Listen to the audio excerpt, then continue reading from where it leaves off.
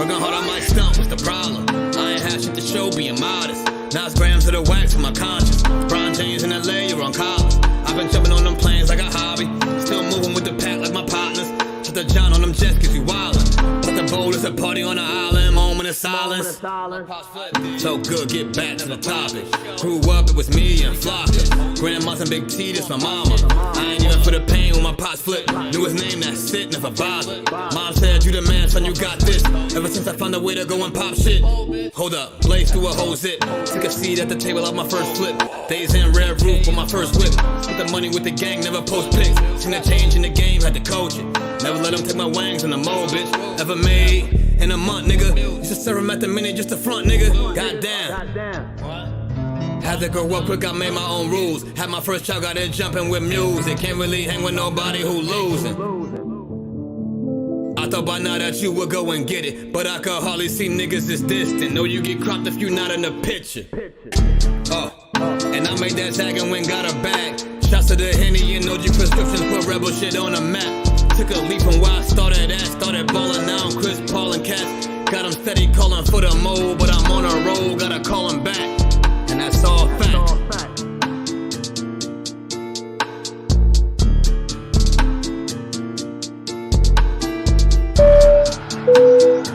Ladies and gentlemen, welcome aboard. All carry-on items should now be stowed securely, either in an overhead bin or under the seat in front of you. All aisles, exits, and bulkhead areas should now be clear. All electronic devices should now be turned off and stowed, as they may interfere with the aircraft's navigational and communication systems. Once airborne, we'll let you know when you may use approved electronic devices, but note that some items may not be used at any time during the flight. You'll find a list of approved devices in the in-flight information section. Ready for takeoff? Zach. Whoa.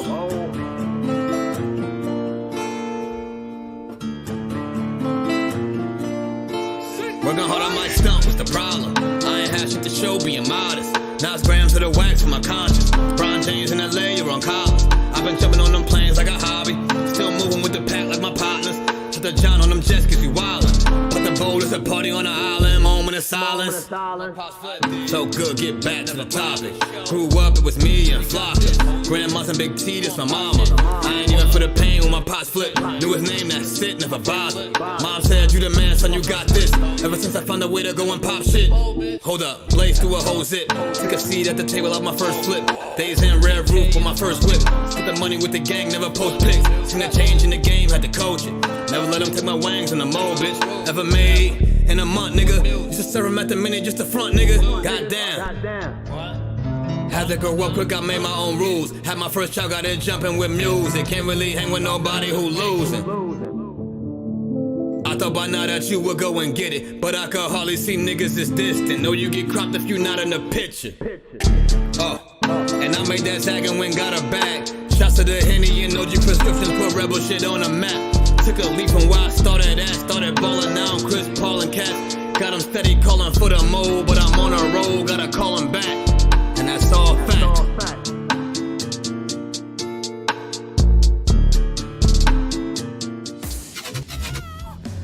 I think I'm cute, I know I'm sexy. I've got the look that drives the girls, while I got the moves that really move them. I send chills up and down their spines. I'm just a sexy boy,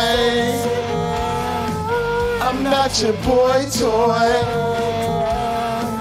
I'm just a sexy boy, I'm not your boy toy.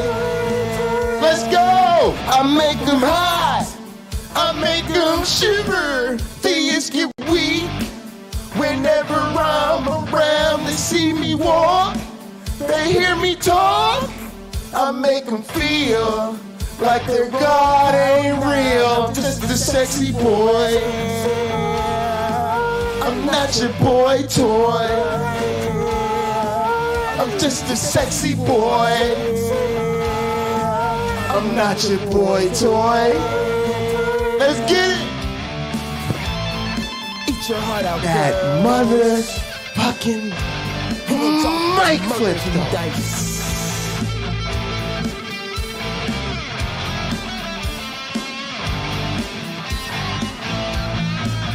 I'm just a sexy boy. I'm not your boy toy. I'm just a sexy boy. I'm not your boy toy. I'm just a sexy boy. I'm not your boy toy. I'm just a sexy boy. I'm not your boy toy. I'm just a sexy boy. I'm not your boy toy. I'm just a sexy boy. I'm not your boy toy.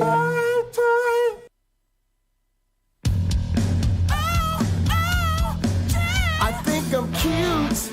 I know I'm sexy. I've got the look that drives the girls while I got the moves that really move them. That's the best goddamn entrance in the history of YouTube. And if you don't think so, you're wrong. I mean, like, duh. I mean, obviously you're wrong. I mean, duh, like, it's okay to be wrong once in a while. You just gotta correct yourself so you're not wrong anymore. I mean, come on now. This isn't that hard, folks. Really isn't that hard. I mean, it's not like it's a whole lot of other choices out here. It's not like it's a whole bunch of real entertainers out here in this goddamn YouTube counter-apologetics space. Bunch of time wasters is what you got out here. Also, like the video. I see 7 people watching, 3 likes. I appreciate all y'all. Go ahead, like the video. Make sure you like it up real big. All right, I don't know. I can't even see right now who was first. I think it was UC Love. I think UC Love was first. All right, y'all, let's play some music so we can catch a vibe real quick. First, we're going to vibe. Then we're going to do communion. Y'all already know how it goes. For vibe, what should we do for vibe?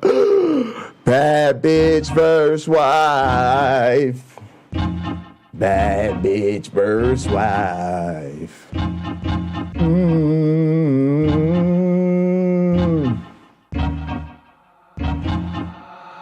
I can't sing, but tonight I'm gonna try.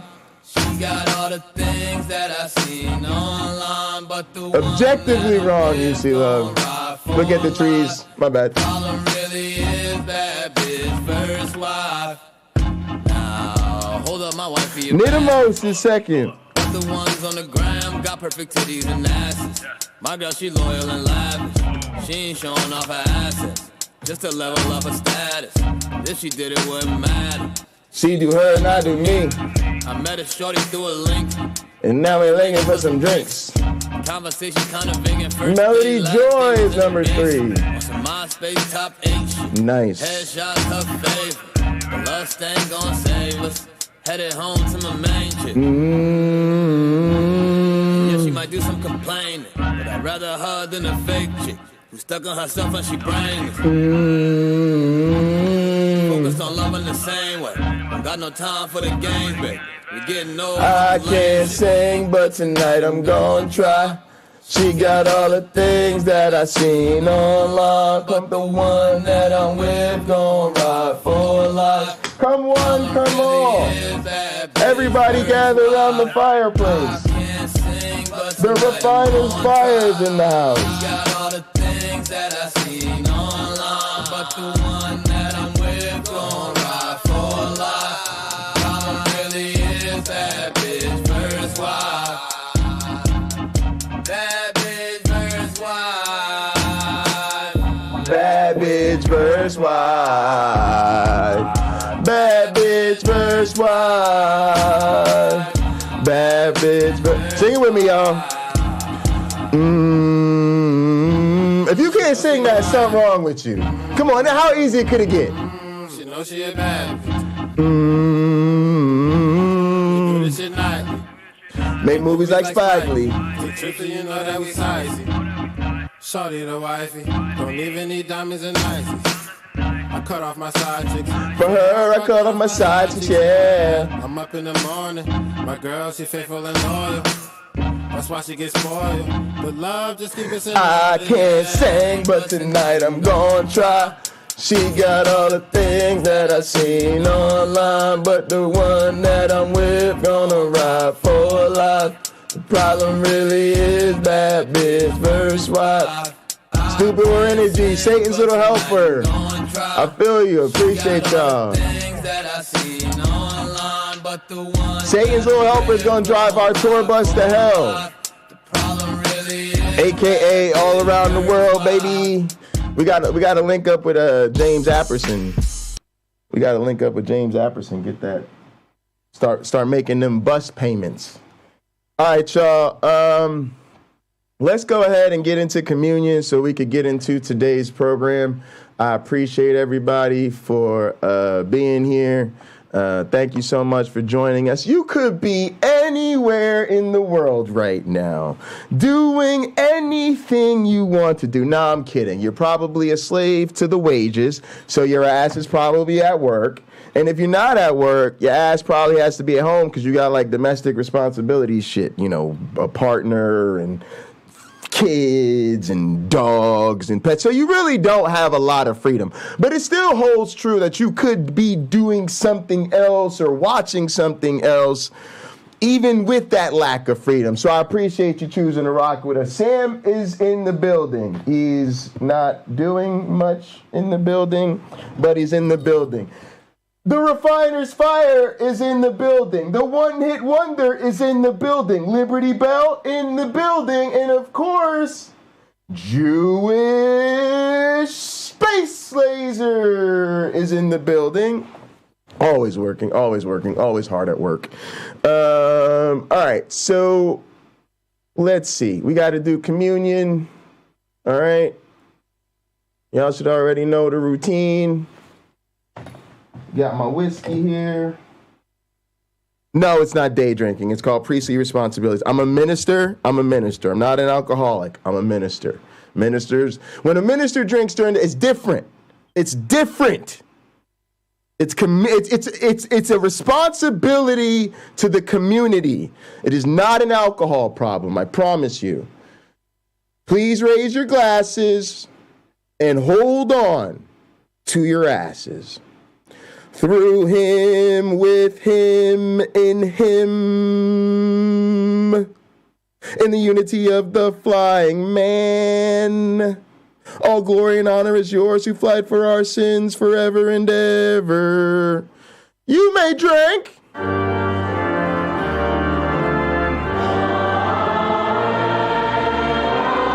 yeah, that's good. I like that.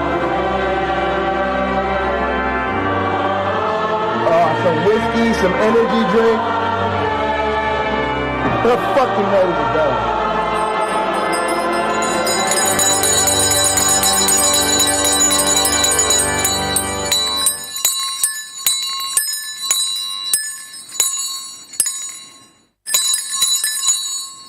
All right, you can hear them church bells ringing. All right, now for our communion song, we're going to keep it mellow. We're going to keep it acoustic, low-key. We're going to go to Foy Vance, where everybody knows your name.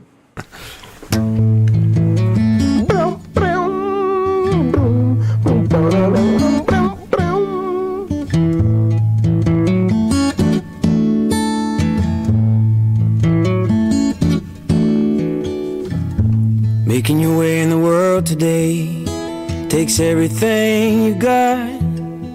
Let's put it on. Taking a break from all your worries sure would help a lot. Wouldn't you like to get away? Sometimes you want to go where everybody knows your name, and they're always glad you came. You wanna be where you can see troubles are all the same. You wanna go where everybody knows your name. Well, all those nights when you got no lights and the check is in the mail, and your little angel hung the cowed by its tail. Should've got a dog. Your third fiancé didn't show. Well, sometimes you wanna go where everybody knows your name, and you're always glad they came. You wanna be where you can see troubles are all the same. You wanna go where everybody knows your name.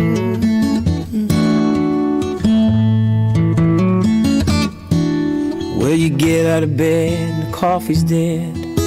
The morning isn't looking bright. You shrink right off to Utubepunk. He doesn't even write. What's up, Your James? girlfriend What's up, Randy? says she's not a girl. Rosie, Be I see glad you. there's one place in the world at the where trees. everybody knows your name, and they're always glad you came. Oh, there's Cameron Bennett. I see Cameron Bennett. Cameron Bennett's here. You wanna be where you can see Glad to see everybody. troubles are all the same.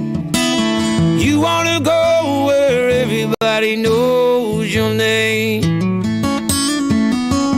You wanna be Nice little where run you there. can see troubles are all the same. You wanna go where everybody knows your name.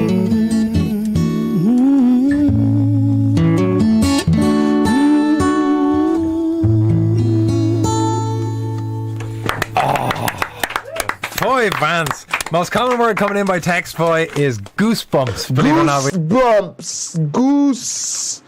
Goose-stepping goosebumps. Goosebumps for the goose-stepping. And speaking of goose-stepping, what a segue. What a segue. What a segue that was. I mean, talk about killing the business right there. Now, let's talk about, I got the wrong screen up on y'all. Whoops. All right, hang on a sec. I'm gonna get this together. I know what I'm doing. I'm using a different screen today, y'all. That's what's going on. Don't worry. I'm using both machines in full effect today. Multiple screens on multiple devices because I've got work to do, man. All right, man. Lock that damn thing. I don't know what the hell's taking that so long. That's weird. Oh, no. Y'all, it looks like my Streamlabs like froze over here or something. Yeah, like there it goes. There it goes. That was almost a disaster. Oh, I gotta fix this laptop too. But give me 1 sec, y'all. It's gonna be worth it. I promise you. Here, listen to fuck, I changed screens. I'm like, listen to this and change screens and the music isn't it. All right, here we go. Look at me improvising. Look at this improv move. Come on, computer, hurry up. I pulled the improv move. There it is. There's the lo-fi. Vibes. Instant vibes. Instant vibes. Ooh, check that little percussion out in the background. It's hot.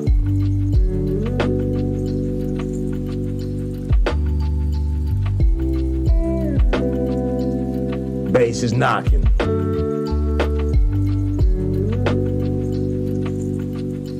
Sub kick is subtle but aggressive. Oh, it's a pretty chill vibe right there.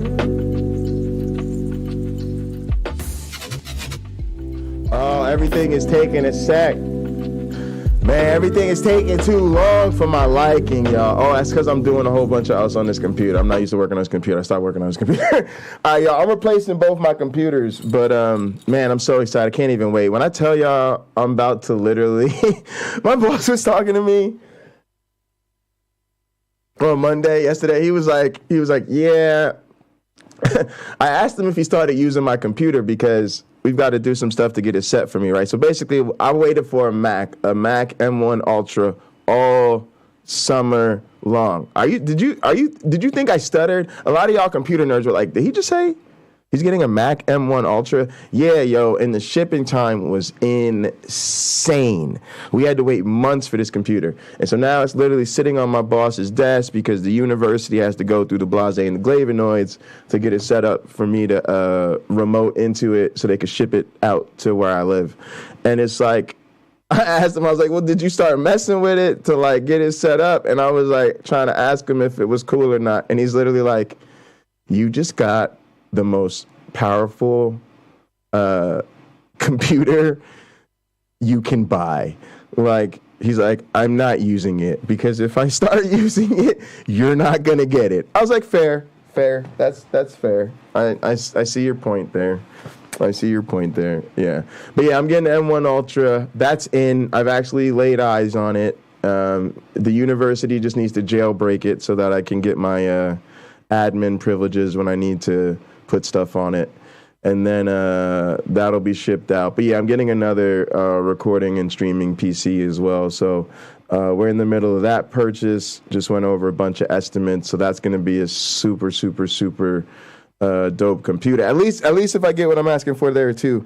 We're trying to price out an awesome machine. But yeah, you know, the old school rig is holding it down right now today, folks. All right, so look, let's get into what's going on, man. Let's talk about the happenings and the goings on in this crazy ass community of ours because shit is going down. So a lot of y'all know that Doug has kind of jumped the shark. I don't know how else to say it. If you're still a Pinecreek fan, probably not a good look. I don't know. Like, be a Pinecreek fan at your own risk. Like, I'm not trying to threaten you. I'm just telling you, like, a lot of us have started to pay attention. You know, a lot of us tune out to Doug, right? So we take Doug from time to time. But lately, Doug has ramped up his political rhetoric, and it's been quite gross. And so for me, it's just been a hard turnoff. I did try to basically call him out on it. Like, bro, you can't do this. This is not okay. But I think Doug just saw that as a challenge to, you know, come out on top, right? Where he wants to have his cake and eat it too. He wants to dog whistle from the racist playbook. And then when the accusations of said behavior come, he wants to, you know, plausible deniability. I was just asking questions his way out of it. But we could all see right through that. And on top of that, now we see that, in fact, the dogs do come running. And now he's sort of really pulled the mask off.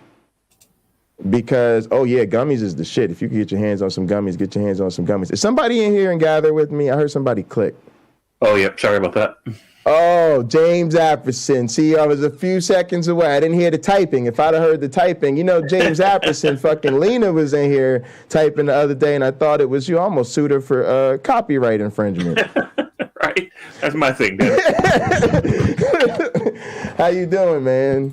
Doing good. Lena needs to find some other way to disrupt your shows. Yeah, exactly. So check this out, man. On this is how bad this whole thing has gotten, James. This is how ugly this human being is. He literally changed the name of his poker channel to politics. So now Pinecreek's second channel has been converted from Pinecreek Poker to Pinecreek Politics. Now, don't tell me this is anything other than an all-out assault on our motherfucking civility. Like, right. To the point that, like, oh, cool, so this is your new hobby? This is your new thing? You know, right. It's still a game. It's still a game to him, and still a game. Everything he says is still a bluff. still a game about bluffing for Pinecreek. Absolutely. Yeah. Now, what happened that was actually kind of cool. I'll pull this up on the screen. Is Yeah, this one. Nate, Digital Gnosis. Oh, actually, Anna done fucked up because I need to share my screen and gather. Give me a sec. Nate from Digital Gnosis tried to, like, I don't know. Nate, I feel weird about Nate's stance on all of this too, to be honest with you, James, because I like Nate, right? And nobody is responsible for what Doug does, right?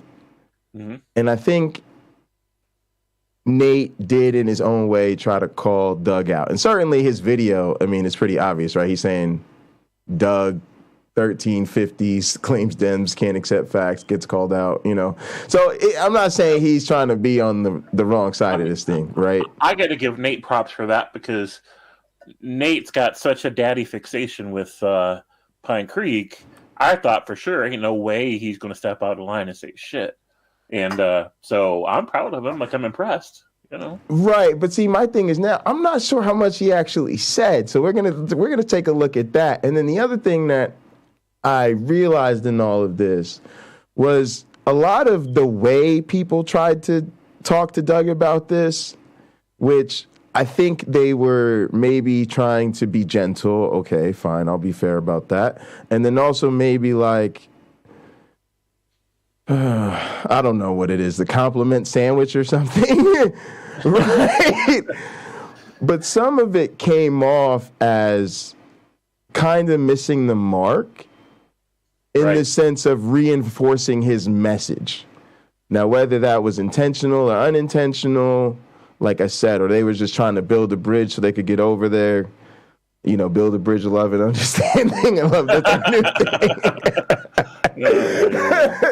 But it just came off as like, nah, that's not what's going on here, right? Because I'll show you, but effectively what he says is like, well, if people are going to react emotionally like this, it just reinforces what you're saying. And it's kind of like, nope, that's not the lesson here. The example I thought of in the bathroom today in the shower was like, I slap somebody's wife or insult their wife and they go off at me. Now, see what I'm saying? People are just way too sensitive about their wives being insulted. And I don't understand what it is. And I'm just demonstrating that people need to calm down. Just because I assault your romantic partner doesn't mean you need to get all up in arms about defending this person. It's just this thing where it is so unbelievably dehumanizing to attack people and then treat them like somehow the thing that needs to be discussed is how they responded to being attacked as though they were in fact being attacked, rather than criticizing up front, clearly and unequivocally the person who attacked them. Right, where the problem started. This makes sense. Right. Oh, people like Jay are going to get all emotional about this. Yeah, that's really going to hurt their messaging. Nigga, we don't give a fuck about the messaging. And the problem is you want to have a fucking conversation about messaging in the midst of all this. And it's, again, you don't mean to do it, but it's an assertion of privilege to where this can become a game and let's sit back casually and discuss the moves and talk about the plays and do the what ifs and have this turn this into a productive philosophical conversation. This isn't a philosophical conversation.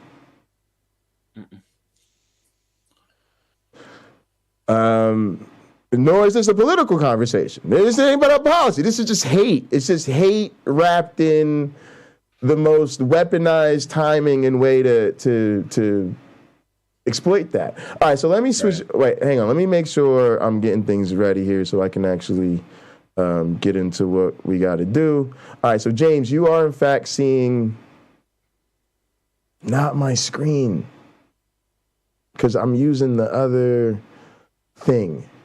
Oh, this is so weird. All right, hang on a sec. Okay. Do. Yeah, I'm gonna have to switch all up over to the other one. All right, let's do this. Too terrifying. It is too terrifying. All right, James, you can see my screen. I can. All right.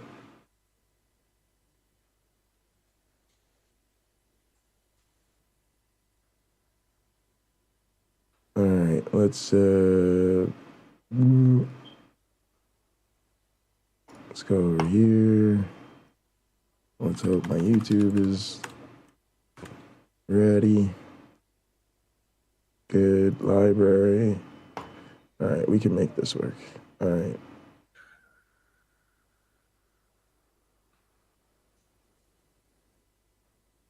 Oh, and I can audio pipe. Okay, I'm good. Here we go. Talk about this and then ask. All right, and then I just need to take Minebot out of my return. Why is no one else talking about it? Did you know that 50%? All right. Okay, you might. All right, so this is a thing that happened on Late Night with Nathan Orman. So I guess this is his second channel too. I guess I'm starting a trend. Everybody's got second, third channels. All right, so although I've gone back to just focusing on one, but interestingly, anyway. Right. So Nate, this is on Nate's Late Night channel, and yeah, I don't think he actually says anything. So I think this is just him playing footage. In this case, a mix of the original thing from Doug's channel, and then, yeah, I guess mostly that, the original thing from Doug's channel. So here we go. I'll play a little bit of that, and then we're really going to get into the response. I'm obviously not going to sit here and play through 2 hours of Nathan's Pinecreek replay.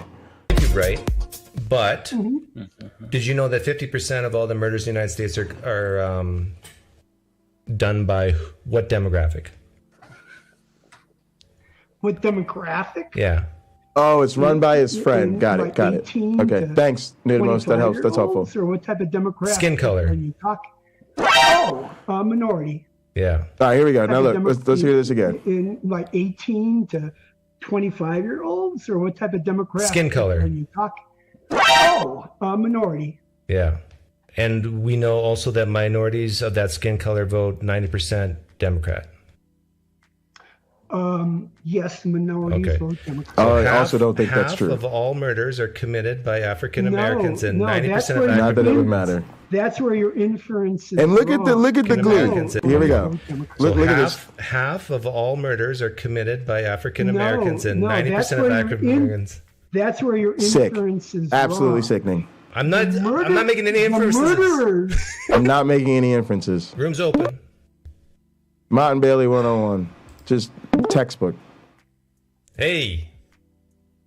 What's up, Doug? Not too much. Man, look, I just got to be honest with you, man. I think you jumped the shark, man. I think you went way Joe Rogan on us. Is Joe Rogan bad? Yeah, bad. Okay. I think you're just in this place where now you like to troll the left. You like to poke at us. You want to hurt our feelings. And cool. You've done so, Doug. You've actually hurt my feelings. And I'm just identifying myself as probably one of, a substantial number of people. By the way, it just seems like an out of control emotional display, by the way. I don't know. I think enough of you to say, like, you inspire me a lot in this counter-apologetics thing. You really helped a lot of us, see through Christianity. But now it's like watching you is like difficult. Like I can't even watch, like, because I'm just watching somebody who enjoys saying things that hurt people like me at a time we can't afford. May I ask what I said that hurt you? Doug, it's everything. Let's tell trans people they're not trans. Let's do a thought experiment. What if you had I didn't talk about trans today, but not today. Let's go through a thought. Let's have a thought. I was just on his stream today, and he made this quick little comment. It's Theist Thursday. It's not like he's trying to avoid politics, but he throws in this line about how if you're talking to someone and they bring up a word that ends in phobia, you probably know who you're talking to. Which I assumed the implication was that you're talking to some sort of SJW liberal or something, right? Right. And so I call him out in the comments. I was like, yeah, let me just casually drop dog whistles to bigotry and move on. And he saw my comment and he read it out and he got all annoyed about it. Why? This is what I don't get. Why? Yeah, he's all like, dog whistling. Sure. But also he loves it. So why does he keep keep responding as if you don't want this? This is what you want. It's like I said about university presidents. I always get annoyed because university presidents use any social issue as an opportunity to grandstand about the university, right? And what does that do? It then invites criticism and feedback of the university's response about said issue, right? So somebody hangs a trans person. Yes, that sounds ridiculous. I'm literally making up something that hasn't been in the news on purpose. But let's say somebody hangs a trans person, right? And for all intents and purposes, let's say I work at the University of Minnesota. Most of y'all know that. Let's say somebody hangs a trans person in Maine, right?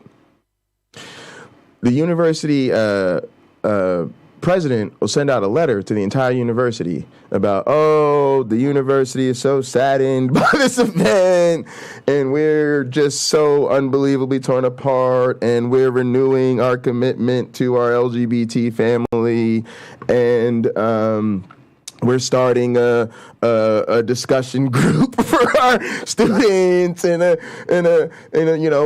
effort to have a panel discussion about hiring more LGBT faculty and all of this.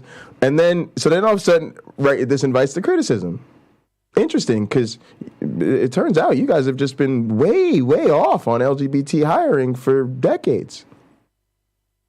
Turns out, there's been a lot of violence against trans students in this campus, and it goes totally right. They put a target on their back, and here's the point: every time they do this, all you had to say was nothing,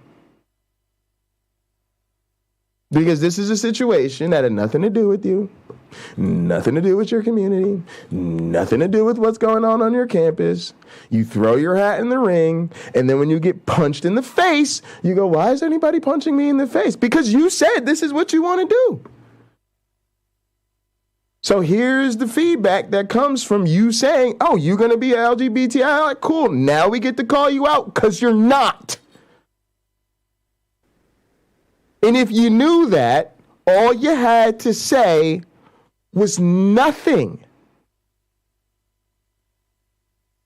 So Doug gets up and he goes, again, you changed the name now of your Pinecreek poker channel to Pinecreek Politics. Sorry, you it's just like Rebecca. You no longer get the claim, if only I could stop being a young earth creationist. When it turns around, you have a second channel called Examining Evolution where all you do is undermine evolution. Nope. Right. Nope. We're done. Nope. Sorry. You might think we're that stupid. We are, in fact, not that stupid.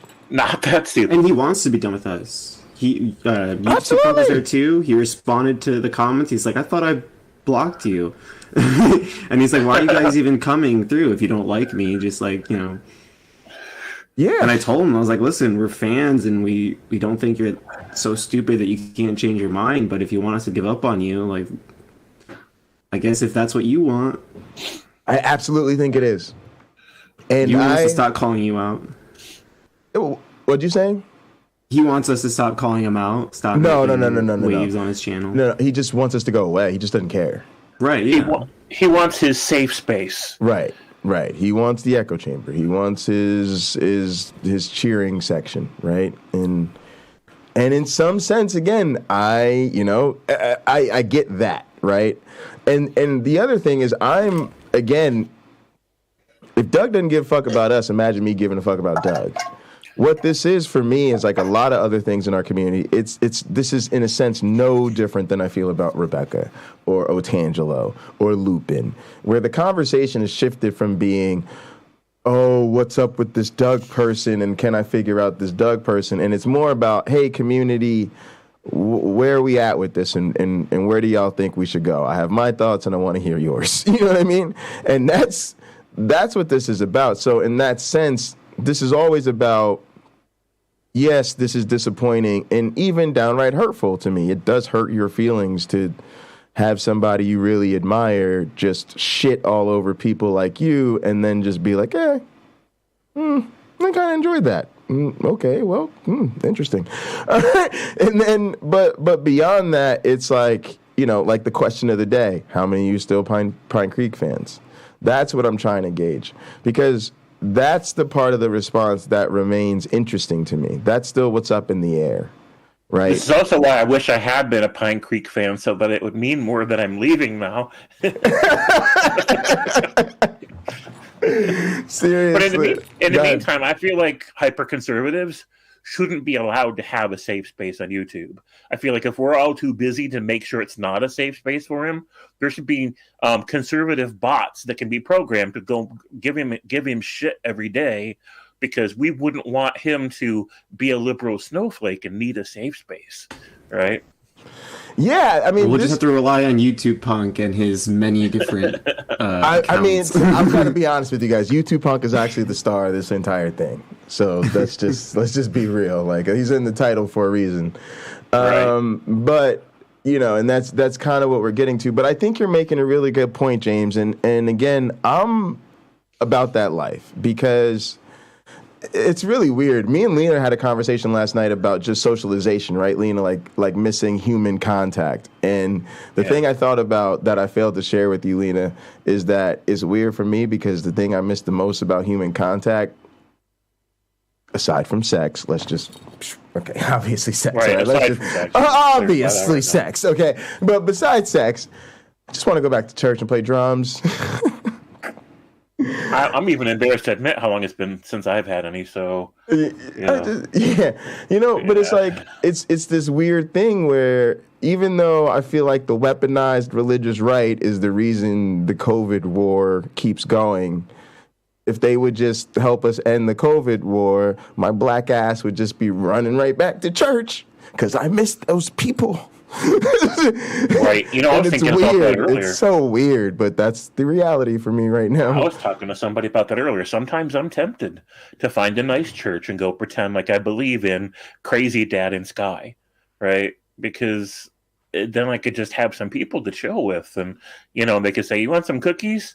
And, you know, "Hey, how's life going?" And give me an insincere side hug, because at least then I'm getting a hug. Right. You know, I just feel like, it's tempting. It just is tempting. You can also meet some beautiful women, James.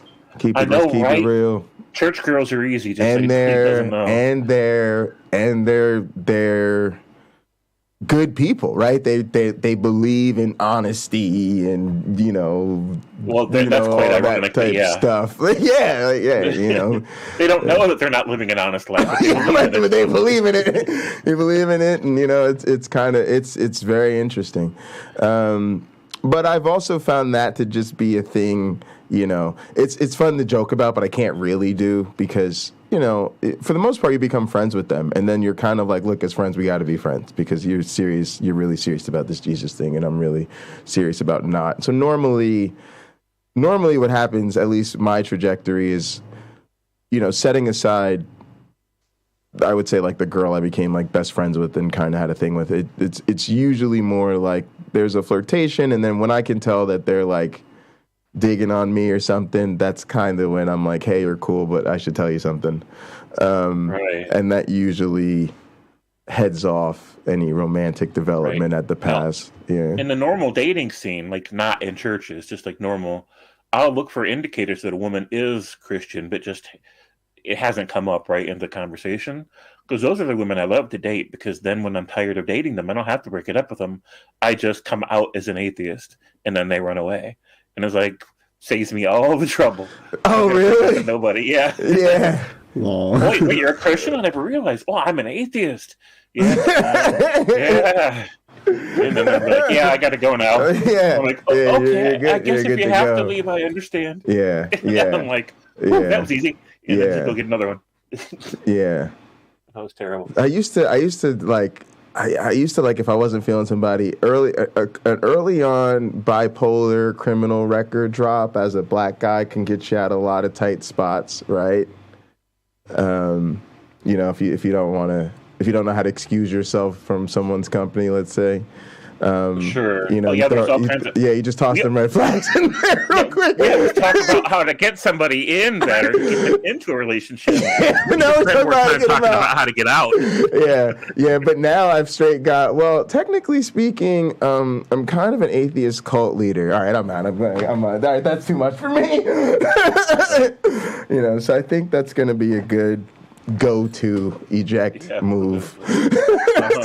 It works pretty well. And now Scott Duke wants to know about local options.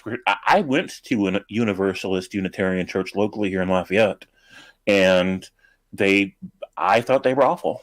It had all the church rituals and imagery and everything else like that. They avoided certain direct dogmas, but at the same time, it was otherwise the same. And it was interesting because locally, the Universalist Church, because they spend time talking about leftist political issues, you know, about inclusiveness for LGBT and acceptance.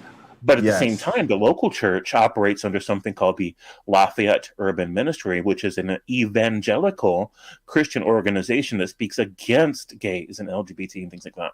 So, and I always ask them, I'm like, how can you guys reconcile that the people you pay your rent to, and the people you hand your donation proceeds to, and that you sometimes let speak at your church, are the enemy? Like, they're out there preaching against the things that you believe in. And they're like, well, that's just the arrangement we have. We just don't have enough money coming in to do differently. And I'm like, holy shit. So that made me think that the whole damn thing's so damn insincere. What's even the point of it? So they basically said we just have to go with the religious type deal because they don't have enough money coming in. They don't have enough members who have enough money.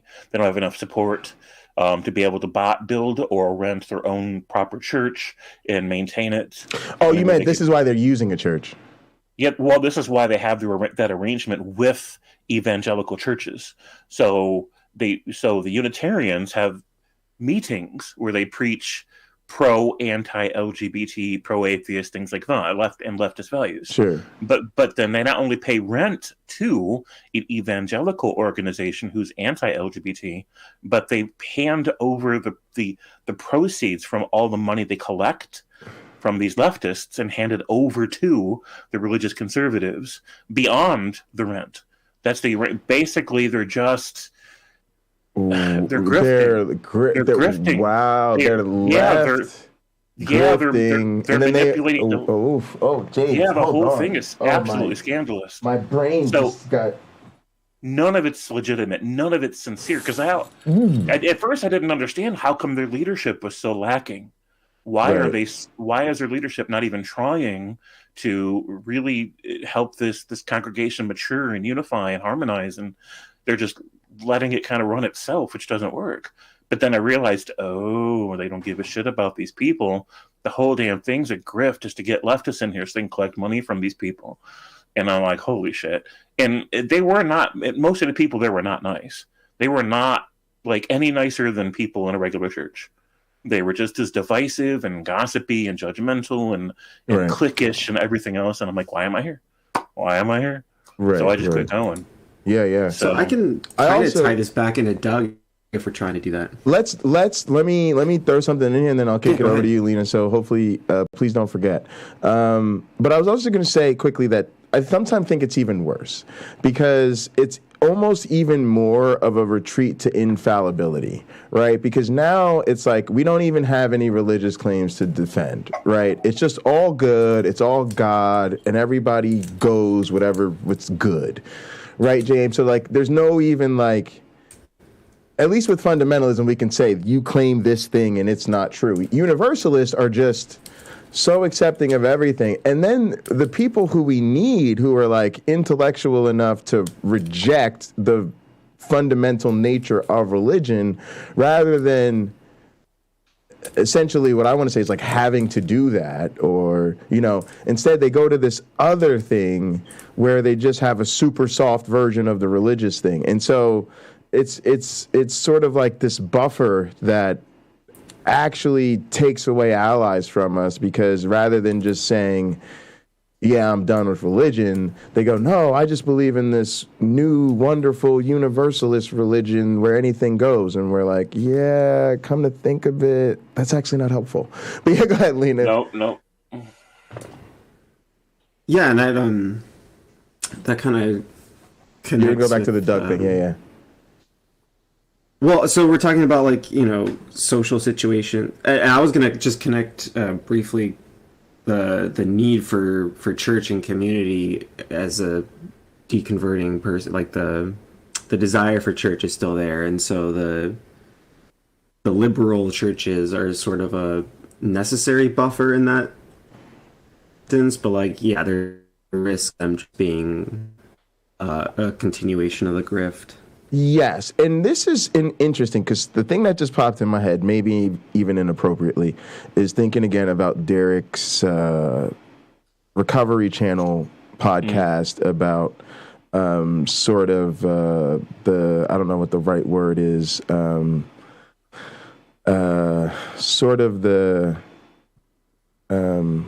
alternate medications that people use when they're...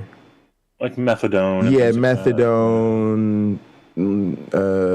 Yeah, substitution treatments or something like that. I forget the right word, but it's an interesting conversation that he has, because he basically says, you know, I was able to do it without those, and you know, he's trying to understand, you know, what that's about, and at the same time, he's seen it to where people just end up hooked on that thing, and even though they're not on heroin anymore, they're now hooked on this other thing for life, and it's sometimes it looks just as rough in some ways, right? Although it's definitely not as severe, right? And then other time he's going, yeah, but there's so many people who would literally be dead and gone, or at least not able to keep functional lives together, that I'm with people doing it when that's the case. I just don't know how to tell when that's the case, right? And that's kind of where we all are. But that's kind of how I feel about these liberal religions. It's like, I really just want to get people off religion. And sure, some people, I guess, just can't give up the ghost.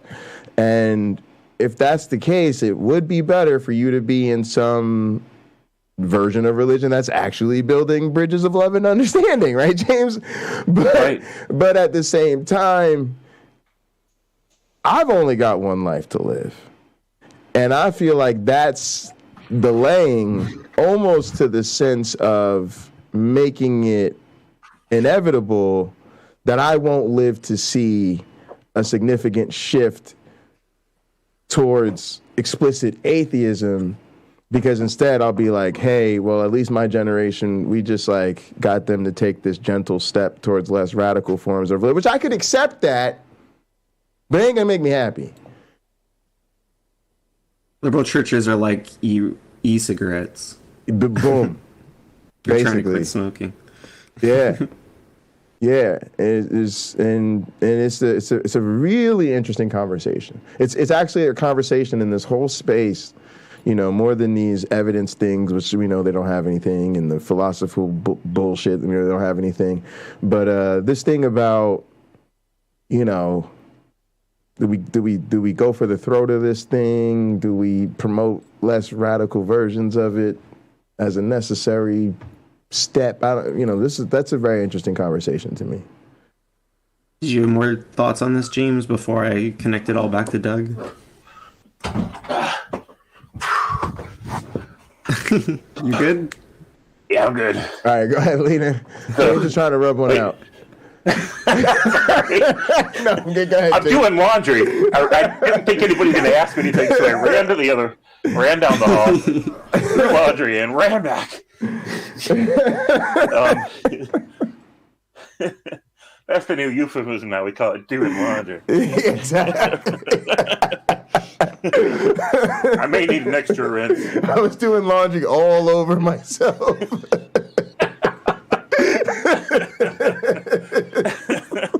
There's got to be a great commercial in there somewhere. Yeah. OxyClean's like, I'm not getting that out. All right, Lena, go ahead. Tie this back to Doug, actually, because then we can get back into the footage or whatever. Yeah. So the thing I'm thinking about with Doug is that he is the biggest, or like he's the point man when it comes to atheist conservative. At least for like the people within our community, I think. Like, I do you know of anyone who's an atheist YouTube content creator who's also conservative and kind of shares? It's in a weird way. I wouldn't even know. But yeah, I definitely think at least he seems to have recently become that. I certainly didn't see him that way at first because so much of the stuff I was watching was just so focused on religion. But yeah, I don't think it's unreasonable at all now to say that. And all I was going to say is that it's in a weird way, he's become the out Robert Price. Like what Robert Price did was, Derek, he got called out. Derek was like, I can't do this. And, Robert Price, that whole thing really shifted. But that was almost like, in a sense, because Derek was the platform for Robert Price as far as so many of us are concerned. Whereas like Doug's got his own thing and he's big enough. Again, I want to say too big to fail. And I don't think he's like that big, but in a sense, y'all know what I mean. Like he's not going to drop off the monetization list. Matter of fact, he might gain more from this and gain more financial support from this. So in a sense, I just mean, he's not as easy to say, oh, you've pissed us off, now you got to go sit on the sideline. So I think you're right in the sense that he could take that whole perspective and essentially play the what are you going to do about it game. And for the most part, I don't think we can do anything about it. Nope. Right. And there's a number of different factors that are keeping me and others tied to him. And that is one aspect, but the aspect I was thinking of was just the desire to change one of these people's minds. I think we all have that desire. For anyone who's been engaged in the atheist YouTube community for a while now, and you've never changed any of these content creators' minds, the closest we can get is to get Rebecca to just end her channel, but we've never actually gotten one to come on and be like, hey guys, I was wrong about this. And Doug feels like that opportunity because he's an atheist. We're not trying to convince these theists with their delusional biases. We're trying to convince Pinecreek. So it's more frustrating because you're like, I should be able to get through this person, or like, right. Well, so here's the thing, though. Pinecreek is motivated by his feelings, right? So he's got this feeling about how he needs to be superior to certain people, right? And so whenever his conservative ironically media, he's so motivated by his feelings. Oh, way more than most people even. So when people in his media outlet, his chosen media outlet, based on what flavor of feelings he wants, right? They tell him, oh, these people are bad. You're superior to these people and you're superior to those people over there. And Pinecreek's like, tell me more about who I'm superior to and why, right? So he doesn't want to go do his research and really think about these critically because he's been validated, right? Like, yeah, you're right. I'm super superior to all these people. So you're not going to be able to get through to him because that itch is being scratched, right? So Pinecreek, just like Rebecca from Bread of Life, lost cause. Never going to reach these people. It's all about feelings for them. So, there's things we can do, right? I myself have thought about part of the reason I could get back into like a church if I could find the right one is that I have natural leadership qualities. And one of the best ways to help humanity is to help religion mature to where it becomes more and more a force of good instead of bad in the world. Key pivotal moments. James, I think you're with me, right? Let's just get in there and take the red Sharpie through some of the stuff they need to get off of, right? And then for the most part, we don't give a shit if you want to talk about the love of Jesus and sing songs and become better neighbors as a result. Right. So yeah, that's what I think. That's what I'm thinking about seriously doing. Is trying to help them, not just from the outside, but also from the inside. Because Seth Andrews had a talk about this, and I just watched it this morning. About James? That was the feature for today, right? The Regaining Humanity. Is that the one you're talking about? Yes. The new one he did. Yes. So that's what I plan to put on while I get some work done. So awesome. Yeah, we'll be playing that tape, and I'd love to hear your thoughts. Yeah. So he's right. Like I've spent way too much time being a keyboard warrior, and not enough time in the trenches actually helping. And it's not that I haven't tried to help. Right? I tried to make the blog successful, and that wasn't quite catching. And I'm still trying to figure out how I can make the YouTube thing work. But in terms of like really, really reaching people, I probably have to leave the house at some point. Yeah, but James, I don't. So I have a couple thoughts on that. So I always want to talk to you because you say things that are so interesting to me. And I can always tell you get like similar feedback that I get, and then sometimes I think and I'm always going, wait a second. And so I always want to have these interesting conversations with you because I think we find ourselves trying to work through the same stuff. Right. A lot of times. Not always, yeah, but a lot of times. And I'm trying to work through the same thing. But what I find is I'm actually slowly but surely, even as things go more post-COVID, winning support for my way of doing things. Mm-hmm. And it's really hard to appreciate. So, for instance, I have the support of my university, my department to work at home. Even to the point where, like, my boss said to me yesterday, he's like, yeah, we were all at the conference because they did a big science conference, and everybody's really celebrating that. We're in the post-COVID thing and everybody's back together in person. And he's like, and you're just doing this whole thing where, we're still going through COVID, but, it doesn't have to be a bad thing. We can be, we can build this community. We can do this stuff and we don't have to sit around being, and I was like, yeah, that's the vibe. But then have to, right. And I remember even when I was expressing sort of the difficulties with the isolation somewhat, with Lena last night, she was kind of encouraging me like, oh, yeah, you're doing what you should be. You're doing the reasonable response, right? And so in some sense, I'm protesting because I'm trying to save my humanity. And part of that is, number one, I don't think we should just go to, let's live as though COVID's not happening because that's what's doing. Because I just feel like that's the point of the whole manufactured consent thing is to recognize it and then not give it to them. Right. And it's really hard that affects my sex life so drastically and all these other parts of my life. But I honestly see them as minor sacrifices. Number one, when there's a much greater good in terms of health, public safety, epidemiology, and then also I feel like my responsibility in reinforcing that for everyone else. So I know a lot of other people, and I call it like having a spectrum of emotional needs. So for me, I never want food cooked by somebody else bad enough to go sit in a restaurant in the middle of a pandemic. Even if it's, everybody's going to be masked up, tables 6 feet apart, and then you only take your mask down when you're eating. Why would I want to do that? It's too high risk. I'm nervous, trying to get in and out of here, asking myself questions about, asymptomatic spreading, and God forbid somebody coughed, 3 times to clear their throat.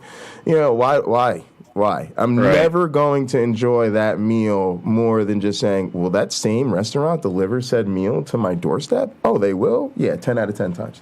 Yeah, right. You know, and just, yeah, I've never wanted to see it. First off, let's be honest. Before COVID, sitting in a movie theater, you know, just stepping on the sticky floor and all of that shit and listening to other people, God forbid you sitting behind or in front of the wrong people or whatever. And I'm just there trying to get shorty home and get laid anyway. Right. So if COVID is a good reason to not go to the movie theater, and if, hey, you really want to watch a movie with me badly enough, you're going to have to come over and do so in my bedroom. Mm-hmm.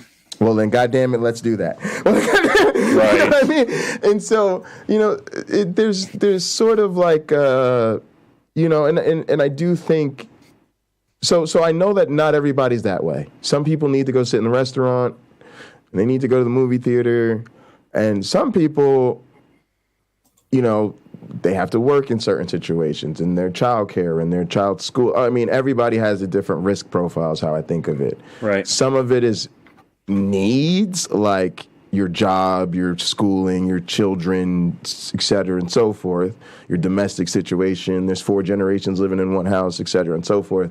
And then some of it is your emotional and psychological disposition. You know, you're 18 and you just can't imagine life without partying. I guess that's your reality right now. Mm-hmm. But me, even as a concert musician, I have no desire to be at a concert, right?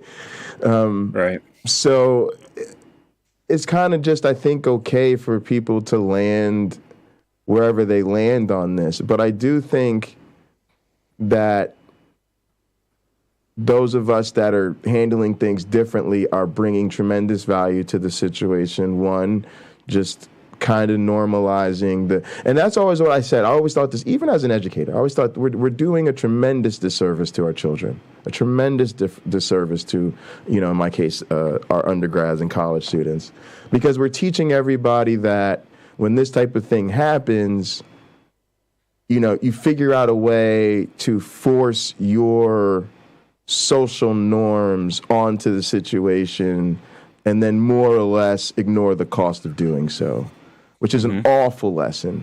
The better lesson to teach is shit doesn't get to be normal during a pandemic. Period. End of story. Everybody's done. Shut down. Yeah. That's it. Just period. End of story. Period. End of story. That's the only thing to teach anybody ever at all in this, to me, responsibly.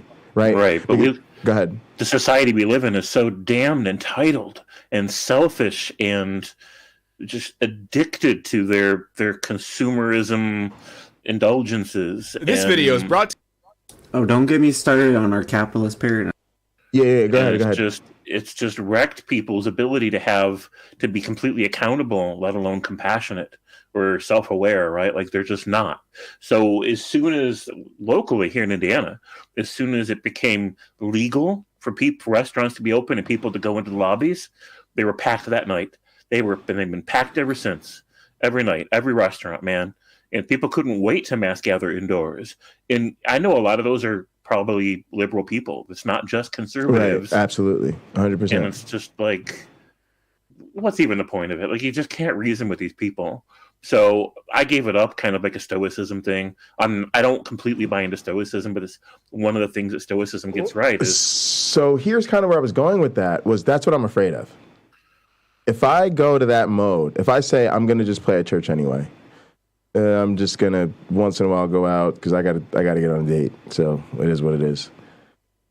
Then to me, and this sounds terrible, but I already know I'm going to check out because that's going to be the defense mechanism I need to suppress the fear. Right? So if I'm going to go out and not be acting like I'm on COVID alert mode, literally 24/7, 365 at all times, right? Then I need to literally stop caring about COVID. So don't talk to me about the numbers. Don't talk to me about the new variants. I'm popping in CVS every 3 months on routine. Hey, I'm in a high-risk group. Hit me up with the shots. And now I literally don't give a shit.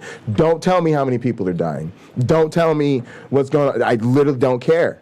Right? Because it's going to be like, I sat at home for years and then y'all forced me to leave because y'all didn't give a shit. So nope, not putting the genie back in the bottle, because again, I'm not going to do both. Right. I'm not going to go out and then fake the funk and then feel the fear every time. No. So that's why I'm just like, no, I'm not doing it. I'm not doing it. Because if I go into that mode, that's it. And I think that that's where a lot of other people are. They can't try to lead their normal lives and be as COVID conscious as they need to be. Because trying to lead their normal lives by definition means suppressing awareness of the reality of the pandemic that we're living in. Right. And then socially, that suppression in some sense requires the shaming, ostracizing, or alienation of those who reflect awareness of the pandemic, because they're the people who are sort of holding up the mirror to the other people. Right, they're the people who are breaking the norm. Like, I'm the one wearing the mask, and nobody else has the mask on. So now I look weird because I got the mask on. What does everybody else want? They want me to go away so that there's no tension in terms of masked and unmasked. There's only unmasked. Right? So then they want you to go along with stuff, but then they really want you to go along unmasked, go along in close quarters. Go along, we need the hugging, hand-holding, and kissing. Pressure. Exactly. So it's a fucking nightmare. It's literally which other countries have, death cult nightmare. Right. Risk your life so that I feel like my bullshit that I don't even need is fucking critical, and so that can be okay. Yeah.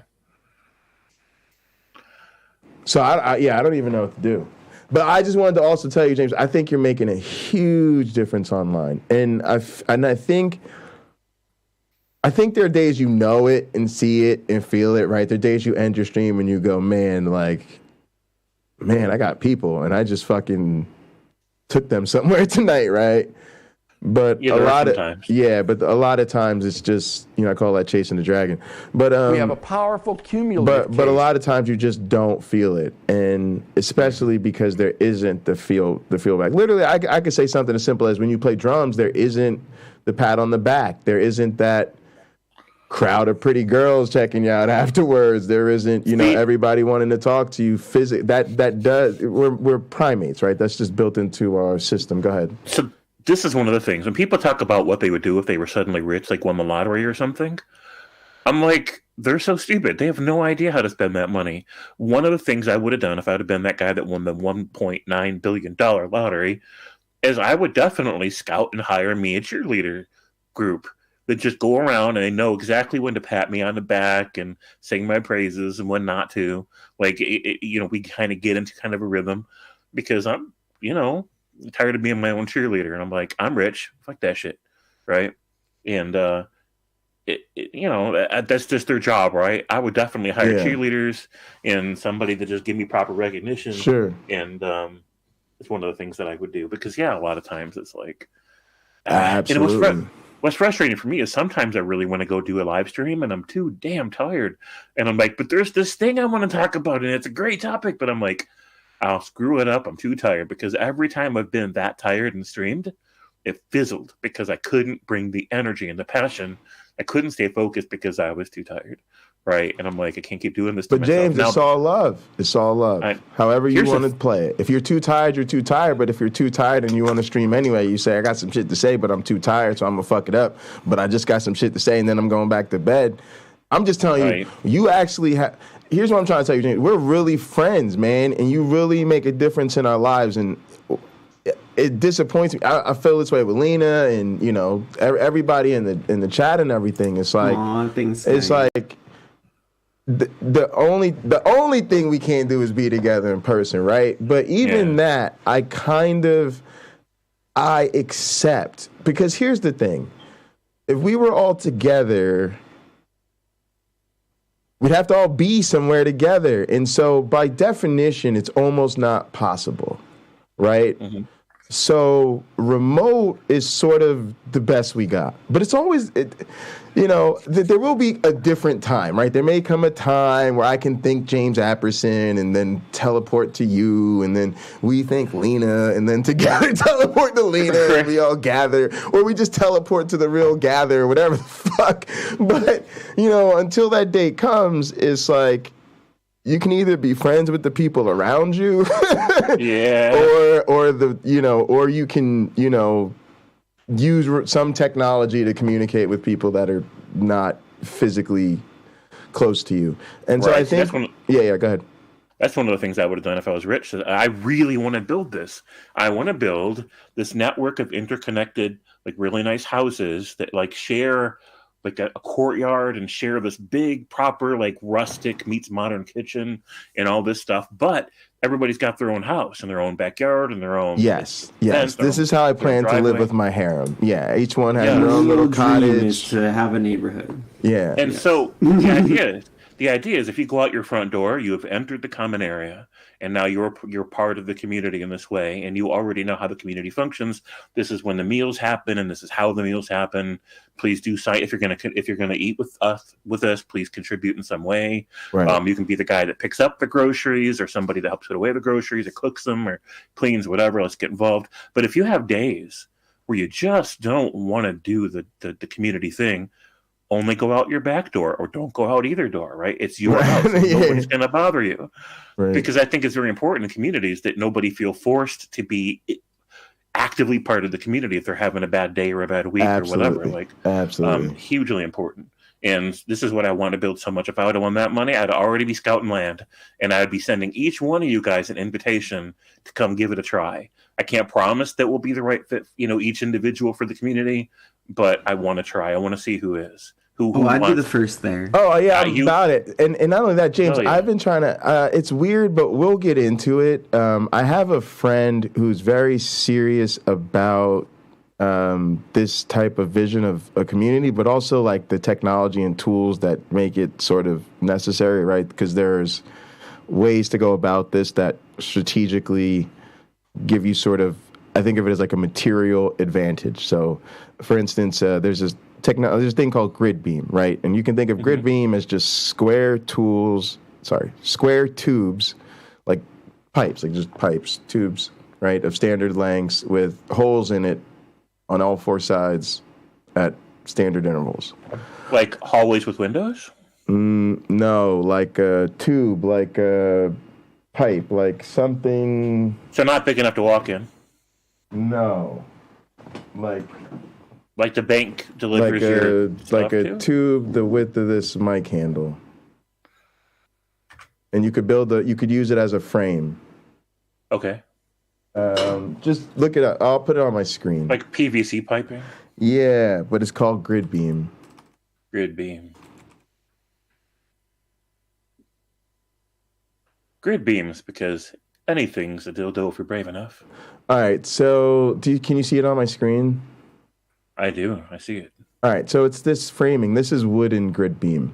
But oh, nice. The thing about this is that it's reusable, right? So I always say, like, if you go to IKEA, you buy a desk, right? And then you decide, like, well, I don't want this desk, right? Let's say you like do this because you're gonna like do a thing for your children, and then you get divorced. Wife gets the kids, and now you've got this fucking setup, and you don't want to do it. Well, normally it's just done, right? There's nothing to do with it. But with grid beam, you're like, oh, why don't I turn this into a chair? Or I really need to build myself a new bicycle, right? Yeah. Right? Or another desk, right? And so that's kind of the purpose of this, is that if you get a community that understands the power of a technology like grid beam, or say like we have someone in our community, Hippie Smiles, who made me this thing, right? So she 3D printed this top, right?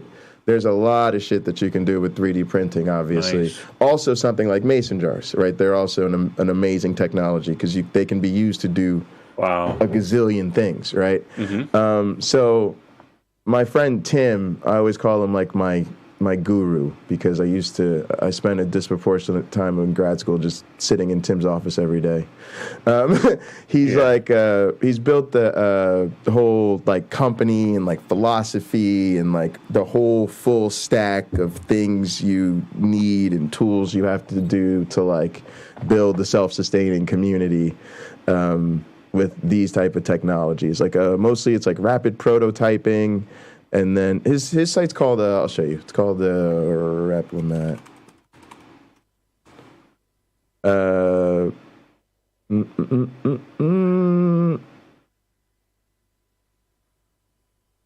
Collaborative design, individual empowerment, construction for the future, right? So you've got basically a set of technologies and a set of tools. And then the idea, so he's even grid beam, a peer-to-peer construction system for the maker movement. So that's the whole thing. You know, like maker spaces and all of this type of shit. That's what these type of nerds are into. So is Cliff. Nice. Right? Matter of fact, Cliff and my friend Tim basically were involved at the same maker space. And like Cliff built like a blacksmithing workshop there. And then Tim built like all this type of rapid prototyping type of shit. But yeah, nice. So this is, I just want to say, but yeah, so I'm into it too, man. And like, there's definitely like ways to go about this, right? That, like I said, give what I think is like a material advantage to actually being able to pull it off, right? Because you're essentially trying to build a self-sustaining community, and you're not going to be completely divorced from the capitalist whatevers, but you're trying to minimize that in ways that are actually practical, right? And so you end up with stuff where pretty much you just, like you said, if this works in your little community, right, you've just got a place where people who are like in the maker shop of the community or whatever know how to do this stuff, right? And so when you don't want your bed frame anymore, you just tell them, like, oh, okay, cool. They haul off your bed frame, and you know, next time you go to the community whatever to get a whatever, little do you know someone's repurposed that grid beam and materials into something somebody wants, right? If it wasn't as simple as, you know, recanvas it and give it to somebody else who actually wants the bunk beds or whatever. Yeah, makes sense to me. Yeah. And again, like, that's a thing where COVID put a fucking huge monkey wrench in a system, like in progress towards things like that socially. But I'm weird because I do think remote technologies are super powerful, right? And so I hope to see it. That's what disappoints me, is that we didn't see it as an acceleration of normalizing remote technologies, like the rush back to the classroom, rather than, you know, normalizing a remote model and figuring out how to leverage the technology gaps. Like we just didn't want to solve the problems.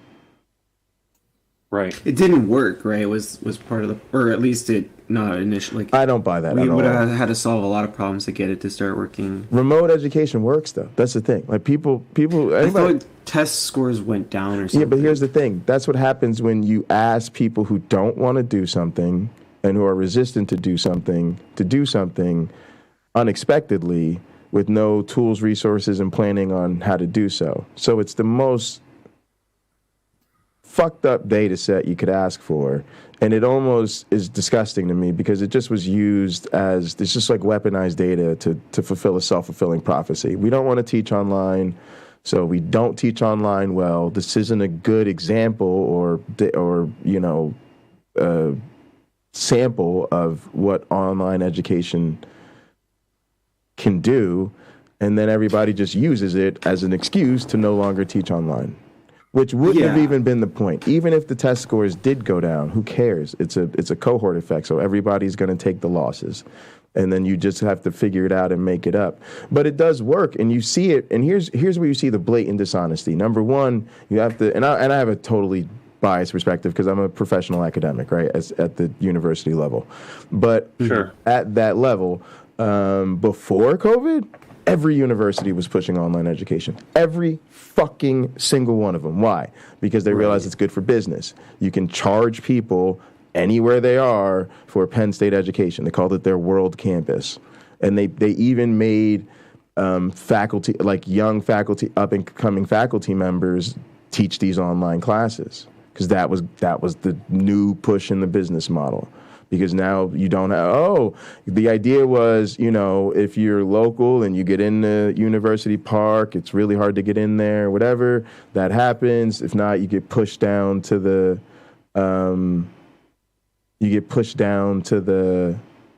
remote, the satellite campuses. But then they were like, why keep it to people and go here? So they make the world campus. So they were building remote campuses in like Qatar, like all over the world. And then it even fit their model because they got to charge out-of-state tuition, or, they get to go to their favorite place in the world, China, right, and charge international tuition, and people could just take the classes online. So they were all doing that. And even now, people who actually like look into like people who actually do online education well, like it's just fine. There's all types of shit you can do to pedagogically overcome the fact that you're not in person, right? And there's even advantages, right? Students are comfortable, they're where they need to be, they're safe, and they're not going to get COVID. And you get breakout rooms, so you get small groups. There's no back seats. You can look at all of your students. It also prepares them for a work environment. And again, how normalized are remote meetings in a work environment? Almost every work environment in the world says, we've got to Zoom in with our collaborators in Japan who are going to have to Skype in with the European team. And right, that's just how business is done in 2022. So for everybody to act like, what? Teach kids math on the no. What? No, there's no way. I can't teach kids multiplication on the internet. No, they can't learn it. I can't. I'm sorry. Their brains don't work. Also, here's another bold-faced lie. Let's go pre-COVID and ask every fucking teacher above second grade, what is the number one distraction and problem when you're in a classroom? It's students on their fucking devices. They are literally doing remote communication in your class all the time, and it's obvious because they're not looking up at you. And every single teacher has to go, all right, phones away.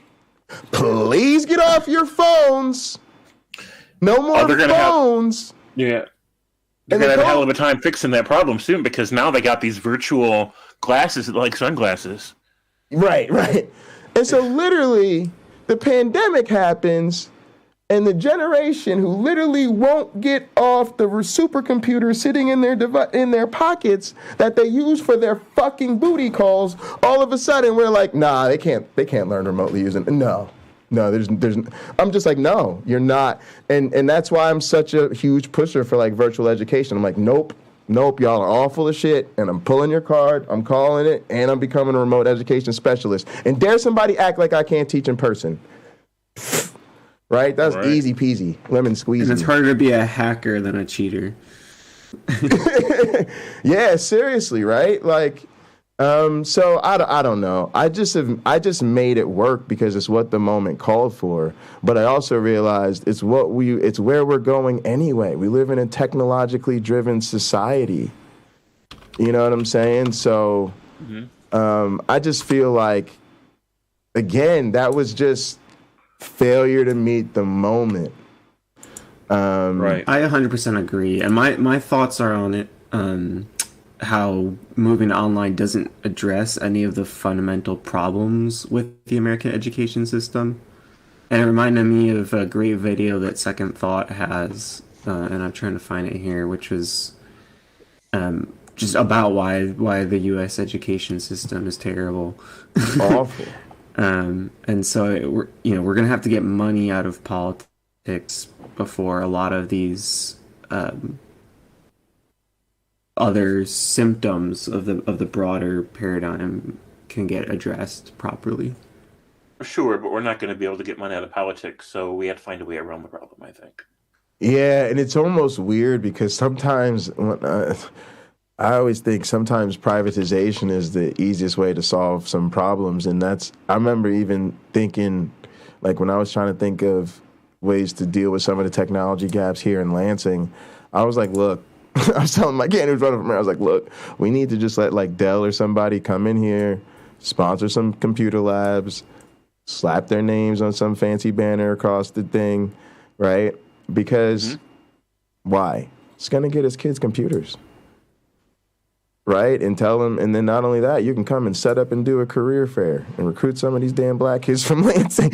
You know, it's a dirty game, but you're like, look, what's the fastest way to find somebody who's going to just write off, you know, that type of investment? Mm-hmm. Go straight to the type of business that's what they do. And it's crazy because I'm literally just reflecting as she's saying that, as they're saying that, and I'm just like, man, yep, and I'm totally guilty of this. I'm literally guilty of planning this out, being like, yep, let's privatize what's going on in this school right here. Yeah.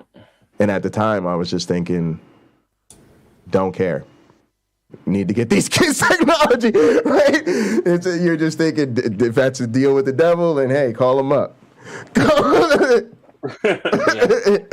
you gotta. Yeah. It's just such a scary business model. Like, it's just going forward. And that's the problem with colleges right now, is that it became a part of the neoliberal capitalist agenda. Really and did. This idea of individuals being responsible for their own contribution to the economy, and that their education is a factor of that, and that it's like okay to go into debt for your education, and that the entire idea of a university went from being a place of learning and the sort of radical leftist movements that we saw like in the 1960s with the hippie movement. And now it's really just become a vehicle for pumping out certificates that get you cushy, you know, jobs in the tech or medical area, or you know, whatever has already been established and should be decommodified already. It just kind of perpetuates this pushing money up towards the top, and it's I see the whole thing as predatory and exploitative now, to the point where it just fundamentally undermines the real objective, which is learning. Yeah, absolutely. And students don't, they're not really rewarded for it, right? They're rewarded for playing it safe and, you know, pumping up their GPAs and then just filling their resumes with experiences. Yeah, and I hear what you're saying. Keep them out of the home schools. Keep them out of being illiterate. Like, let's right. Like, let's not let the situation get worse. And if we have to privatize in some areas, then okay. But it's taking steps backwards. Yeah, no, I agree. I'm just saying guilty as charged, and you know, I'm not saying it was not trying to say it was a good thing to do. I was just, you know, being honest about the rationale. And I was thinking totally. Even now about my students, it's just like, it's something you talk about like kind of cheesy. I remember I was reading an essay one of my classmates wrote, and he was talking about how he wanted to really work at like MIT or something. And it just hit me kind of weird. I mean, we all have dreams of like working at elite institutions, but I don't know, it just struck me kind of funny because most of our classmates just don't talk like that. They're not into elite institutions, right? A lot of my classmates want to like work at community colleges or whatever. And so I kind of felt elitist wanting to work at a big state school, like a top research type of school. So I remember being in a group discussion with them, and they basically just brought up wanting to work with like the best and brightest students, like super ambitious, overachieving type students. And I was just kind of like, oh, I fucks with that. Like it's not everybody's thing, but I was like, I fucks with that. Like it shifted. I was like, oh, he's not talking about like, he just wants to be a superstar at MIT. He's actually thinking about the student body, right? And he wants to go somewhere where he can get it, because he's like, his students are going to be ready to go. You know what I mean? Like, your students are top notch and they're headed to big and bright things. It's sort of a just a cool job. And listening to the conversation we're having, it's making me think about my students, because I'm not at MIT, but Rob and I teach at Michigan State's Lyman Briggs College. So it's like you're at like one of the top research universities in the country, and then they're seniors in its like basically science residential honors college, right? So it's almost like a private little STEM college in in this big major university. And so these are seriously good students, right? Pretty much to a T. Most of the time, if I have issues with them, it's because they're not paying attention to some detail or whatever. But they're all going to med school. They're just all going to med school.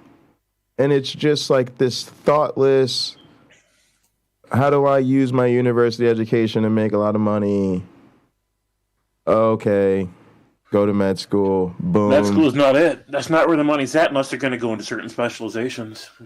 Well, they're probably, that's probably what most of them are thinking. But yeah, it's just weird how it becomes, and I don't blame them, right? But I'm just realizing that it's thoughtless, and that a lot of them and a lot of what we're trying to do with them is like open their eyes to the fact that there's actually a lot of things they can do, but the default move is to use a science education to make a career rather than actually to pursue science itself as a career, if that makes any sense. Mm-hmm. And so it's disappointing that like you're just like teaching these classes where you're like, you guys are getting this amazing class right now, and none of you got like your own thing going, and you want to be a rocket scientist or a fucking plant biologist or some shit. And then the fucked up part is like they're actually in labs. So many of them are actually in labs doing research right now already, and have been for a couple years. But it's just a stepping stone to med school for them. So we're giving all the opportunities to people who are not even pursuing it for the right reasons, and it just all reinforces this thing Lena's discussing with this fucked up thing where it's like not what it should be. And I say the same thing with like weed out classes. So you show up, you want to be a civil engineer because you think civil engineering is dope. There's some other fuckface. He shows up, he wants to be a civil engineer because he thinks civil engineering is a great way to make money. He's also a little bit better at testing. So you put students in these hard-ass weed-out classes, usually as freshmen and sophomores. The goal is more or less to filter out all but the most competitive students. And so you end up with the competitive dickhead students who, again, are using their education to extract money from the economy rather than the people who are actually pursuing that major or field because that's what they want to do.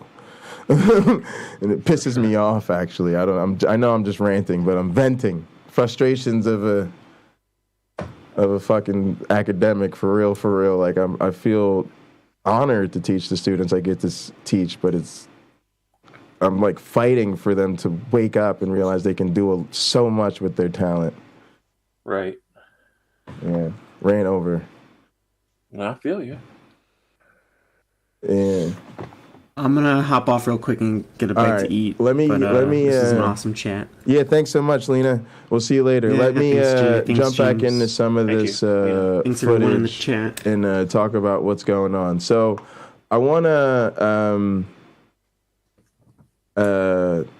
We're going to play this. I'm going to take a quick little pee break, and we'll be right back, and that'll be good because it'll let me actually play some of this. So we'll get back to this Doug thing real fast because I want to show you guys why Utubepunk is my hero. Experiment of, if you had to pass a government test to have reproduction. Let me go back to my calling. Because I'm just watching somebody who enjoys saying things that hurt people like me at a time we can't afford. May I ask what I said that hurt you? Doug, it's everything. Let's tell trans people they're not trans. Let's do a thought experiment. What if you had I didn't talk about trans today, but not today. Let's go through a thought. Let's have a thought experiment of, if you had to pass a government test to have reproduction. Let's talk about how most Democrats. Yeah, but this is a trend, Doug. Is there anything I said today that you? Yeah, this whole thing. You want just come out and say it. Most murders are committed in Democratic cities by who? Black people, right? Because that's where you're going before. I said that. Yeah, 50, not most. What's the point of talking about that right now? It's 50%. Why? Why do you want to talk about that in the middle of a midterm when with all the issues that are going on in this country? Why do you pick now to midterms are over? Look, I just I don't get you, Doug. And all I wanted to say is you hurt me. I'm not here to debate you. I'm not here to you cool. It's your show. I'm sure you have your facts straight. I'm sure you feel. Are you saying that some truth shouldn't be spoken? No, that's not what I'm saying at all. I'm saying some truths are shallow. I think if you're going to really bring up these things and be such a critical thinker, then do some critical thinking. I think what you're doing is you're picking easy stances that are contrarian. Let's poke and prod at the left, but you're overlooking the fact that poking and prodding at people like that right now is what is being weaponized in our society. And it's just dangerous, Doug, and I'm disappointed in you. I'm not here to debate you. I'm here to tell you to your face that I'm disappointed in you. You don't have to accept it or believe it or buy it or care, but I wanted to tell you to your face. Okay. Your last word? How are you doing, Nathan? Yeah, I'm doing all right. I wanted to say a few things. I don't know if if there's a natural lull in the conversation at this point, though, for me to say there's a natural lull. One of them would be advice for people who are like Democrats who are upset at your political takes. I would say if they're going to kind of like, I understand why they're upset, right, given that they disagree.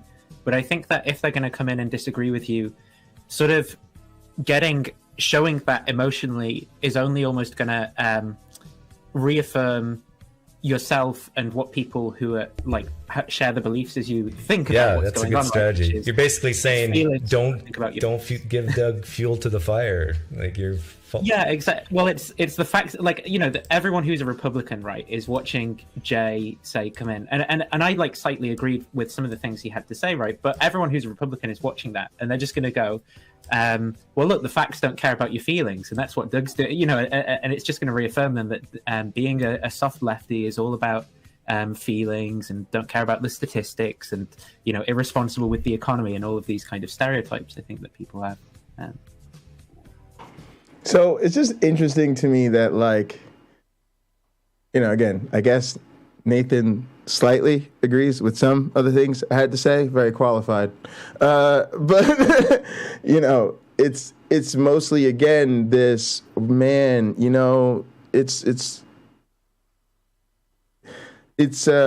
hard for me because I know this is a difficult situation for Nate.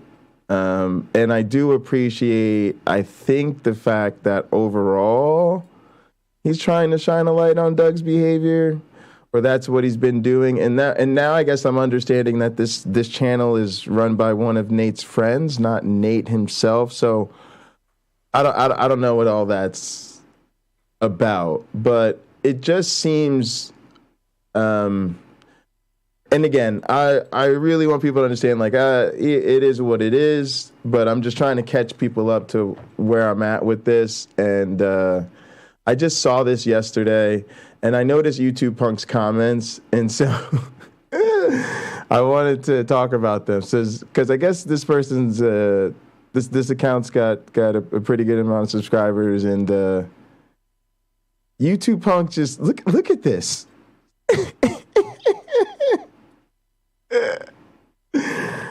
my goodness. Damn, YouTube. That's impressive, actually. Like, really. It really it's a very impressive effort. Hang on, I took it off the screen here. Let me get it back up.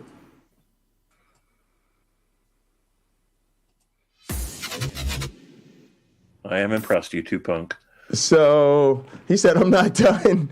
Nice. All right, so 6:30. All right, so let's check out some of these. Let's just check out some of this. He says, Doug admits to being a troll. In what regard does history hold for conservatives who fought against those struggling for equality? Was MLK Jr. riding a high horse? 9:40. Doug is concern trolling here. His point was later refuted by several on Nitty's stream. Also, has Doug ever seen a Trump rally? His point about emotion not being an effective tool is laughable. 1312, perfect illustration of Doug's Mott and Bailey. You guys should look up this Mott and Bailey thing. That's pretty much Doug's. That's Doug's go-to MO these days. 1501, Doug asks, why do we have to be careful with what conclusions we draw based on stereotypes, inferences, and probabilities? Facepalm. Doug undercuts the whole point of his video. Doug says we're making inferences. Nope, he's just Mott and Baileying to direct the audience to a conclusion without explicitly stating the conclusion, and therefore could claim plausible deniability. Bam, which is the point of my entire critique. He says 1624 conservative anti-intellectualism. Papers that hurt someone's feelings don't get published. Doug's evidence for this assertion is what? 1858. Doug tries to construct a confusing thought experiment to elicit an answer with insufficient data. Ben, in good faith, tries to follow, but Doug gets upset and confrontational. A little later, he pretends to be a mind reader with some projection, says Ben was afraid to say what he's really thinking. Poof or drown is binary. Doug, based on his earlier reaction, never considered the murderers being apolitical until a guest mentioned it. Seems like the goalpost gets moved from their Democrat to lean Democrat. Doug describing just asking questions after already explaining his motivation. This is just amazing. Amazing. Just really well done. Better than I could have done. Yeah, better than I could have done. Better than I could have done. And then it gets some of these really weird replies. And so this is why I titled the stream Dog Whistles and the Dogs Come Running. Right? Because this person says to Utubepunk, do you think you see through your own biases and twist the data to feel like a victim? This is something you need to seriously assess. And again, it's like, did you just watch Doug's video? Because again, he does the dog whistle and the dogs come running. And what do? They bark the same dog whistle in return. Yep.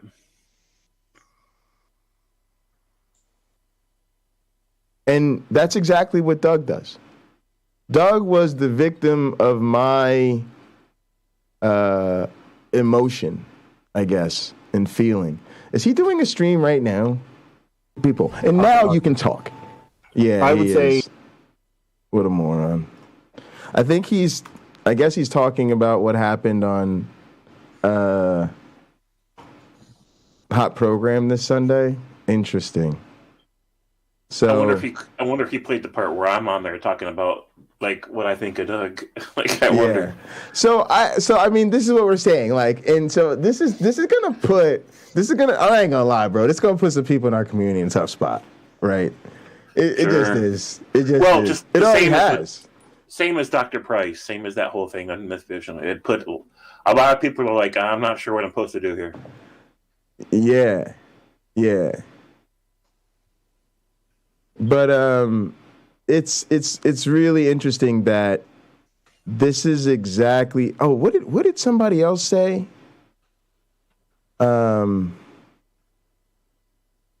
Somebody actually got me to reply to something. Hang on a second. Let me see where it is. So my thought about it while you're looking for that is, yeah, go for it. One, based on experience, shit blows over faster than you think. So if you just wait it out, the drama will kind of become irrelevant here in a couple weeks. Oh yeah, I don't care. And right, yeah, on all sides. Sure. Then two, if you decide to stay involved in Doug's inner circle, see it as an opportunity to call him out when he goes off the rails again. And if you're prepared to do that, then you have our community's complete support for being part of Doug's inner circle, because he needs people in that circle that won't just echo chamber him and let him get away with shit. To be honest, I think that's the message that I probably would have something close to for, I would say like, maybe Nitty or Tux. Yeah. For me, I'm more at a place where I'm hoping Doug is more useful to me as an adversary than he was as an ally. He is, because he was never going to care what you think anyways, and I'm sorry, but you're not white. Yeah. He's never going to care what you think. And so I think this is more maybe an opportunity we've been looking for. It's just maybe it shouldn't be surprising that it was Doug, but it happened to be Doug, where a lot of us have been itching to call out the conservative elements in our community. So, right, and if there's anything you have going for you, it's that he probably thinks there's about a 50-50 chance that you'll murder his ass. Like, for real. You can use that to your advantage. Yeah. Doug ain't gonna be stepping to the front door anytime soon, you know what I mean? Yeah, he ain't gonna try to come find me. But I'm gonna be honest with you, like, I'm with it, because I'm gonna be honest with you, like, Cameron Bennett is like, fuck Doug. Lena is like, fuck Doug. Fucking Utubepunk, you can see Utubepunk is just giving this man no rest. No rest for the weary. That's impressive, man. Utubepunk is on his ass. Oh, man. I got nothing on Utubepunk. But you understand, but look, here's what happens. Yeah. Yutubepunk's a super fan. Yeah. I'm pretty sure. I'm a super fan too. I'm pretty sure also of color. I'm a super fan too. I'm just lazy. Yeah. Be clear about this. And that's so, the reason I don't go the extra mile. But he threw him under the bus. And Yutubepunk's been a super fan for Doug.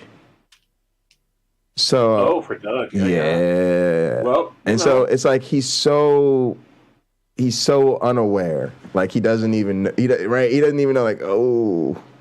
You know, like there's a lot of people in our community who, like, everybody knows what type of supporter or person they are. So when you call those people out and it's apparent that you have no clue, you're just like, not a good look. Right. But here's the thing, though. Like, I was just waiting. Like, I never felt like I had to warn anybody about Doug. I was just waiting because I knew. Yeah, Lena, you could call in. I knew eventually Doug's just going to out himself so bad people can't ignore it anymore. Yes. I knew it was just a matter of time. So I just sit back and wait. You know. You always thought it would get to a point where people were gonna respond. Oh, I knew we'd get here. It was just a matter of time. Doug can't resist the urge to out himself as a conservative, racist asshole. I knew we were going there. It's pretty interesting because I've thought for a while about going at Doug. Mostly for fun. Like, number one, I realized he wasn't ever going to help. So if he was ever going to be part of what we do, it was going to be unintentional, right? Mm-hmm. And so, you know, I've always been thinking, like, maybe we should infiltrate and just, you know, poach theists, poach fans. Like, I don't care, right? What's he going to do? Right. And then, you know, another part of me was sort of like, you know, I could also go at him because the Cult of the Flying Man is in far better hands with me than with Doug, in which case it was never going to become a thing. But then it was almost like, that's too easy. Nothing to prove there. That's obvious. Everybody knows that. But it surprised me that, like, this happened. One, it surprised me that it's gone this far, like that he's this clear about it, right? the other thing that surprised me is that it actually ended up being me, right? Because I was like, I just have mostly decided I don't have any reason to go at Doug. And even when I called him, I really didn't have any reason to go at him. I just felt like erroneously, right? Like somebody needs to tell him, like, bro, this ain't the way, right? And so I think people took that as like, you know, no, I think a lot of people saw it for what it was. You know what I mean? But for me, it was like, I'm done with this, right? But then it was like, wait, there's still a bigger conversation here that I didn't realize was going to take place because of, as everything in this community, the response. And then the response became more interesting to me because it seemed like so many people rallied around Doug because of the very same problematic privilege he enjoys in the first place. Mm-hmm. Sure. And then the other thing I was thinking about is it reminds me of some of the racism I dealt with growing up, to where I understood that a lot of people were never really going to be my allies. Even people I used to consider friends or I was friendly with, even people I consider teammates, like used to play basketball with them, or they slept over at my house. When shit got real in high school, I realized they were never going to be allies, because when the people that were fucking up my life on some racist bullshit happened to be their friends, which in a small ass school like mine was pretty much always going to be, you know, way more probable than not, it was like they were always going to try to play some imaginary neutral ground. Oh, Jay, we're cool. We fuck with you when he's not around. You know, it's all good with us. But, you know, sorry, our friend is threatening you with violence every fucking day or whatever the fuck it is. Right? And it's just like, there came a point where, you know, I had to just either accept that or just basically say, y'all gotta step to him. Y'all gotta do something. Because if you don't, you're cutting off pretty much our only option. And this is what I mean about him putting some of our friends and people we know in an uncomfortable position. They might be the only people that can.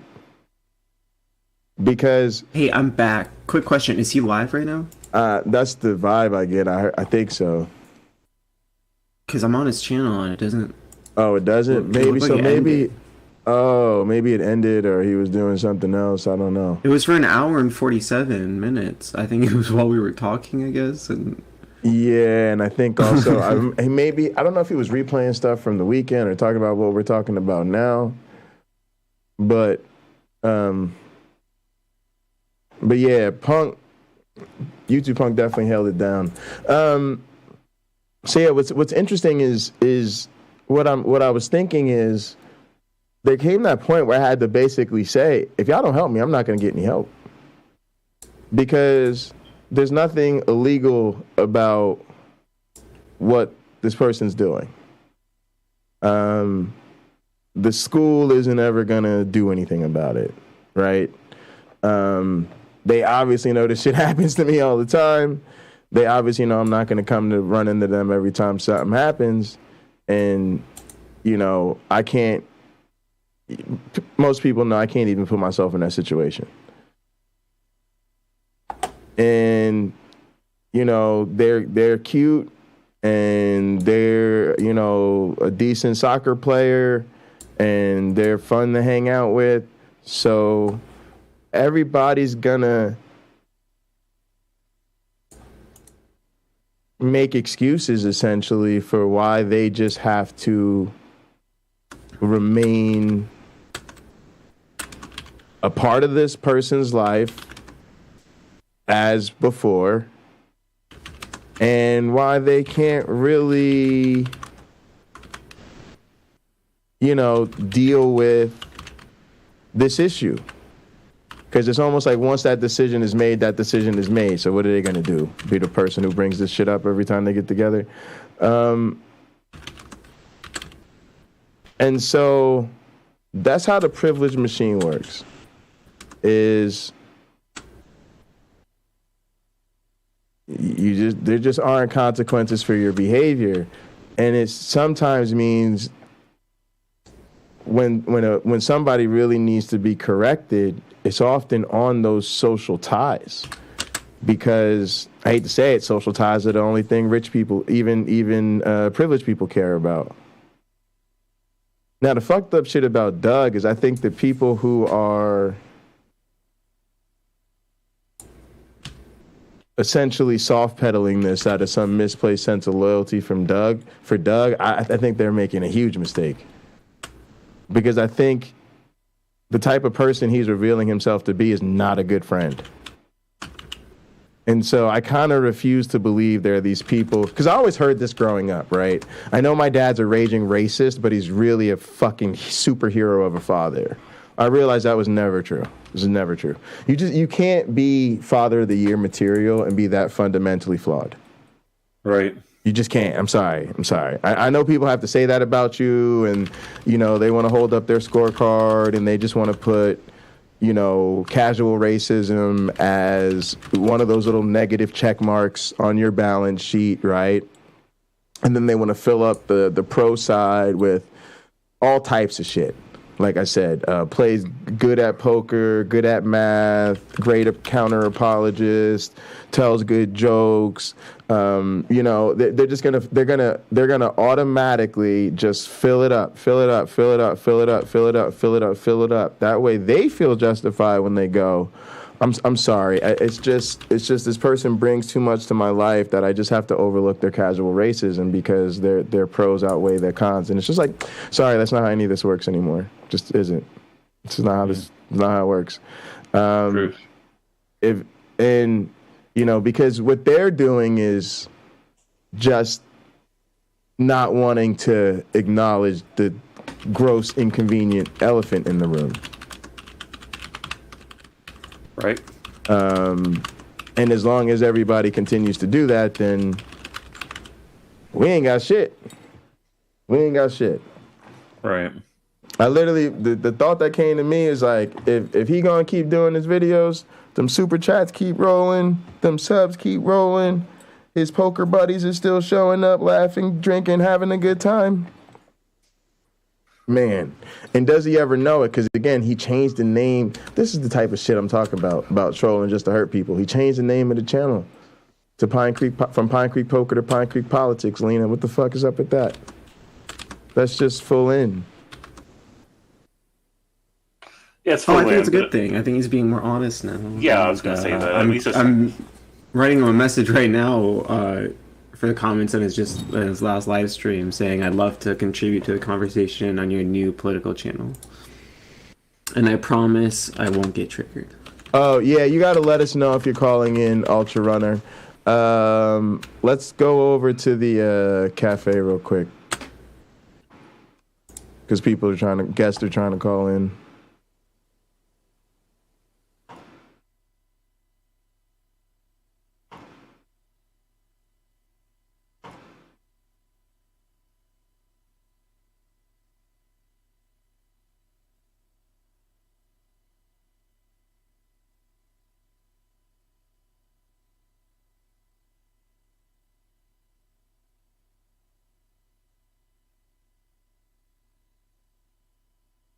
It says Sean's away from tab, but I saw him move over here, so yeah, there you go. I can hear you.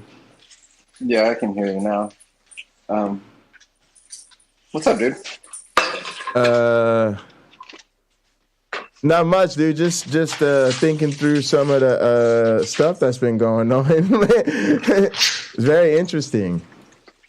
Well, Jay, I think the one thing that you haven't touched on, and you guys probably, like, I'd like to get Nitty's opinion, and obviously, I mean, I like listening to Lena and James, but I think the one thing that nobody really touches on or kind of holds, like, Doug in this one particular area, which interests me the most, right? Because he said, well, hurting people's feelings isn't wrong, right? Like, or he's alluded to several different things, and I have a tough time at this point thinking that he doesn't enjoy hurting people's feelings, right? Because obviously, like, maybe he obviously enjoys the Christian thing, and I wonder if, like, that dopamine hit just wasn't enough, right? Like, he can't get Atheist on anymore where he can really, like, put him into a corner. or he wasn't having those type of interactions to where he was like winning the conversation. But with a lot of conservatives in politics, that's what it's about, right? Like, I have the right in group, I'm winning, I'm doing this right. And for a lot of, you know, the YouTube and social media stuff, it really can be taken to another level because you get used to like just pigeonholing. Sean, can you hang on a sec? Can you hang on one sec? Yeah, go ahead. Yeah.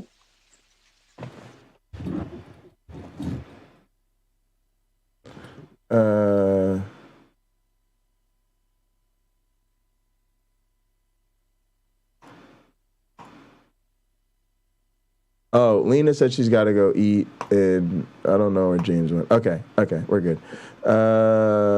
Let's go back to... Where's the cafe at? Oh, here we go. All right, so yeah, they're just not here right now. But yeah, what were you saying? Go ahead, continue, please. Well, I just wonder, like, the motivation, because when you guys were talking, right, like, there's this thing, like, if you're, and my constant, the biggest thing is, like, how many black jokes do you have to tell before you're considered a racist, right? Right. Like, if you're constantly inciting something, even though you don't intend to, like, oh, well, I'm just, like, trying to, like, stir up people's feelings about the Democrats, or, right. And by doing that, you're, in my opinion, inciting, or like the trans stuff. Yeah. If I constantly am going, damn, that sounds a little racist to me, right? Like, or that sounds bigoted, or these things, like, even if his intent, right, the flavor's off. You're like, the flavor, the flavor is in here. Why am I tasting this in here? Well, I think we can go one step further, Jay, but he sits in the position of, oh, well, you know, you've got your feelings hurt, or, oh, I'm just trying to like rile up Democrats or rile up this particular people to get a reaction, right? Yes. But if you're like, so if for your entertainment, you enjoy riling up Democrats to get their reaction, and it's a certain demographic, and that happens to be, or let's say he says, oh, well, I'm doing it to the Democrats, but you're constantly like riling up a certain group of people, whether it be trans people, African-American people, liberals, or whatever that target, at some point you become, I have a hard time, like, again, how many black jokes does he have to tell before we say you're racist, or before, like, and it's all done under the guise of like, oh, well, I'm just out here like stirring the pot. So sorry, go ahead. No, I was just gonna say, to me, you're making excellent points, and this is sort of what I've seen, and in a sense, that's what I was calling out that he never got. Is that you've told us this is why you did this. And I think it's even worse, although I think the example of the black jokes is spot on, but I think in this case it's even worse because let's just say I roll a dice and, you know, of, I don't know, 365 times 4, you know, whatever it is. Let's just say I roll a dice for a couple of years and you pick a random day, you know, what are the odds you're going to go with that black joke on the day before the elections, right? So it's not just a black joke. It's a black joke you went out of your way to tell as a political weapon, let's call it. And what he doesn't seem to understand is the very thing that he keeps confessing, where he thinks we're missing the point, is actually evidence, one, of where he fucked up, and two, that he's missing the point. When you tell the black joke as a political device, you are, in fact, committing an offense even more egregious than telling the black joke in the first place. Because you're telling the black joke deliberately to hurt the black cause at the time that it's activation time. Midterm election is activation time of anti-racism. You pick activate anti-racism time to tell the black joke to undermine its anti-racism go time today. So again, it isn't just you know, we were kicking it on a random Tuesday, watching old football tapes, and you said, what would happen if we went into the huddle and ran that racist dog whistle play. And we said, oh, So Jay, that'd be Jay, let mixing me it say up. But this. again, you drew it up when it was game time. Go ahead. Let me say this and get the opinions of everyone. Yeah, absolutely. Because that think- was the goal, to get them in here so you could ask them as well. Appreciate it. I think what you just said, like the first thing you just said, like I agree with you, but where I disagree is simply this: like there's either, I don't necessarily think he's seems to be an intelligent dude, seems to have a great set of like skills when it comes to. I mean, at least on the theist, right? Like, I think he knows what's going on, and I have a tough time thinking that he's like he doesn't realize what you're saying. And forgive me, but like I agree with you wholeheartedly, almost on all of the points you make. But I think you're the wrong person to do it, because Doug has an advantage on you. Is that one? I think he knows he's racist, right? Like I think when it's like the girl in Kentucky, right? Like I want to show Doug that video of like that girl in Kentucky that beat up the black girl. No, the girl in Kentucky, like just a couple days ago, like got drunk as a monkey, comes home, is like talking to the elevator. Some black woman or RN was like trying to like do something. Anyway, long story short, it turns into like belligerent, drunk, blonde, white Kentucky girl starts screaming screaming the N-word at this girl, and just gets booted out of Kentucky, gets taken home. Yeah, There could be a lot of conservatives. Yeah. And this blew up. It went viral. And the girl, she was trying to attack the girl. The girl had to like hold her hand. And she was like, she was like, I don't make enough. I don't get paid enough to do this. That's right. Yeah. It was awful. It was awful. But yeah, go ahead. I've seen that. And maybe we'll pull it up. Go ahead. So the thing is I think someone's got to go on that can have just like less emotion going into it, because that's what he feeds on, right? He's got that smug little smirk when he talks to you, but to say that like he doesn't know exactly what he's doing, and I think he like shirks a little bit of that responsibility knowingly, like, oh well, Jay, how did I hurt your feelings when he? So because there's two things going on: either you're right and he's just dumb as a box of rocks, which I have a tough time thinking. And the alternative is he knows exactly what he's doing, and it's calculated. And he does just enough so he flies under the radar of most people, except a lot of the community that's been like, oh, that's kind of cringe. And it started as like the drunk uncle saying, a couple, or, the uncle at Thanksgiving saying a couple like black jokes to your new black girlfriend. And you're like, fuck, man, shut him up. Now where it's full on, like, anyway, that's what I wanted to get. And then the other thing I really think he keeps harping on this point of like, oh, what are your feelings hurt or this?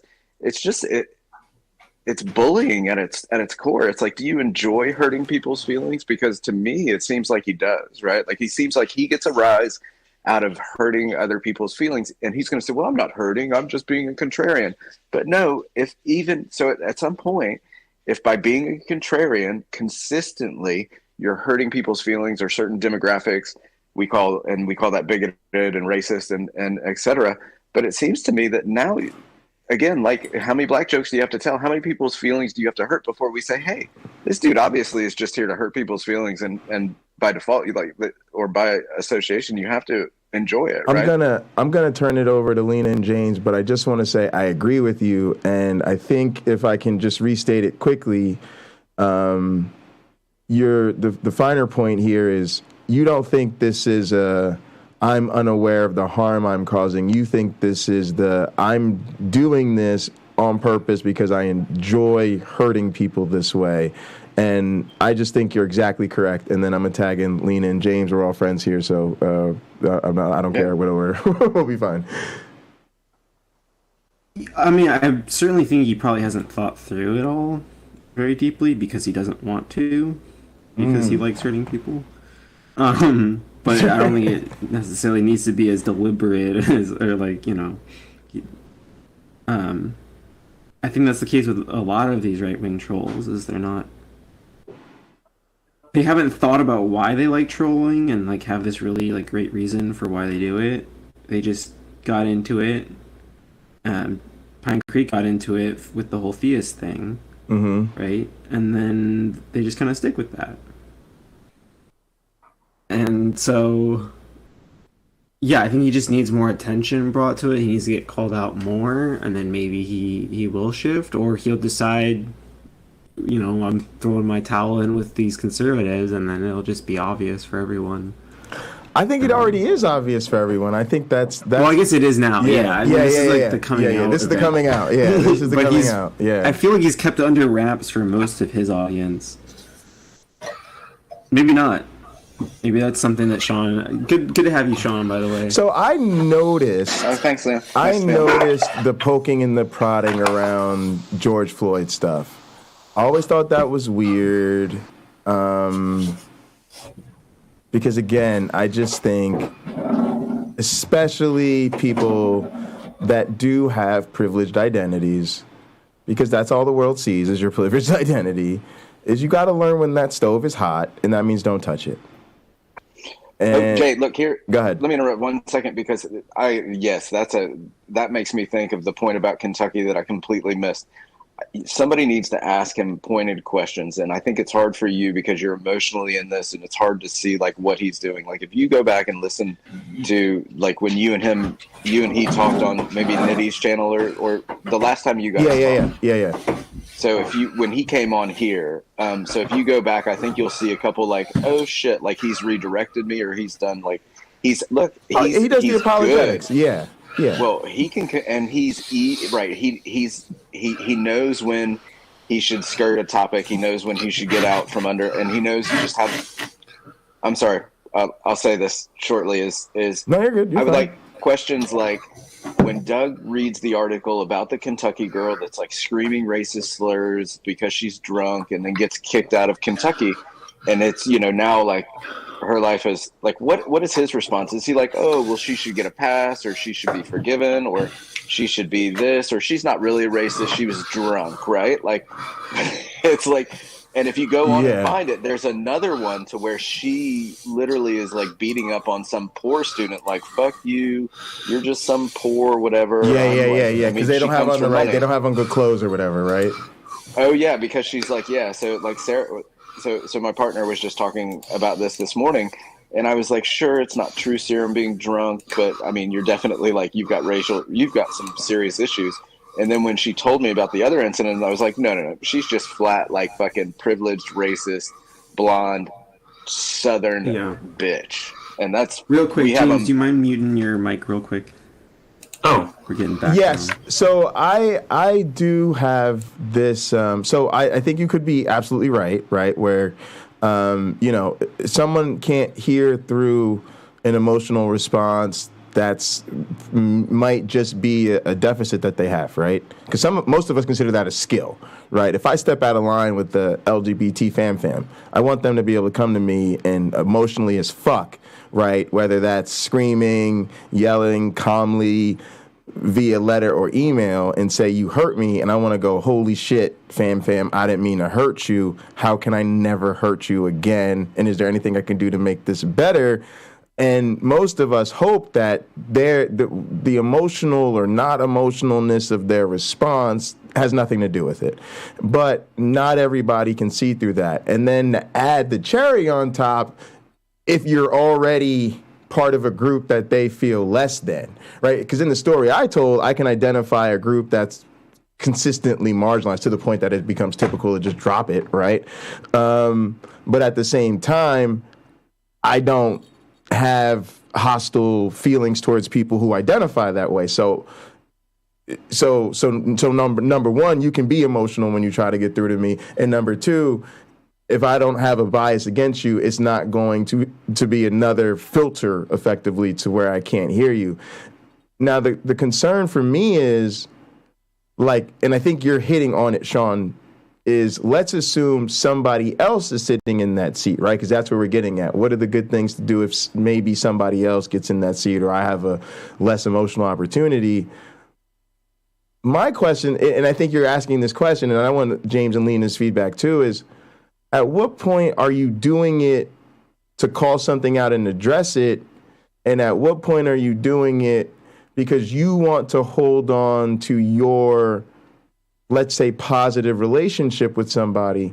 Because those have very different motivations and I feel very differently about that as, let's say, somebody who identifies with the people who are the subject matter of this type of thing, right? Because there's a difference between, yo, Doug, you fucked up, and I'm here to tell you, quote unquote, as a friend, why you fucked up, rather than, Doug, I really don't want to stop watching your stuff. Please don't make me have to stop watching your stuff. Can you Jay, I please think you claim this assumed away? that you were friends is where you really failed miserably. Oh, It's where absolutely, any of us would- 100%. right? Because and look, I agree with you, because that should be the default. Like when we communicate, when we laugh, when we hang out, when we do things, when we share things in common, and we have good conversations, and typically, like, we say, oh, we're friends.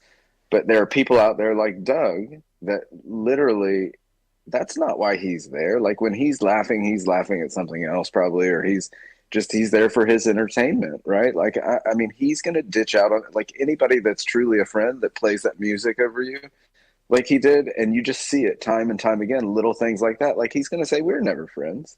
And I've had that with conservatives. And so sure, it happens with like friends that maybe we think that like they can be completely aligned with me totally, and just personality type is going to be like, fuck you, dude, we're not friends, right? Like when you push it's back. like you like a girl, she likes you back as a friend, right? So she's friendly back, you feel more than she does. This is shift that to the friend zone, right? And it's like somebody's in the friendly acquaintance. But again, even Doug, this makes Doug look even worse, right? Because Doug did what?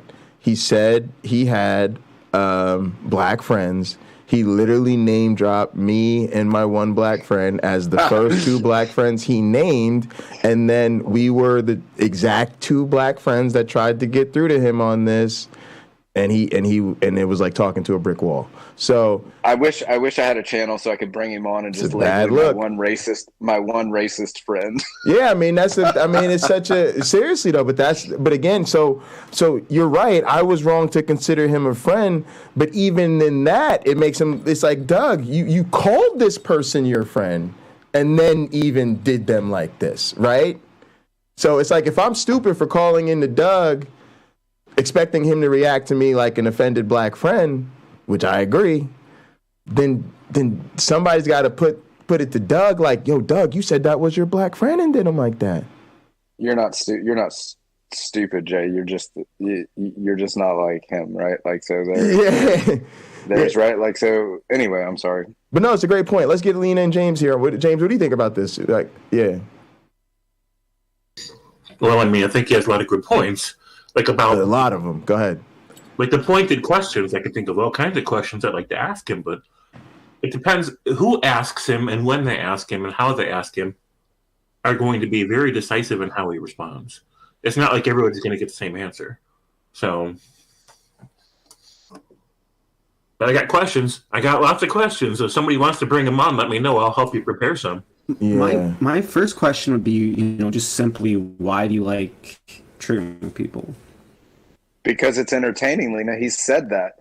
He said it entertains him, and then he's going to say, what's wrong with triggering people? And I'm going to say, sorry. Don't you think there's better ways of having fun and being entertained?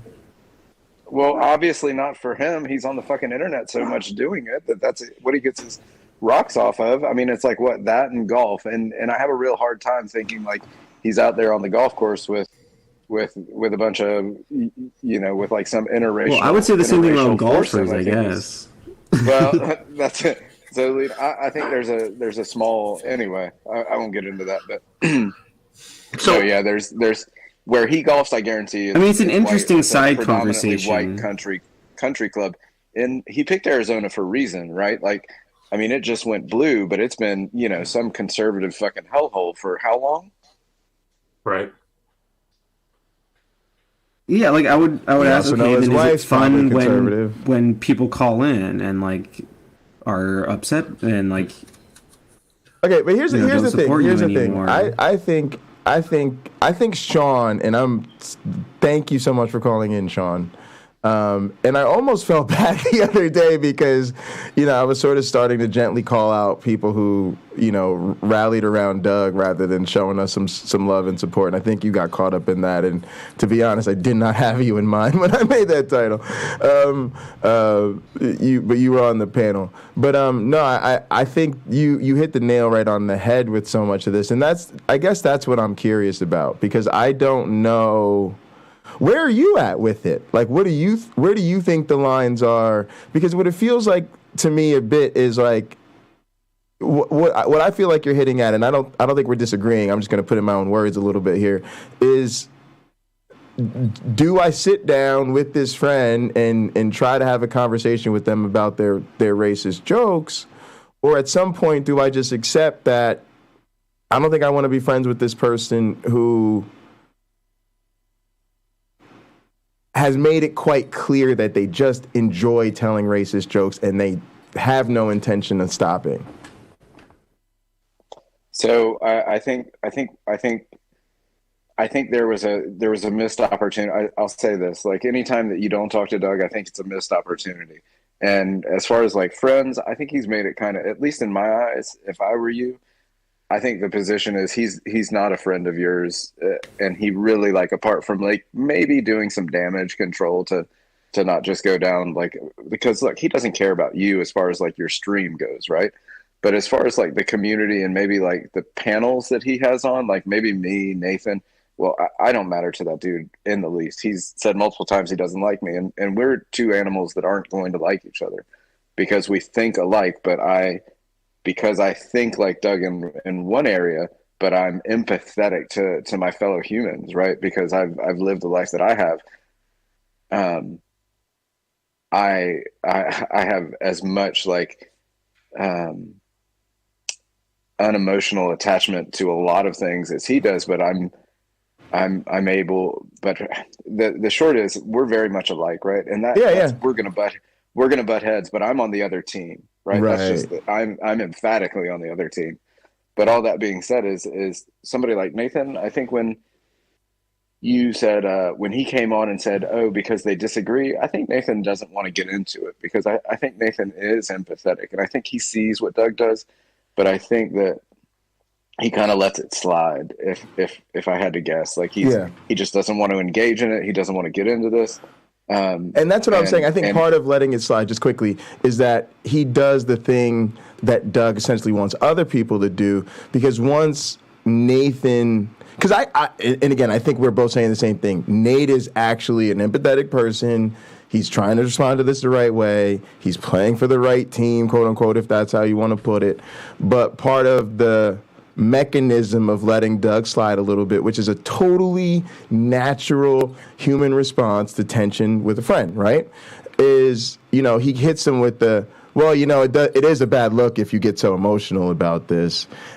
Right, and then Doug's off the hook a little bit, right? Well, I think we'd have to think about as content creators, they benefit one another because they have such big followings. They can grow their channels every time they talk. They probably gain a few followers from each other. And I think that relationship, Nathan might just be like, not that he cares about it too much, but I just don't, who knows what Nathan thinks as far as that goes. And but Cameron, I know that he's an empathetic dude, right? Yeah. Hold on, let me finish this. I will absolutely. Because it's all going towards this point. It's all going to say that when Doug was on with Nitty and like 5 other people, and you jumped on there and were like, fuck it, I'm out of here. I was like, oh, missed opportunity. But after you left, Nitty was like, look, Doug, I want to talk about this. And I think Nitty doesn't want to be confrontational, right? Yeah. Like, and again, but I think I don't know what Nitty's real name is, but I think that dude has a problem with everything that's going on with Doug now. But it's hard. Even the 6 people or the 5 dudes in that room, nobody except that one didn't really know what was going on. They were kind of like, Doug just kind of was able to shift the conversation from nobody said, look, what's your fucking problem with Sean, you preaching my sermon? Go ahead. What's your problem with amen, hallelujah. And Jay, you're the only one in there doing that, but you're so fucking emotional about it, like throwing chairs around and stuff, that Doug's like laughing, like, oh, you need to take your meds. You need to do this. You got to have somebody like my one black friend, or you got to have somebody a neutral person that doesn't mind conflict whatsoever. In the wings. Sorry. Hot tag. No, I think I just said I'm itching I in the wings. Oh, go ahead. No, you're doing good, Sean. You're not to throwing get up in the this thoughts. conversation, to talk to to talk well, to. so Lena, okay. Lena, if you talk to Doug, so whoever talks to Doug needs to not have a problem being confrontational, right? Like, so if you're, so this is basically like you've got like. Oh, is that Lena getting in? No, that was my phone ringing. So. Hold on. No, he's not live right now. Oh, he's not live anymore. Yeah. Okay. Go ahead, Sean. No, I think you just need to have somebody that's not a neutral platform. You need to have somebody that's aware of the political points that he's going to bring up, the way that he's going to like misdirect or go towards. Because he made this weird point of like, well, it happens in democratic cities, therefore it's like liberals doing the killing. But that doesn't say just because it happens there. And I said this to him on stream. I said, because he was like, well, just who do you think's doing it? And I said, well, in my experience, conservatives are much more hostile than liberals. And that's just the way I see it, right? Because like if you told me, hey, look at all these people being killed in democratic cities, which political party do they go to? I'm going to say, well, obviously they're conservatives because I don't see a bunch of liberal people out there in the streets with guns and,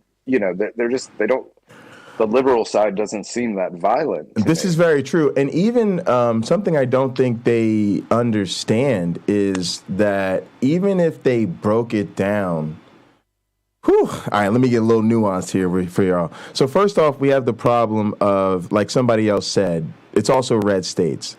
And I always say you got to just look at the obvious factor. It's poor people. Where are poor people? Blue cities within red states. Boom, done. But let's go further. A lot of, like the one person brought up, a lot of prisoners are apolitical. Boom, I'll take it one step further. Do you think most people who would commit murder, this is their first serious crime, or they're normally felons who have previous felonies? Because if you think and Jay, this is a great point of why I think you're the wrong person to talk to Doug, because the only reason I say about that political point is he's using a political statistic, and you just went down a wonderful rabbit hole of like why people are doing the killing, who maybe even kind of like indicative of who's doing the killing, and that's what he wants, right? Because now we're so far away from the point that what Doug was doing was using it as a tool to point out that this certain demographic of who happens, at least I think, was he's saying like, well, blacks are doing the most of the killing, right? Like he's using this as a tool to get the left liberals, the people without feelings rallied up and whatnot. And again, it just goes back to like, well, for me, that's what needs to be hammered home on. Well, this is what we see as racist. This is what we see as transphobic. This is what we see as unempathetic. This is what we see. This is why you're so problematic, and you want to go down, rightfully so, the rabbit hole of like, look, dude, look at where we're in. So you're making shots at COVID in a world where there's so many people that are standing on the ground that COVID is a hoax. It was I know like this political, and that's a great thing, but that it literally immediately like steers away from where it needs to be held with Doug, which is sure. Is it more dangerous to do it in this time? Absolutely. But what he's doing is using a tool that we think is dangerous to stir the pot, and it's always directed at this particular community. And somebody needs to hammer on the trans thing, because I guarantee he sees trans people as less people. Yes, he sees them, and that's just a whole bag of worms. I think that you need that someone that has a much more knowledge. I got that impression just from the way he responded to me. Like there were so many comments he could have picked to to respond to. Yeah, he picked up mine. Yeah. What did he say to you, Lena? I don't know if I'm aware of that. Well, it's been like a number of different videos where he's like said something stupid, and I've like just kind of made fun of it in the chat mildly. Can you hang on 1 second? And then Lena, he like has to respond to it. Cameron said I'm missing a lot of bullshit talking from Doug. I guess if somebody drops me a link, but they told us he wasn't live anymore. So I didn't think he was. I was just and Vol said he would talk to Doug. That's interesting. So yeah, that's why we talking about this, y'all. This is still a thing people are talking about, which is cool. I guess I gotta be honest with y'all, I'm kind of honored. Number one, obviously the community is showing a lot of support. Number two, yeah, my mama raised me right. You know what I'm saying? I'm gonna at the end of the day, if I have an opportunity to call out racist bullshit dog whistling, I will be relied upon to do so. Hit me up. And a great, you know what I mean? A great question would be, I think, for like the street epistemology is not just for atheism, but like, so can someone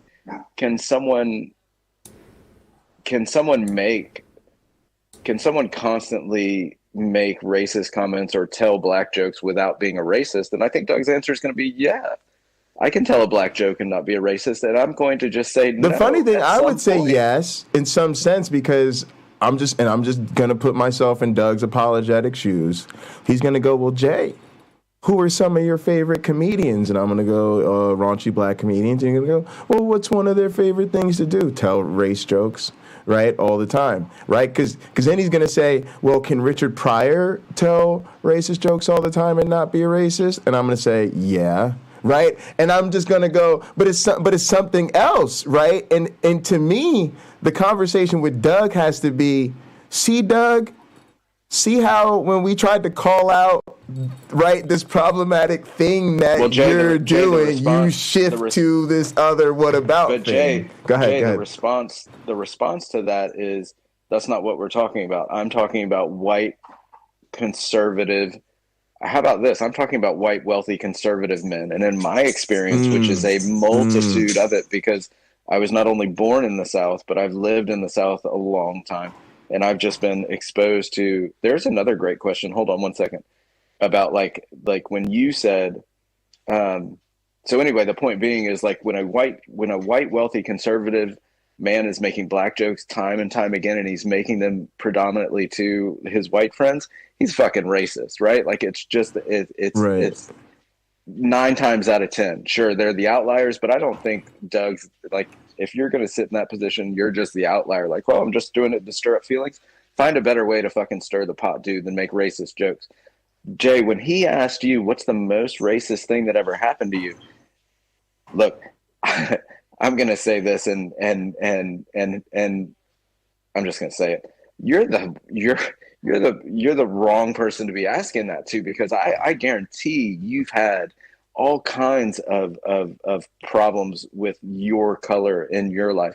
But who we need to talk to Doug about is someone that deals with it constantly. Maybe one of these people that he constantly makes fun of, or he constantly uses as a tool to his conservative bullshit.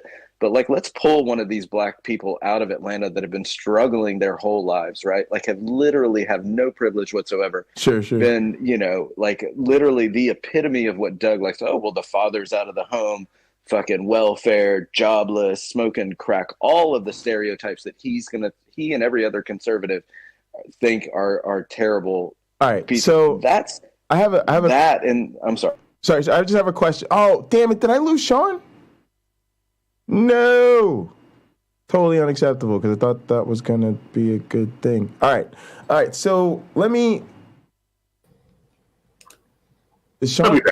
All right. Yeah, hopefully he pops back in. Yeah, he was in the middle of saying something, and we're right back. So, go ahead. When Doug says this shit, like right before an election, what he's wink, nodding to his racist cohorts is get out there to the polls, because we need to fix this problem we have with black people. James, right? Preach on it. And the thing is, like, I bet he wouldn't dare, even on his own show, articulate what he thinks we need to do about the black people. Sure. This is one of the questions I want to ask. He never offered up any solutions. And conservatives are known for that, right? They just don't want to talk about the solutions. Yeah. And then the other thing is, people also got to remember, too, that in a sense... All right, so here's 2 things I want, and I'll pass it back to Sean. So number one, you got to remember that Doug's whole motivation from the beginning is emotional. So it's completely hypocritical for him to point out other people's emotion because he is doing this for emotion. And the other thing is he's incredibly emotionally provoking, right? So it's not only do you just put up the list of the Democratic cities with the counties or whatever, but you go sound effect the whole time. And then when other people say, well, let's talk about guns. He goes, well, I didn't make it about guns, right? And it's that type of shit too. But the other thing I wanted to ask Sean is when I think about Donald Trump, right? My black ass, if I was running for, let's say, mayor of a city, and I called up the secretary of the clerk or whatever, let's just say it was the secretary of state for this example. Say I'm running for governor, and I said I just need 10,000 votes, one more than I need to put me over the top. Can you find me that? Thanks, and I hang up. My black ass is on my way to jail, right? Now, many of us are still trying to figure out how can Donald Trump call up the Secretary of State on record, specify, yes, this is the President of the United States of America, and I need to speak to the Secretary of State. Hi. Can you find me 11,274 votes, whatever that, right? I just need that to put me over the top, bud. Thanks, appreciate it, right? Yet somehow he's not on his way to jail. Where am I going with this? So Doug is for some reason of the class where if I did something or most of us did something that we'd be on our way to YouTube jail for, Doug is on his way to counseling and sensitivity training rather than people just cutting him off at the balls like they would do if my black ass stepped out of line. So I'm just curious about that. Go ahead, Sean. I'll tell you this, Jay, because I got off politics for like 3 months because it enrages me, right? Like I live in North Georgia. I can't blame you, bro. Dude, it's insane. It's beautiful. And some cities are in the trenches more than others. I'm gonna just put it like that. Dude, I feel you. I mean, my neighbor showed up when they bought the house 2 years ago with a fucking diesel truck with a flying Trump and Confederate truck flags. You know what truck flags are? Those big like truck flags. The ones that they put on the back of the pickups and shit. That's correct. He had a Trump on one side and Confederate on the the and that's the dude a common look. Oh yeah, God yeah. I'm in Michigan. Anyway, I see that once in a while. Yeah. We get that out here. So that being said, the reason that I think Trump got away with all the stuff he is, or at least is because if they convict him, that means now they're that I think what it says to them, like them as a whole, like the all the politicians on any side of that coin. I think if Donald Trump goes to jail for any of the terrible or convictable shit he does, I think that opens a door for any of them to be convicted of anything. And I think that's a door they're very hesitant to open, right? Like, because they all go, shit, obviously he needs to go to jail, but if we open that door, we're all going to get looked at, right? Like that opens up any of us to inquiry. It opens up any of us to persecution the same way that you're saying, I think Doug did. Right. Maybe that's not true. Maybe that's not related. Well, I'm wondering, is that part of the same social response here? Because I'll give you let's say a less sinister example. I've had several people, family members and friends, particularly older ones, hit me up and basically say something. What's up, Cameron? What's up? Cameron's on camera. Oh, look, it's Cameron in the house. And Cameron, guess what?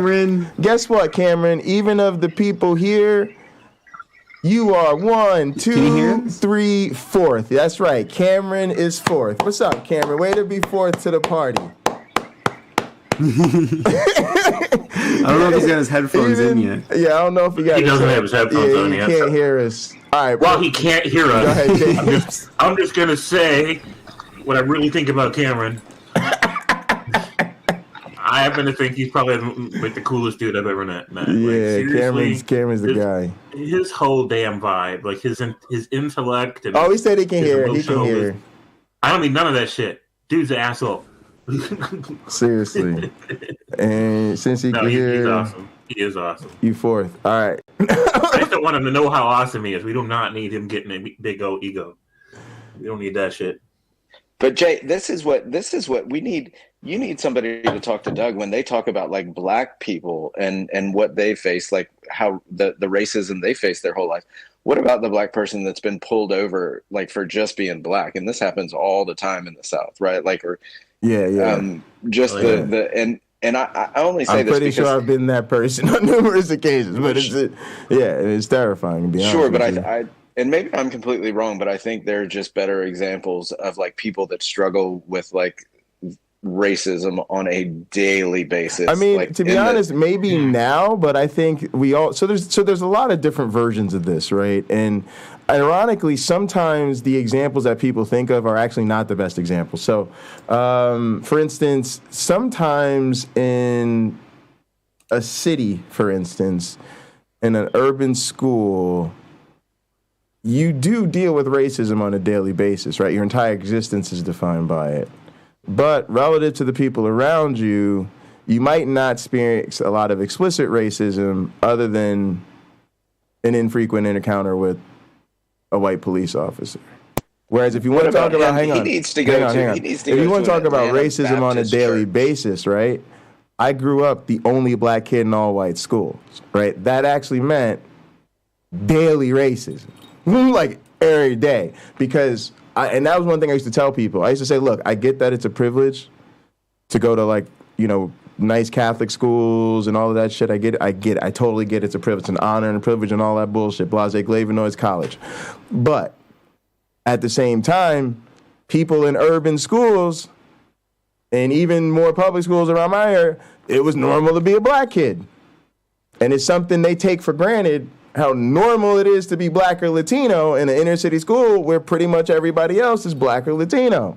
When you are the only black person in your entire school, you deal with some seriously fucked up racist shit from top to bottom every single day. And by top to bottom, I mean like individual microaggressions, like people threatening violence against you or saying racist jokes all the time, and everybody makes excuses for them, to top level shit to some racist ass parent doesn't want you in the hallway at the same time as your daughter, and then the school actually enforces it to make sure that that doesn't happen. And that's part of your everyday existence. So if you want to talk about everyday racism, you really might not want to look past me on it. I'm just saying.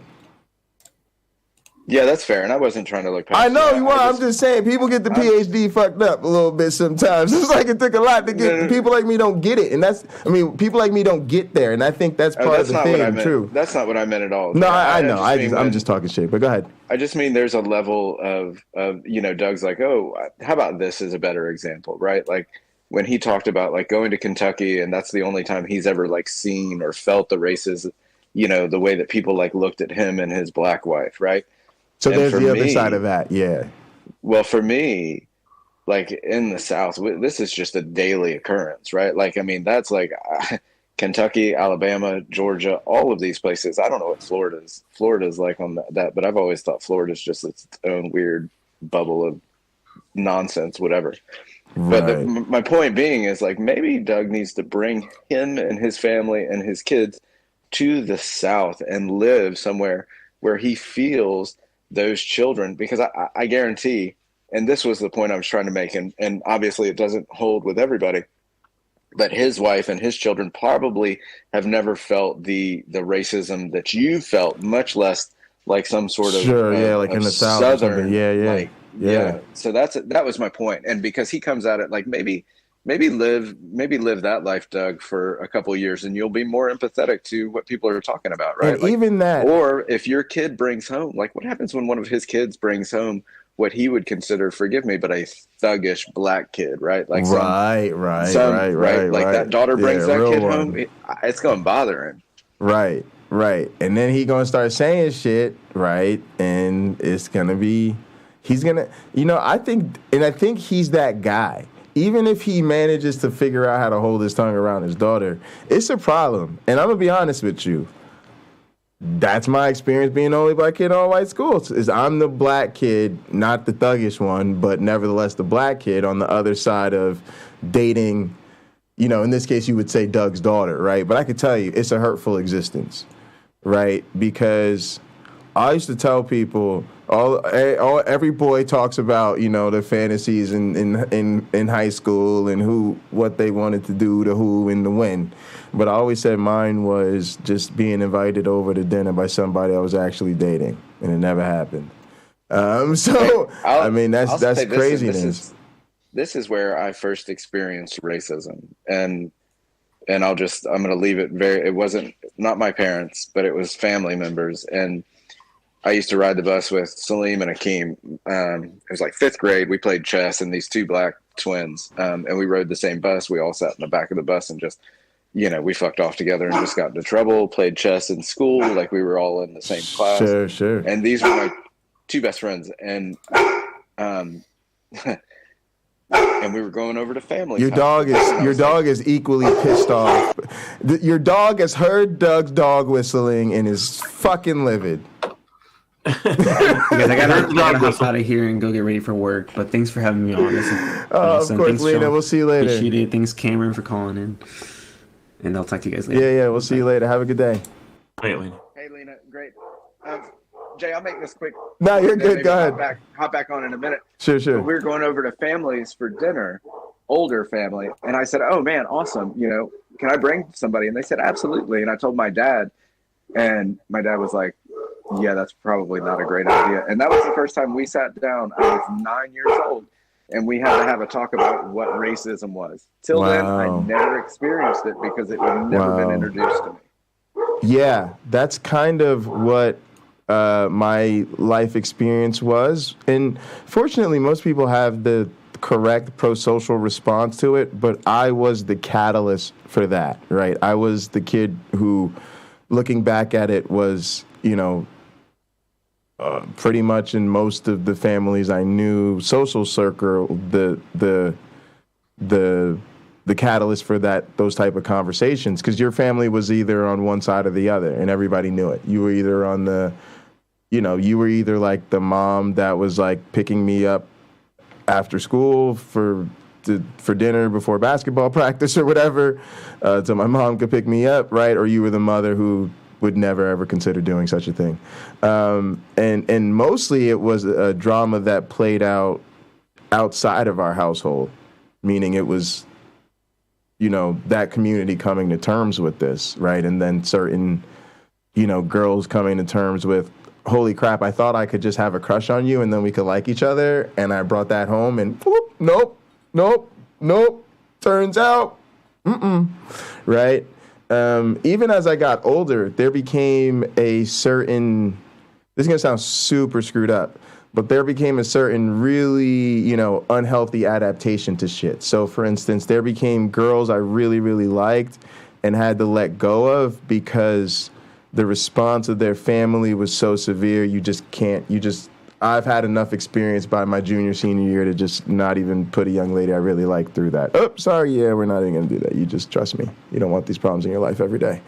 And then there was other situations where even families where I had a really healthy relationship with the daughter and a really healthy relationship with the older brother if he was there, or even a really healthy relationship with like the parents and the rest of the family, like I couldn't date those. So that was kind of where like my most healthy relationships were sort of off limits, not because they prohibited it, but because I needed my allies so badly I couldn't risk losing them. And so there was a certain level, again, of wanting to save them from that. It's like, wait, look, this young lady and I are really close friends. I don't want her having to deal with this shit. Me and her older brother actually get along.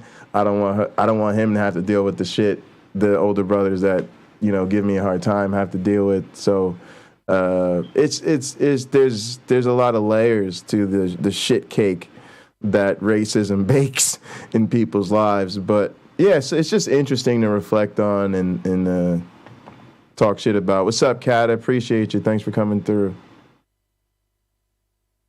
Yeah, Jay, I'm sorry. That's shitty, especially on the end where you're on that end of it, right? Like, yeah, of course. Yeah. I got lucky, and as much as, you know, I like living in Georgia now, I got lucky because that same year my dad got a job working for the government, and we moved to Germany, and then it was like back to normal because he had me in private school in South Carolina for the reason, which I realized later in life, he had me in a private school for the reasons, basically so I didn't grow up experiencing anything but culture, right? Like, so the private school I went to was just I mean, we had every race, creed, color. Oh, it's to put you on a more diverse school. Yeah. Correct. And then we went to Germany when I was like later that same year that happened, and it was back to like the normal, because Army brats, I mean, that's just a big melting pot. And sure, it's not that it's like impervious to any kind of racism or bigotry or any of that stuff. And probably there's a lot built into the military regardless. But the fact is, in like Dodd schools, when you got a bunch of, when you're in 5th, 6th, and 7th grade, and like there's every race, creed, color in school, man, kids just get along, right? Like you just don't really, the lines are blurred in that sense. And fortunately, I then worked in restaurants and in Charlottesville, Virginia, and dude, that's when, I mean, it's every race, creed, color you can talk about in kitchens, and restaurants are pretty unique in that sense of most of them, I think. Yeah. Pretty accepting of all different types. But hey, I'd like to hear from, anyway, is that GT Punk? Is that Utubepunk? Yeah. But a lot of people are kind of lurkers when they hang out and gather, so they may or may not. Okay. They may or may not ever speak up. But James will. I know of the talkers. Me and James are here. Go ahead, James. I'm mostly hero support, so I just listen and I wait, and if somebody needs me to jump in, I will. If they don't, then I just keep doing what I'm doing in the background. I do my work while I'm listening. And so if I need it, I jump in. I need to go find my damn pictures for my manuscript. I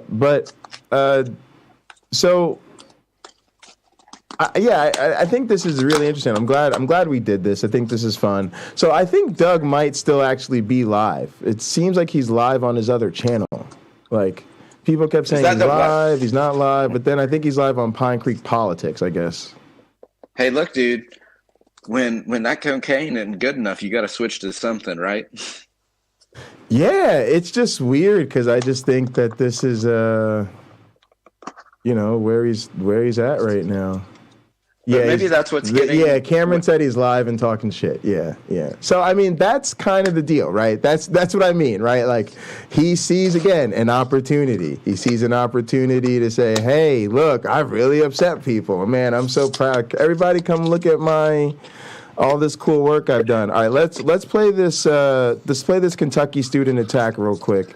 Can you guys see my screen back there, James? No, you can't. I didn't share my screen in the cafe. Boom. Yeah, but while you're working on that, I just want to say one thing real quick. Get it.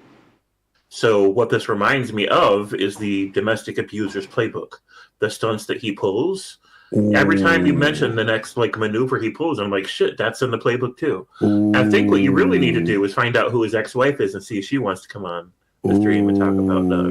Wait, he has an ex-wife? James. He's got to have an ex somebody. Look, Pinecreek, if you want to play the game, that's fine, but we about war around here, baby. One of the best questions for Doug is if he likes being the contrarian, right? Like, does he like to hurt his family? Like, does he like to hurt their feelings? Is he contrarian to them? But, I mean, I can't imagine, like, I don't know what I don't know. His because he's said on his streams before, he's literally said, like, hey, look, if your wife doesn't believe and you do, and you don't have kids, you might want to think about getting out of there. And so we know that he thinks that being in that relationship unequally yoked is a bad idea. So I have trouble, like, him sleeping and he says, oh, well, every marriage should sleep in separate rooms because that's the best way. I'm like, is it? No. Maybe if you're married to Doug. Maybe that's correct. Yeah, no. And I don't even shit on the separate beds thing because I think it's fine. But yeah, it's you're right. It's a package. It's a picture, right? It's painting a picture. Even the race thing, like Nitty brought this up, and I was like, look, first off, anti-racism 101 is you can't play the black friend, black girlfriend or boyfriend, black partner, black student's card. None of them. None of those cards get you out. None of them. And so even again, it's okay to learn this, you know. You don't have to know this magically, right? But most people take this feedback. Like, it's cool if you really meet black girls and like, yo, your hair is so different. Can I touch your hair, right?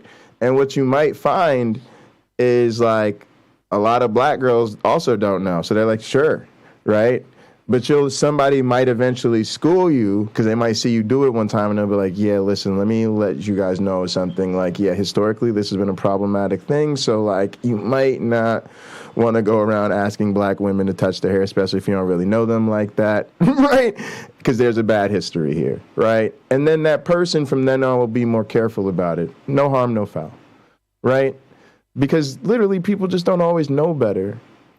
Well, and if you've never if you've never dated outside of your race, or you've never like been, you've had like, and I don't think it happens. Like when I was younger, I don't remember there being any of these issues. Like, right. Like we never talked about this stuff, but I remember like, the first black woman I dated, she was, well, kind of dated. Like she kind of took me under her wing. I was 19 and she was 21 and UVA student, and just, she was awesome. Took me to parties and like we kind of hung out, but you know, she's fucking college. I don't think it would be considered dating because, right, like she's in college, I'm 19 and what have you. But you know, that was when like you could have some actual like conversations and get to know like, and I think it's skewed because you're talking about a UVA student, right? So like, sure, she ran into problems with maybe racism or privilege issues or these kinds of things. But at UVA, it's probably much different than it is at like a community college in the rural South. Yeah. No, and even the fact that makes sense. There's the regional reality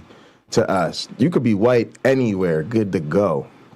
When you're black, you got to think about where you live at all times, where you're present at all times, where you visit, where you travel, which highways you go down, what route are you going to take, what time of day is it? Right, I always tell people. Everybody says I hate driving at night. You should love driving at night. Why? It's harder to see the race of the driver at night. You shouldn't have to think about that. Yep, there you go.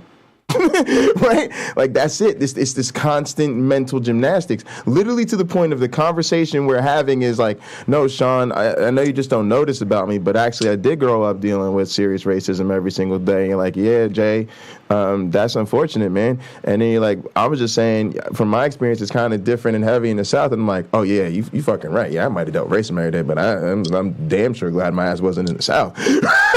Right? Like that's crazy, bro. Like that's crazy, but that's black people's reality. Yeah, I might have dealt with some shit every day, but shit, a lot of them threats of violence would have just been drag this nigga behind the truck. Actual violence had my black ass been in the South. Oh, I'm all types of praising Jesus every single day. My black ass didn't grow up in the South. You know what I'm saying? And it just shouldn't be that map sensitive being black, right? But it is. Well, Jay, there is the other side. You're 100% correct, but there's also, look, dude, I live in fucking Atlanta.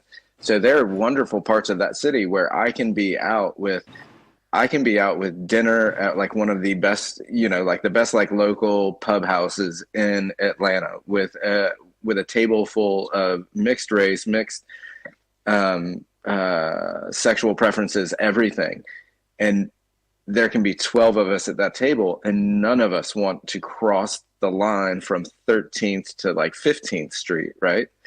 Like it's just a line we don't want to cross because of Atlanta, because of the city, because we don't belong there, because we're not welcome there, right? And that's the I think there's there's just all kinds of different aspects of it. And I mean this, they're like, some of my black friends are like, yeah, we're not going down. They do not cross that line because it's dangerous down there, right? And this is where Doug's this is the way I think Doug thinks of most everything is like that part of the city, because that's where Atlanta's, right? Like that's where people are getting killed. That's where the majority of them are probably, you know, black kids. It's probably on his list. Yeah. Right, and it's probably on the list, but that's where like all the gang It's violence a notoriously is. black city. Yeah. Yeah. But he probably thinks of Atlanta as a whole like that. And it's he overlooks the definitely fact not. that it's fucking Atlanta. Right, we're one of the most progressive cities. Like you can boast like, oh, Chattanooga, Austin, Dallas, all of this stuff you can boast, but Atlanta's always been at the forefront of cities as far as like what it's doing. Sure, it's probably, a little bit more white conservative on it, but I mean, when you get down into the city, the cool thing is you can pick areas to go to that are more integrated with just all kinds of everybody. And that's what I've always loved about Atlanta, and that's where I always gravitated, where we as like the group of friends that I had always gravitated towards, like just that open table of community of anyone's welcome.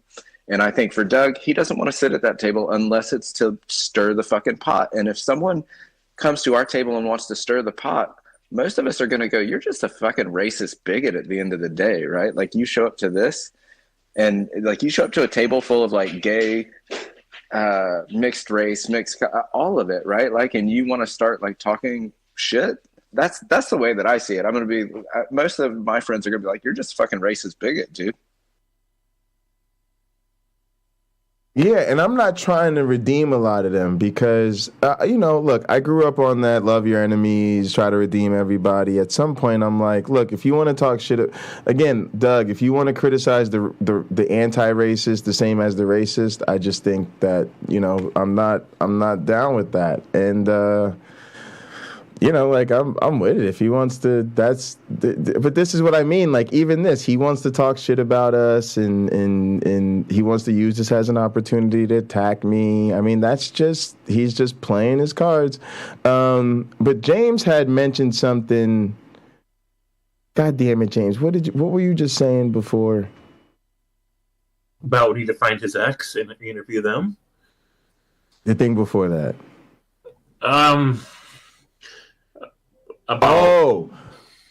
So one of the things was if you bring up these relationships, then you draw criticism to yourself. I'll give you an example, dating white girls. Date a lot of white girls.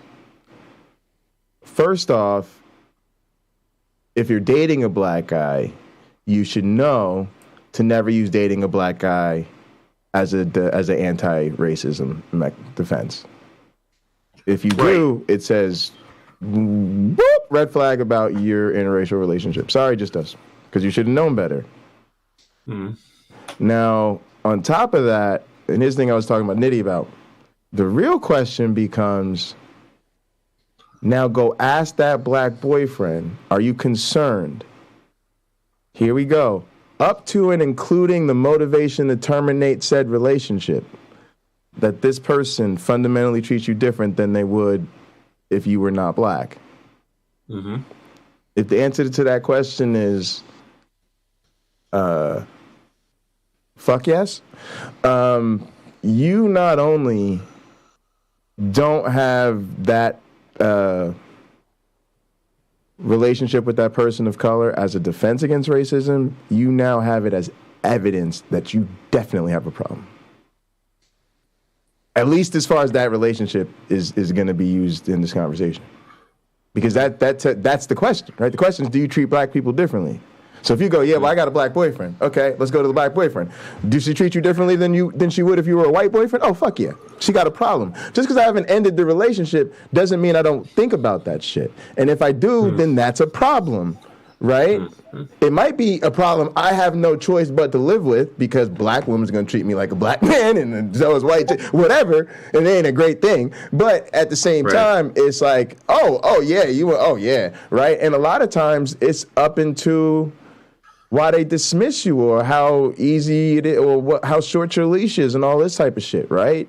So, and then the thing is, here's to speak to Doug's situation. He speaks about his wife in a way where she's not black like that when it's not convenient for him. Right. And then she's only black as a shield. Woo! Mm-hmm. Having it both ways. That's again a huge problem because, again, that's the fucking problem. But the fact that he can do that, I hate to say this, and sleep and do it comfortably on the internet in public, y'all, is evidence that he's right. She really doesn't see herself as black like that. Because you couldn't be married to my mama and get on the internet and talk like that. And ask Jen the truth, if you could be married to one of the brown-skinned women in his family and talk about chocolate people like that. Go ahead. Nope. So even the fact that he could do it says she don't see herself as black like that, and he definitely doesn't see her as black like that. Because if he did, not only would he know better, he'd be pissing in his fucking pants if a black person called him out about it. He'd be like, "Oh shit," because this is what my wife would think. Instead, he's like, "Well, I did it just to piss you off." Oh yeah, she ain't one of us. Facts. Right. He wouldn't have married her in the first place. He wouldn't have married her in the first place. Boom. There you go, James. Like that. Boom. There you go, James. Go ahead, Sean. Oh, well, yeah. Well, look, there are all different types of black. It's funny that you say that when you were talking about like a black woman treating you like a black man or something. I was just thinking of like the different like interracial relationships I've had versus like where I've had them or who they're with. And it's not always, but like I've dated a couple black women in the South, and man, they are totally different than, maybe like in Virginia or somewhere else, because again, New Jersey or Pennsylvania. Yeah. Doug needs to go to a Southern all black Baptist church and then, but I think that's where he, and I think you're right. I have a hard time thinking his wife, well, maybe she'd like it because of the religious aspect, but I think otherwise she probably wouldn't. From what I gather from Doug, neither of them would feel comfortable, because that's when they would talk about like being marginalized. They would talk about like the color of their skin, being dictating like who they are, where they've been, what they can and can't do because of the South, right? Like, I mean, when you go to an all black church down here, it's much different. Like that congregation it's much different. And I think that those women are just like, they're strong, and they're just, it's different dating a black Southern woman than it is dating like a girl that I dated, or a couple girls that I've dated like that went to UVA. It's just, they come from maybe DC or come from out West, right? It's just Hang on totally a second. different. Cameron, I can see the chat. It's just hard to bounce back and forth, so I try to bounce back and forth. But Cameron said that that Doug put that on me. He said that I don't count his wife as black. Again, what a silly thing to say. But it just shows you the deflection. He could say that. I knew he would say that he'd say that was me. But you know what the truth is? Like, what motivation would I have to say that other than observing his behavior? Because I would have said that long before this. We have said that long before this. Other people have said this. This is a thing that people who know about Doug, who have watched Doug long enough. And here's the other thing. I love this. I don't know what this is called. We need to talk about this as a fallacy. There's something like, maybe it's just an ad hominem attack or something, but there's almost like a fallacy of the, I know what James brought up that I need to speak on. But there's almost a fallacy of the messenger, where you make this sort of numeric mistake of thinking that you can critique the one person who's calling you out as though that person is the only person who has observed the behavior that's leading to you being called out. I am sure if I poll the people even here in the chat, y'all would enough. If you've seen enough Doug, most of y'all would probably say, "Nah, he's made it pretty clear he doesn't see her as like a regular American black." And again, I'm not even saying anything that isn't true, right? All we're doing is speaking to something we've all talked about and we all know. And again, is actually racially aware and sensitive. Is that people who are from Caribbean islands, Africa, other parts of the world, where they are not born and raised in America, and they're essentially immigrants of brown skin, do not identify with the black American experience. It's not degenerating them. It's just saying their spouses and partners who, number one, should not be playing that card to begin with, should also be aware that that card doesn't work if you're going to highlight the fact that your partner is not an American black. So Hello, how would I know that Doug's wife is not a black American in that regard unless Doug had brought it up? Do y'all think I looked up this woman's information? Do you think I know her name? I don't even know this woman's name. Who am I even talking about? Who would I look up? So how would I even know this information if not for Doug offering it on fucking YouTube? Repeatedly. And for what reason would Doug constantly remind us that his wife is not of African American background like that, and that she doesn't identify as such, other than for the purpose of making that distinction very clear? But now again, when I bring it up, he thinks he can go, oh well, no, well Jay mentioned that, so that's Jay bringing that up, and and then boom, it's like he never put down those crumbs, right? That led to that conclusion, right? It's like, yeah, those breadcrumbs just fucking appeared magically, I guess. But this is how, and again, this is the other thing that I just want to tell people real quick. Doug ain't that impressive, yo. He's pretty easy to tear apart like this. We were just fans. It didn't mean he ain't the sharpest knife in this motherfucking drawer. Go ahead, James. I mean, yeah, I was pretty much just going to say the same thing. He's not impressive. He's impressive at first until you realize his bag of tricks is very small. It's very limited. He does not have a big range of things that he does. He's got one or two techniques that he uses for a very narrow range of people to manipulate them and to get these little gotcha clips. He doesn't care about anybody. He doesn't care about anything. He doesn't really even care about the conservative political movement. Not really. He's just interested in the whole idea of what makes him feel better about himself. So he needs this list of people to always be better than. And that probably honestly includes his wife, even though he doesn't see her as a black like that.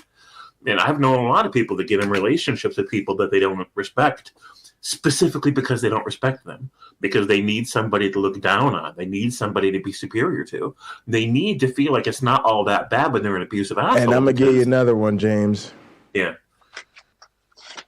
If you happen to find one that believes in some dumbass shit like Christianity, which tells her that she's automatically subservient to her husband, continue, James. Right. Okay. Well, hold on. I just want to pause you guys for 1 second, because I think you're both spot on, and I think what you need to think about with his wife is we truly don't know that relationship, but yes, I would wonder how subservient the Mennonite women are.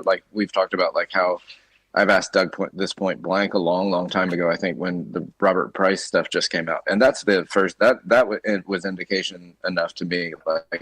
When I saw Derek's stuff and then Doug started hey, wait a minute, this isn't so bad. I was like, yeah, this sucks. You're a fucking racist bigot too. Problem being is what the Mennonite stuff is so sure how subservient they are and how subservient his wife is. And yeah, it's obvious he's an ego, probably some narcissistic behavior, likes to steamroll people, likes to have control, right? You come on his show, you're not going to tell all of this stuff. We've just seen it. We can psychologize Doug pretty well, or a little bit, I would say, enough to know that he's an alpha conservative dickhead, right? But that is, James, I think he does care about the conservative politics. I think it's probably what drove him to the United States, along with the position of whatever the job was, so more lucrative work, or maybe he was Canada. But I that's the only thing I'm going to disagree on, James, is I think the conservative politics means as much to him as it does any other shithead conservative Trumper. The only difference between him and any other Trumper here is he got off the bandwagon a little early, because he's intelligent enough to realize oh shit, I can no longer be pro Donald Trump, because it's not an intellectual position that you can hold. You're just an asshole, right? And Doug's an asshole for different reasons, but that's it.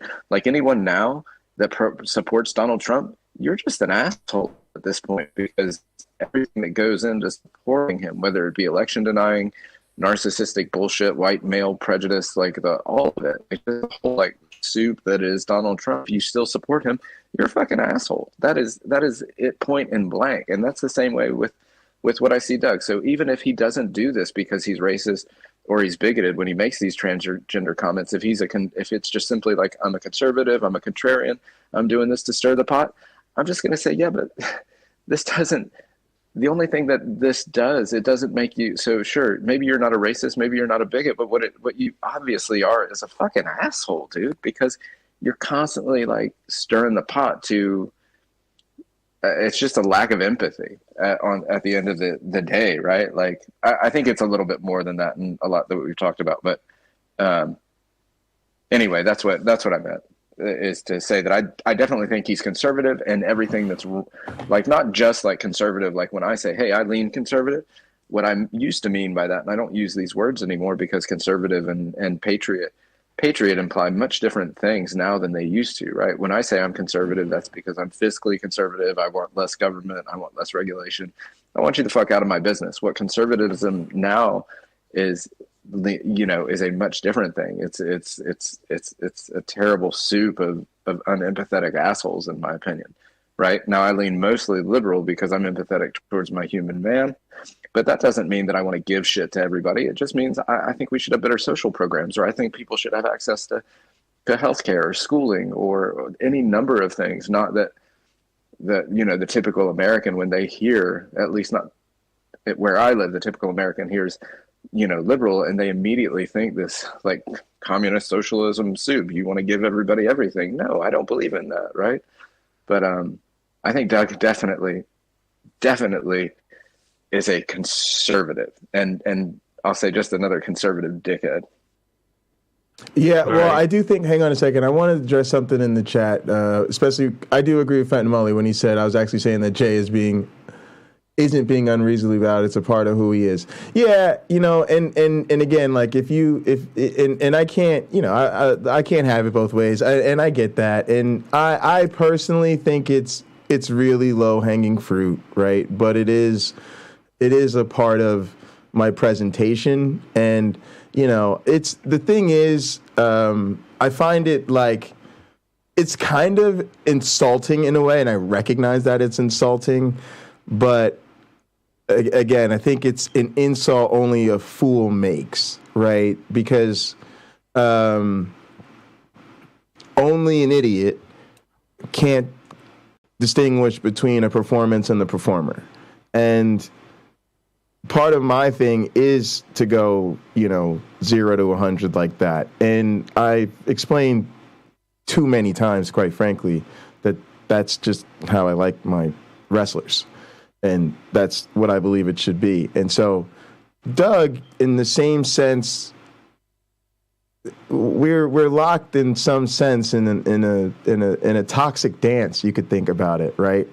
Because on one side, it's like he enjoys, doing these things that hurt for me. And that's just fun and entertainment and sport for him, right? And at the same time, I'm always looking for a fight, right? And me, having to align my, desire to have someone to fight with someone who happens to actually present something I want to fight against is it's just as convenient for me as it is for him.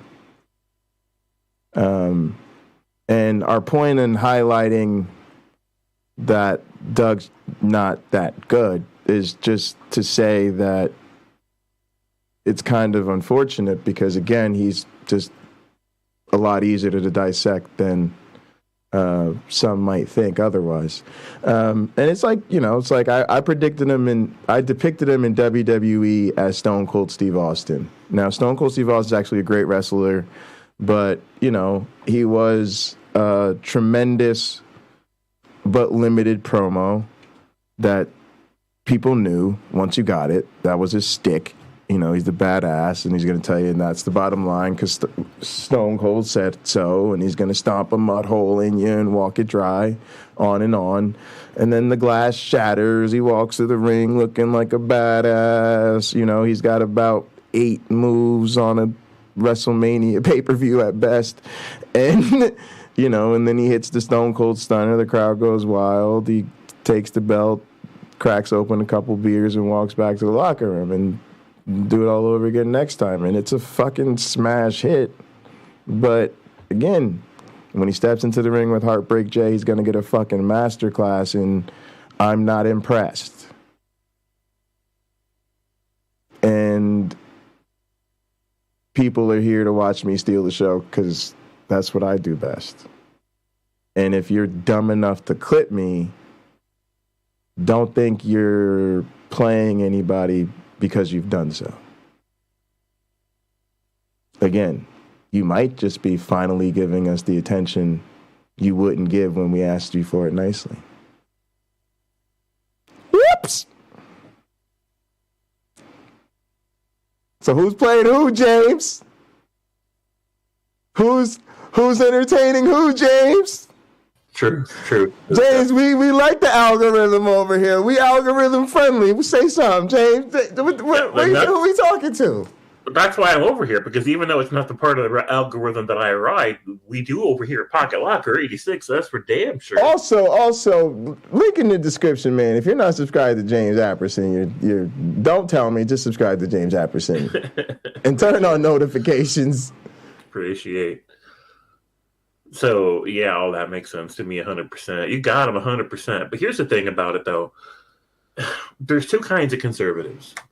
And I don't mean the old school and the new school. I mean the kind that just be hating on people and want to feel good about it versus the ones that actually have a vision of the kind of society they want to try to build, even if it's a vision I don't agree with. Sure, right? Sure, yeah. And the conservative vision has always been inseparably linked with religious fundamentalism. They are not two different domains.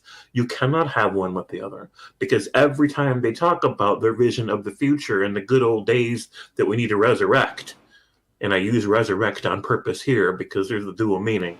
You know, they have this romanticized idea of this 1950s America with the Americana, right, with the music and the style and everything else. Right. And things just felt good and things felt stable, right? But that was a different era, and there was this whole lot of ugliness right under the surface of all that the media didn't want to show people.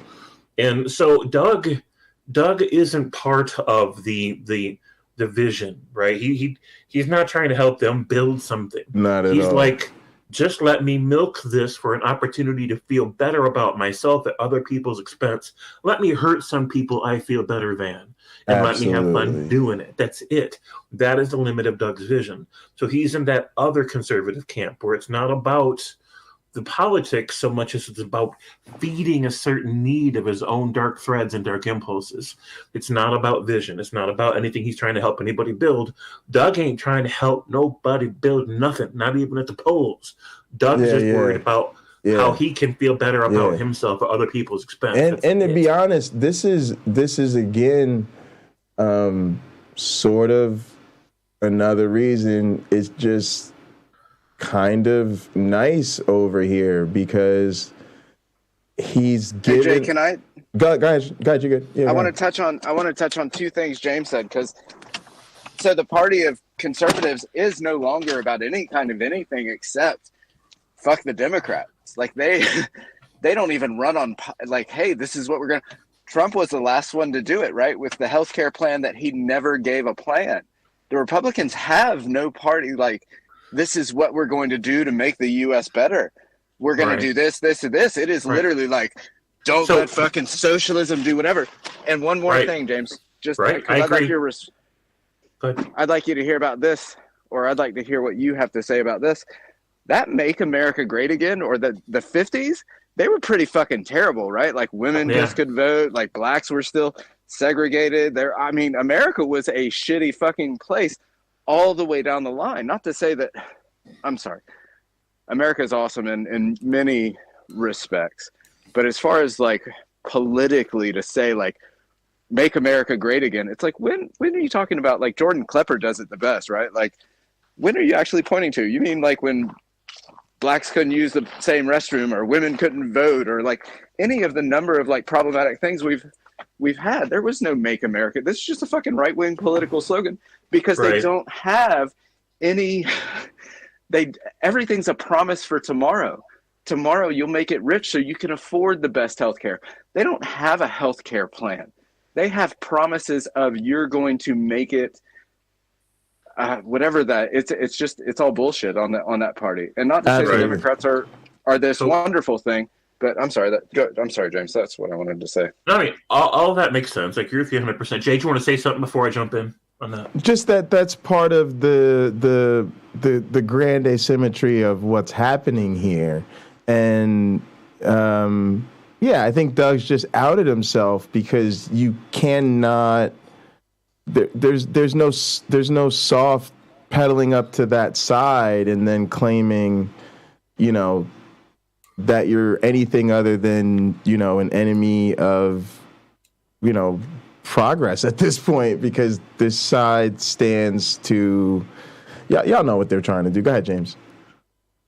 Right, 100%. So here's the thing, and this is even more nuanced, right? We're zooming in even closer, looking even deeper into the rabbit hole. And we talked about this before on this channel, where the people who are flying the conservative flag for the Conservative Party are not true conservatives. They're just militant, extremist, fundamentalist, ideologue, asshole psychopaths. That's just what they are. The true conservatives didn't stop existing, nor did they become disenfranchised from the political government to where they're just not. They don't have any representation or involvement. Instead, they all got pushed under the other flag. And so now what we call Democrats represents an entire huge range of ideas of sane people, because the insane people took over the Republican Party. Sure. And so now everybody's in this overstocked house that we call the Democratic Party. And that's a problem, because they're not really people that share a whole lot of ideas in common. They have different ideas about what needs to happen. And that's what keeps us from going to the left, which is where we need to go. Well, and because nobody truly is, as far as like government goes, on the left in America, right? That's just the idea that they push on you, because it's that big boys club of and matter of fact, this is what's crazy. That serves their narrative as well. And here's the thing: I think people need to, or at least I realized, you got to just go through that. I'm firmly in a position of just accepting that we're effectively, really deeply opposed on irreconcilable issues. And so I don't find anything they do to be like let's say the thing is they're always going to call us out as being too sympathetic. Who cares? Just ignore it. Why? Because that's who we are. And so they're dumb, but they're not that dumb. They're always going to look at what you do, figure out some twisty spin doo-wop on it, and then throw it back at you, because they're fundamentally always arguing from a losing position. It's like you can't really. It's like when you're dealing with an apologist, right? Because you can't have a conversation in truth from something you believe on faith, because you can't really reasonably demonstrate it. So of course you have to use some unreasonable tactic. The question is which one. So this is the same way. But what you do is, I'm almost just into I look at it as like pinochle, right? It's like sometimes somebody forces your hand because they out themselves, and that's actually good for you. I'll use the example before of, you're the only black person, you're in a room full of 100 white people. There's some people in the room who are racist and have hostile intentions for you. Terrifying. All right. No, that's situation A. Situation B is the same exact situation. You're the only black person in a room full of 100 people. Some of them have a racist and have hostile intentions from you, except the only difference in situation B is that you don't know who they are. So sometimes, and the reason I say it reminds me of pinochle is, sometimes the strategy is other people have ace cards. It's a game where you have to accept unless a miracle happens, you can't win every book. But some books are more important than others. And sometimes it's very important that you simply force someone to play their ace card earlier than they want to. It's a big thing in the game. And that's what I feel like is happening with Doug. Like James said, me and James were talking after the hand. I'm like, damn, James, it would have been nice if we won that book, right? Because, we would be nice to win them all, right? And James would say, nah, that was his ace card. It's good that we got it out of his hand early, right? Because basically the language James used, he said, you would say that ace was going to drop, right? Mm-hmm. And so what we want to do is, let's say it's an ace of trump. That's privilege. It's an ace of trump. It's the highest winner. You can't do shit about it. It's a winning card every time it's played. Mm-hmm. Well, play it. Play it early. Why? Because it's only going to be worth 2 points. If we get it out the way, then we could play our other aces later, and they're going to be worth more points because now he ain't got no more trump. Mm-hmm. And that's what we had to do in our community. We had to get all our fucking aces lined up, all our people, and be like, sorry, we ain't as privileged as Doug, but he can go fuck himself. And now we got to figure out how we respond to the enemy, simply just knowing that Pinecreek is one of them. And it just kind of is what it is, but this is what it is. He just played it. He just played his hand a little bit earlier than some people expected him to, and now they're seeing it early. Yeah, I would bet you anything that whatever social media, probably Fox News or whoever he was tied into that day earlier, I'll bet they were pulling on them racist strings that got him fired up about it. I bet he was just so stoked about them black people. Like, damn, I just want to talk about this today. I just want to talk about it. 'Cause it's like coming back from church revival, right? Like you want to talk about some Jesus, that kind of thing. He came back from his conservative revival, from whatever channel he's watching. Right. Comes out of there. It's like, I need to talk about how much I got a problem with these black people. Yeah. And I also, yeah, it is. But I think Sean has really hit on the theme of the day, which is that he does this on purpose to hurt people. And so the question becomes, at what point do you just write a person off? That's what it was for me. It's funny he keeps saying I'm emotionally triggered. Yeah, Pinecreek, you actually made my argument for you, because what I said is you disappoint me and I can no longer watch you. Boom. Now the question is, who else is going to stop watching you? Right? And some people have personal relationships with him, or they see the value of his platform. I think I'll be charitable and say that.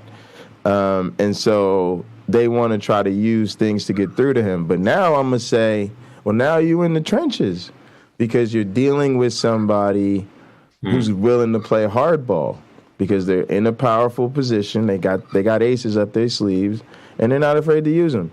And now, if you're not willing to go for something that is going to really, pull this out and go for the jugular, you're going to have a problem. And so that's where I think our allies ultimately have to, unfortunately, be the people who have enough social ties to him to do enough that he cares. And even then, it's a dog shit strategy.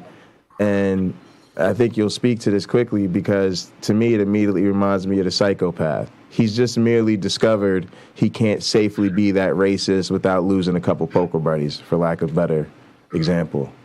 Mm-hmm. Consequences. Yeah.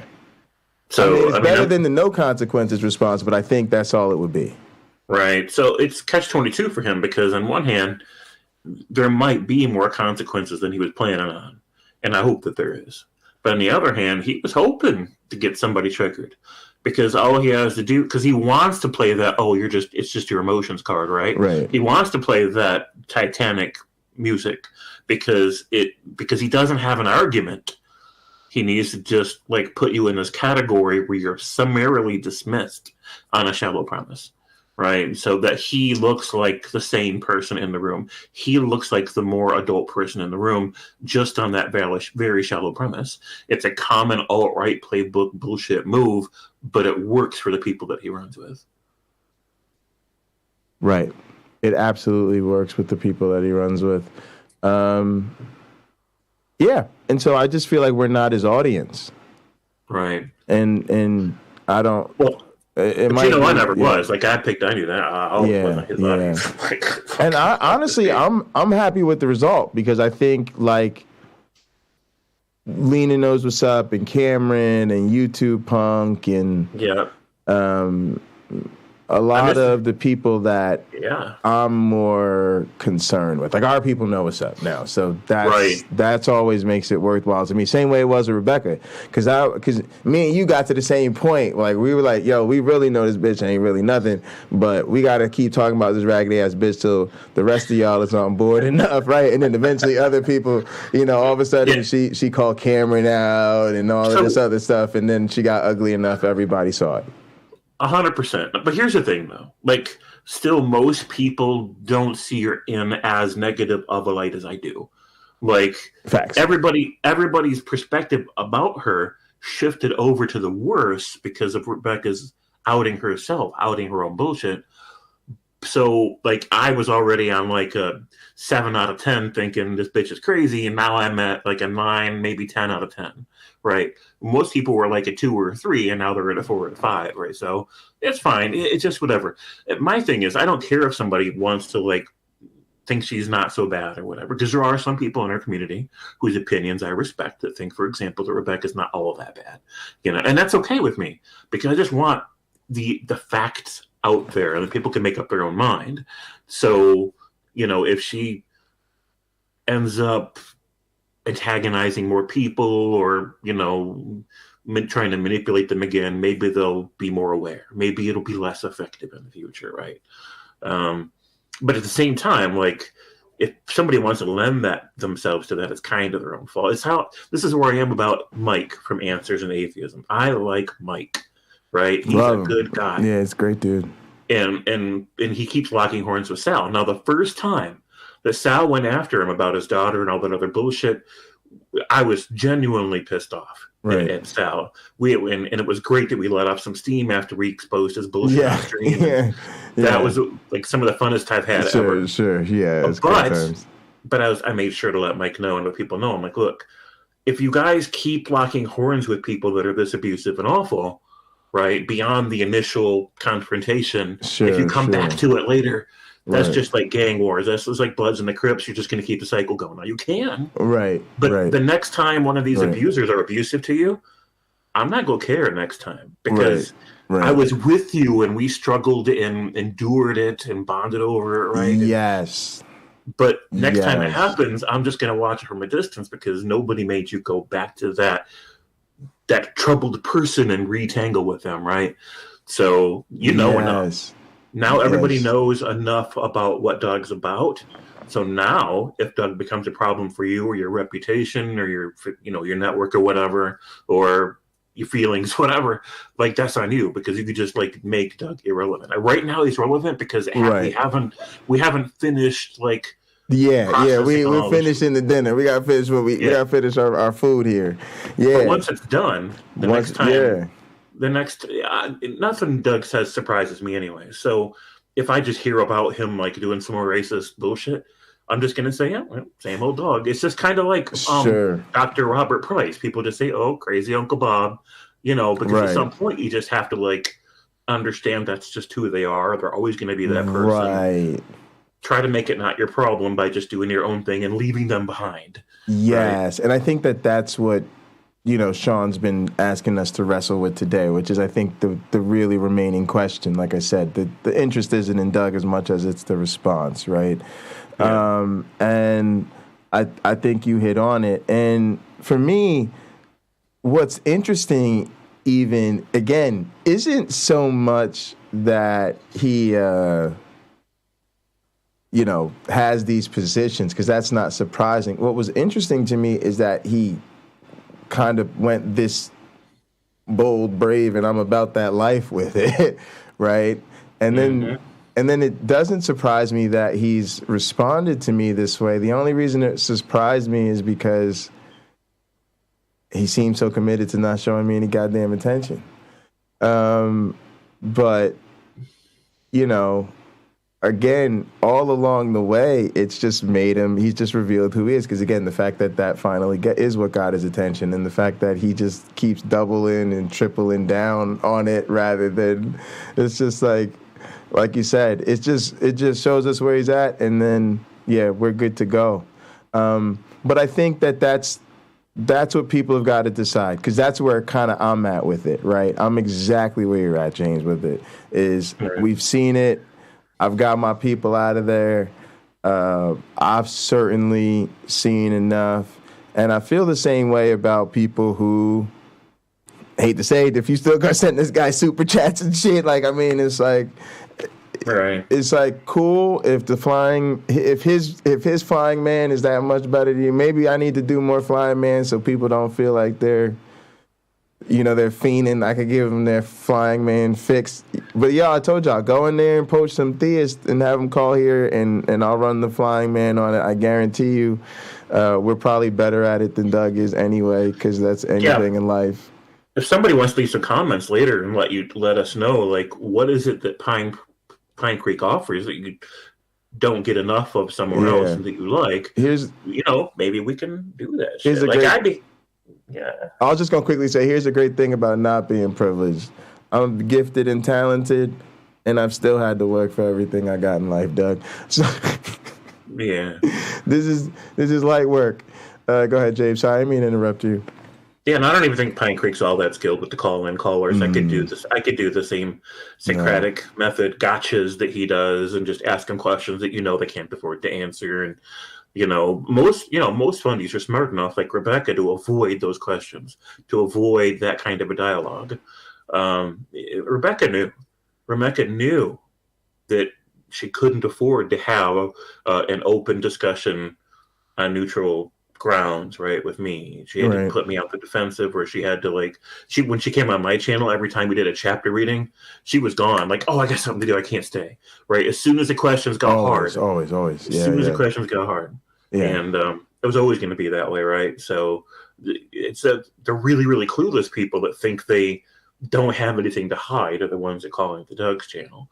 And it's easy to manipulate those people because they're not looking for a chance to run if they get caught. Yes. And so it's not hard to maneuver them into those positions. It's not It's not a special skill set. It's really not. Yes. And here's the thing. Look at the trees. Fenton Mully rather said Doug probably has racism confirmation bias from his farm upbringing. It isn't overt to the degree that he is dangerous. Now, this is where we disagree. I think Doug made a foolish error, and it's not even I'm just going to say it's a mistake, not necessarily an error. What's the difference? Like, James, what's the one? All right, so I want to say it's the one where it's not a good idea, but it's not as though you didn't do it on purpose. I don't know how you make the distinction. An accident, a mistake, just a like you fucked up, but it wasn't an accident. There you go. Is he went further. I've made this point before. If Fox News, which we all think of, I know you thought racism is the flavor of Fox News. Come on, we all know that, right? But think about it. Fox News doesn't normally go as far as to say, they don't mind blaming the crime rate on the Democrats or the murders. Easy. They'll do that all day, every day. But they won't normally push it to, and what skin color are these people? Because even they know that's a little like... You cannot out yourself that much. Yeah, you can't do that on daytime TV. So the one thing that kind of surprised me with Pinecreek was that he went that bridge too far. So I wouldn't say it isn't to the overt degree that it's dangerous. I actually would say people are rarely that overt on a public platform. That's how I actually see it, and it's a cool thing to disagree about. It's not a big deal. But then I also would say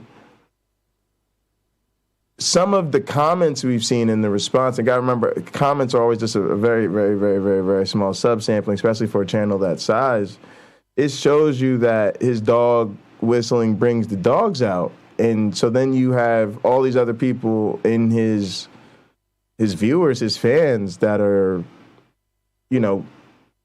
putting that flavor into their comments, and they're loving this, right? They're celebrating their sort of Pinecreek coming out party with their own, and so I got a problem with that, quite frankly. And I mean, I know that's what YouTube's about, but then again, we're about that YouTube life too. Like, we're about opposing that shit. So if you're gonna just put some shit right in front of me to super kick it, then you're dumb because I'm here to super kick shit.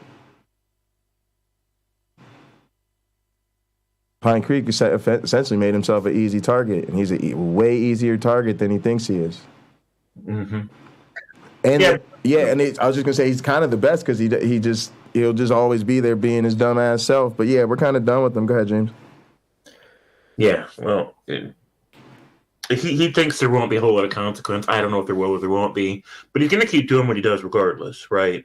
Like he might tone down the racist rhetoric for a little while before he thinks that it's safe again. He'll get new poker buddies. Yeah, I don't know what I don't even have an opinion about what I think Nidamus or Tuck should do. It's not a good look, like you said, and it is going to make people in the community raise one eyebrow if they're over there playing poker with this racist asshole. Because I mean, I wouldn't, right? Like, I wouldn't. I mean, honestly, I wouldn't. I mean, if I knew some hardcore anti-Semites or something, think I'd be going over there and hanging with them? Hell no. And here's the difference. Here's the thing. There are people who have blind spots, and there is sometimes not enough to tell how they react to those blind spots, right? And I do think everybody deserves that chance, and even if not, you certainly want to give people that chance if you're friends with somebody. Sure. The brilliant thing about Sean is that he highlighted, and I think we're all just as a community processing it, and we're processing it together. Sean is coming to where I've been, which is where you were long before me, which is we now see who he is. How many more jokes does this guy have to tell before everybody just cuts dude off, right? And the difference that Sean's speaking to is he's clearly telling us this is not a blind spot. I woke up, draw the play in the huddle, scoped out the other team, and went right at them just to hurt them for my own enjoyment, my own selfish pleasure. I had no motivation other than to undermine their interests, trigger them, and call it a day. So I don't think the blind spot response is appropriate anymore. Sure. I mean, that's how I feel about it.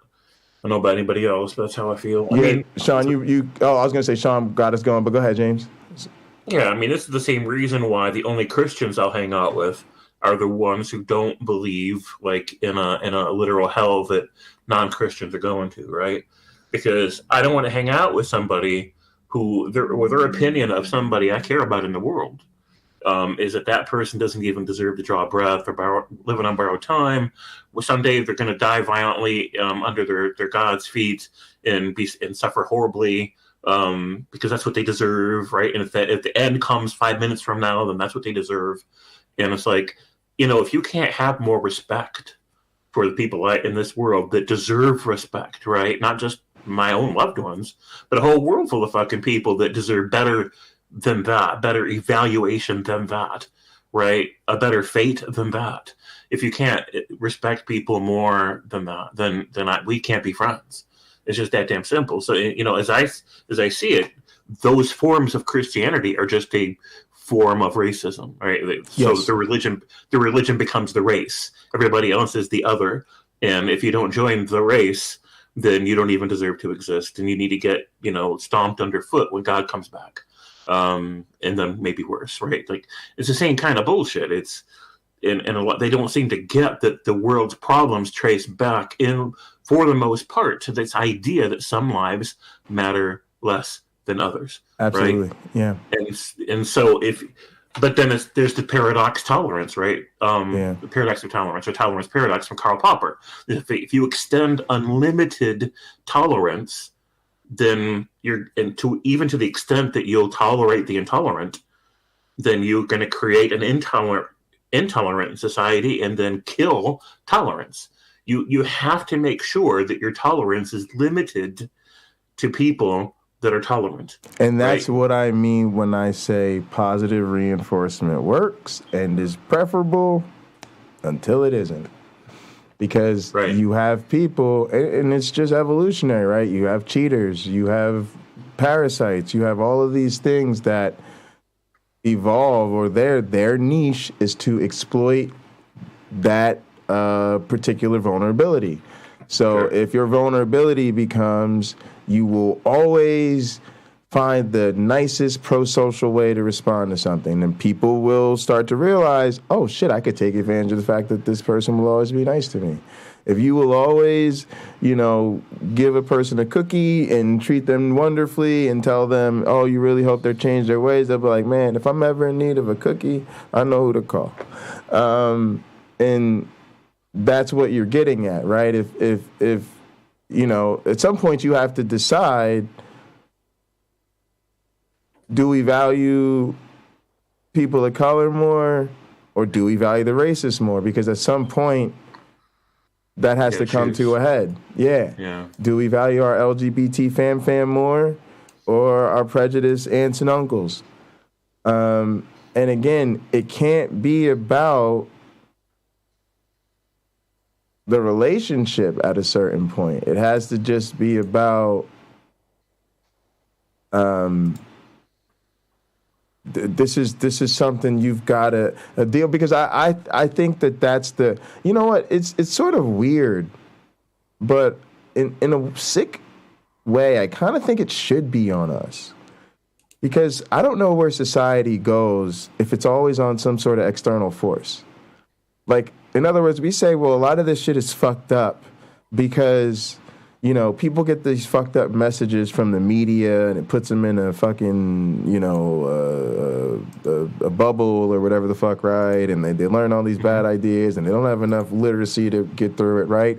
And then all the people in their life who are actually, can poke through that bubble, or in that bubble with them somehow, are going, yeah, but I shouldn't poke at them because I don't want to mess with them, right? So then it's like, well, what kind of world do we live in? Because then it's like, are you leaving it to the media? Because you already know they don't have a good media diet. Are you leaving it to the education system? Because they're done with school, so that's not going to happen. Do you think their other family and friends are going to do it? Because how do you explain how they got in this fucking bubble in the first place? But then on top of that, it's like, what is a healthy society supposed to look like if it's not your family and friends do what needs to be done to correct you when you get off path? Like, that's the OG, it takes a village to raise a child. It isn't the school's responsibility. It isn't the fucking media's responsibility. The newspaper, the newspaper should be more responsible, but that ain't what this is about. It isn't on the school or the political officials or the police department. You know what I'm saying? It's on me to be like, yo, James, bro, don't do that, bro. That's not a problem. And then for you to respond appropriately from there, right? Yeah. 100%. So we defer too much, and then we're surprised when nobody's there to take care of it. Who the fuck else would take care of it? They're going to be like, it's your friends and family. Why are you looking at me to improve that, to help them out? Right. Truth. Yeah, it's crazy.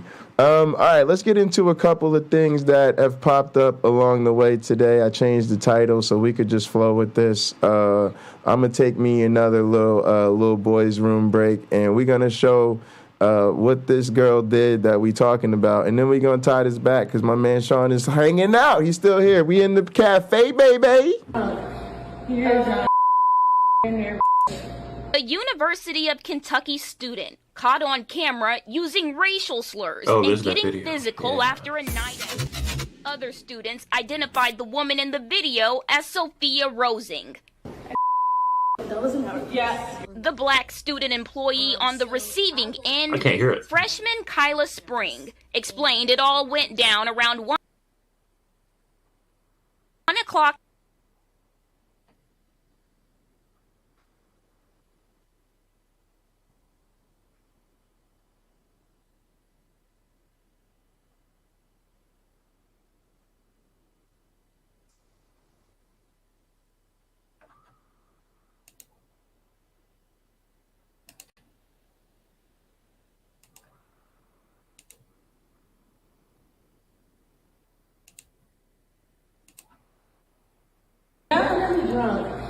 A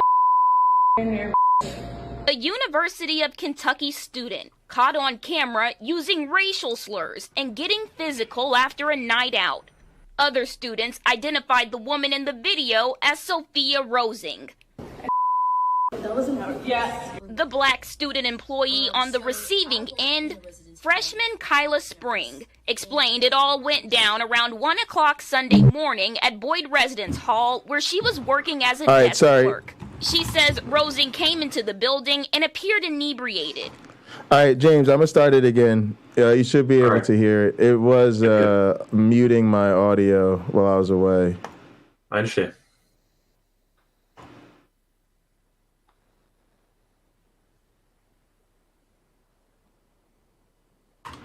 All right, take 3. Okay.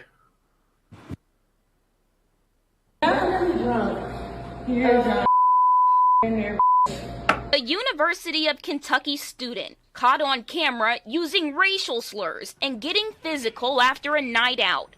Other students identified the woman in the video as Sophia Rosing. Can you hear it, James?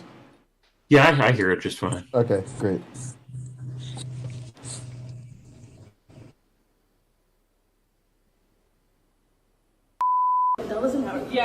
The black student employee on the receiving end, freshman Kyla Spring, explained it all went down around 1 o'clock Sunday morning at Boyd Residence Hall, where she was working as a desk clerk. She says Rosing came into the building and appeared inebriated. When she and some other students tried to help, she says Rosing launched into an attack, calling her the N-word and trying to hit her several times, as Spring is seen holding her off and begging her to stop. Could you stop, please? No. Could you stop? No. Spring keeping her cool throughout the ordeal as Rosing continues her verbal assault. Oh, Jesus. I did not get paid enough for this. Exactly. The video goes on to show Rosing throwing several more punches and appearing to try and hit Spring with a shopping cart.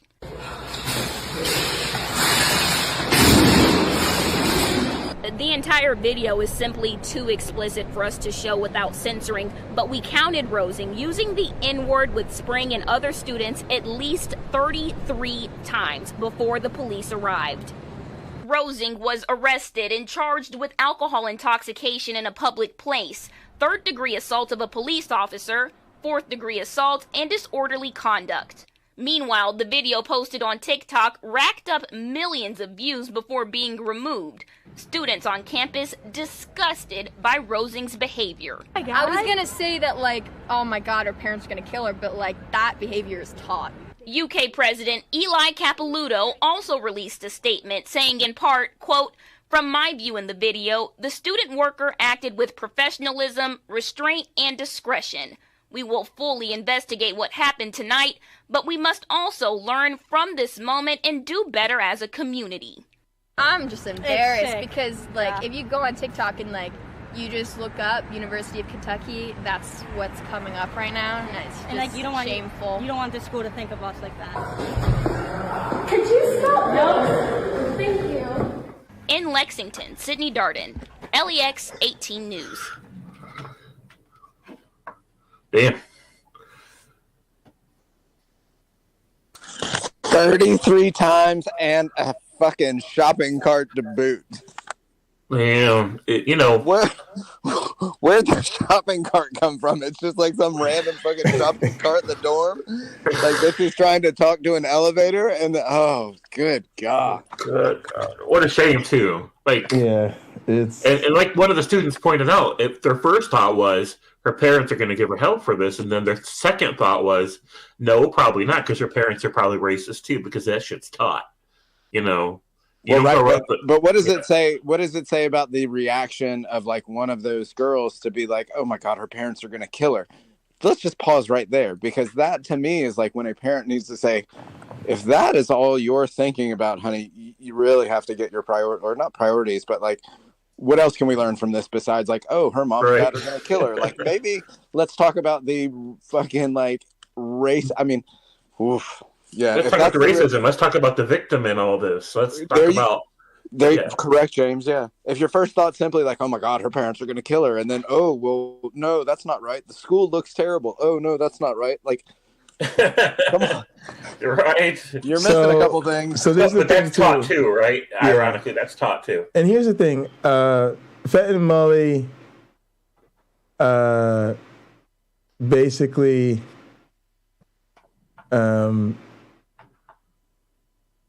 Fett and Mully is basically playing out the Doug playbook, and he said that we all know Doug is racist leaning, but he's surprised at the tribalism and the othering that they see here. And I'm like, what? Tribalism? What othering? Of Doug, I guess. Again, he's the victim because we're just so surprisingly. Where's the tribalism? Is it because us black people have a problem with it? But it's the same. It's the same thing. It's the same. Doug did the same thing. He literally said, "What did he say to me?" He said that.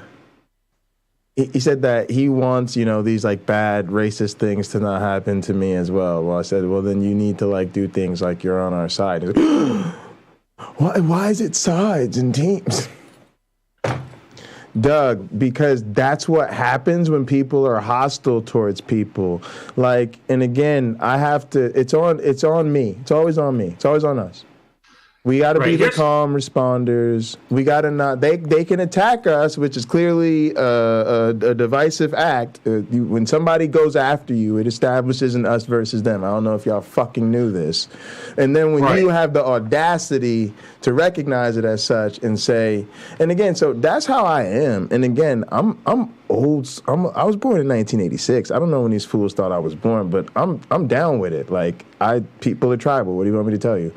Get over it. Like I'm with the team. I'm with the jerseys. I'm with all of that. I'm from my side. I'm a fuck the other side type of person. Like I'm with it. Go ahead, James.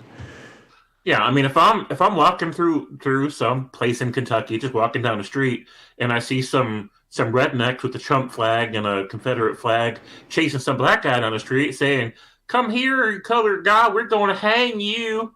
Like I'm on a side. Right? Because there's those people doing that thing, and then there's the guy who that shit shouldn't be done too. They've created a side scenario where there is a that side and there's a this side. I'm now on one of those sides. That's not tribalism. That's just being a decent fucking human being. Yeah. Well, but that could be kind of tribalism too, right, James? Like maybe our tribe is the empathetic tribe. Like we're empathetic to other people's feelings. We're empathetic to how people feel when they're hurt. And again, we have to be. Feelings are hurt, or their families are hurt, or they're physically hurt, or any of these kinds of hurt. And there's a big part of America that, unfortunately, in my opinion, there are conservatives out there that are wonderful people, that are empathetic, that are this and that, but there are conservatives out there. And, let's be somewhat charitable and say Doug's on the entry. He's not even an American, so it's hard to say he's one of the American conservatives, right? Like he's just some Canadian dude with a fucking, mixed race wife and kids and whatever have you, talking shit on the internet. But so if we take it off of Doug for a minute, there are people of conservatives that are absolutely wonderful, and then there are conservatives that get into, and I think there's all levels of this, from a conservative that leans a little bit racist to all the way to the end, right? Like, and conservatives that have been pigeonholed a little bit this I don't know. I see, at least in the South where I'm from, there are lots of white American conservatives down here, and they all say a lot of they all do a lot of the same shit, and it points racist, it leans bigoted, homophobic. It's this like just soup of fucking what I would think is like terribleness, right? Like when they talk about gender and trans and this stuff, well, you're not going to teach my kid to be gay. And it's like, do you think that's what's going on in school? Are you that ignorant that like, oh, right, well, I'm not paying for somebody's abortion? I'm like, are you fucking ignorant? Do you really think you're out there paying for abortion? Or like a big part of your taxes go to abortion, and they're like, well, my kid's not going to be like you. Just any of the terrible shit that they think. And this is the simple fact of it is there's a small group, maybe an even larger group of us on YouTube, which is its own ball of fun, but that have noticed that Doug falls in amongst that group, and he does what we think signals towards the others, whether it's the way he talks about trans people, the way he talks about because I don't think he ever comes outright and talks about like black people in a way that we could say, hey dude, whoa, hold on. He directs like a statistic, or he'll talk about like a certain, something. And to us, we're like, wait a minute, that's racist as fuck, dude. And more people are going to be like, well, it's only a little racist. And Doug's going to be like, it's not racist at all. I'm just stirring the pot. But that's conservatism in America at its nutshell. All the way from people like Doug that are stirring the pot that I think are terrible, to the people that are blatantly coming out saying, oh, well, there's fine people on both sides. That, fuck them. Fuck them. Yeah, I'm with that, because their mentality is fuck us. It always has been, it always will be. And we only get the concessions from them that we take. But then they expect us to play the softball game. And I hate to say this, people like Fenton Molly, they rely on us to be reliably like the Democratic Party.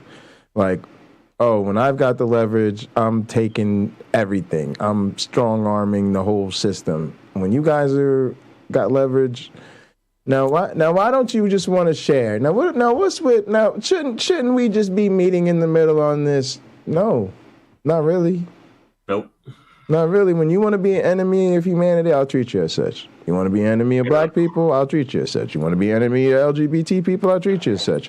It's not like, again, it's not like we think this person is unaware of the consequences of what they're doing. So if you have more criticism for the anti-racist people than you do for the racist, count me as not interested.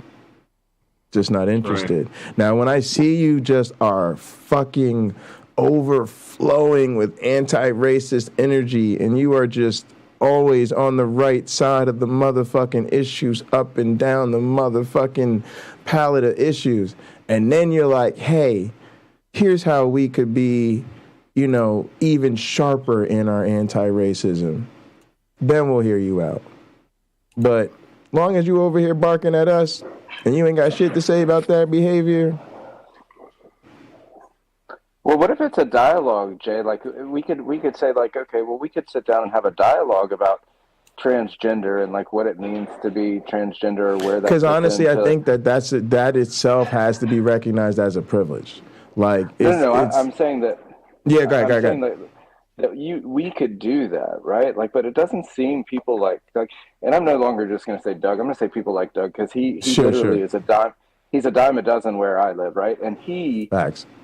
In my world, Jay, he is the guy you can have the talk with, because the real problem are most of the people on that side of the coin down here are, when it comes to transgender or gay, they're going to use terrible pejoratives, and they're just, my kid's not going to go to school with a bunch of fucking F-bomb, whatever. But then there are people like Doug. But it's not we're not having the conversation though, right? Like he's just like exactly. He's just talking like the talking points of the Conservative Party he's on the same team as the guy that's calling the transgender people less than human, wanting to take away their rights, certain rights, or the rights of people like our family members that are gay, or without even getting into the Christian nationalism, but that's kind of his team. That's who he's constantly doing stuff, and he's not having the conversation of like, hey, let's talk about transgenderism, right? Right. He's always, whenever transgender comes up with Doug, it always seems like it's icky, to use one of Doug's things. It's icky to him, right? Like transgender is icky to Doug. He doesn't like it. And that's the feeling I get. And if it's not, I think this is your point, because we can say, hey, Doug, well, if transgenderism isn't icky to you, or you don't think that they should have less rights, or they should do this, or blah, blah, blah, whatever his bullshit is about it. And he's going to say, oh no, well, I'm all for them. I'm going to say, well, it doesn't, then this is your point, Jay. Then, hey, Doug, get on the fucking team and stop being an asshole to him, right? That's like, go to bat for him instead, right? Like, come on your stream and say, hey, transgender people are people too, because I don't think Doug thinks of, like, he thinks they're confused, whatever the conservative Christian position is on transgender people. And I don't know what that is, but whatever pejorative bullshit that they spew about it, that's the team he's on. And that's kind of the way that he's come across to me whenever he talks about it. It's like he thinks it's icky. I'm like, what the fuck, dude? Like, you have a problem with... here's the easiest way for me to put this. To ask Doug, like, do you have a problem with transgender people? And if he says no, then stop talking shit about him, dude. That's the simple thing with Doug.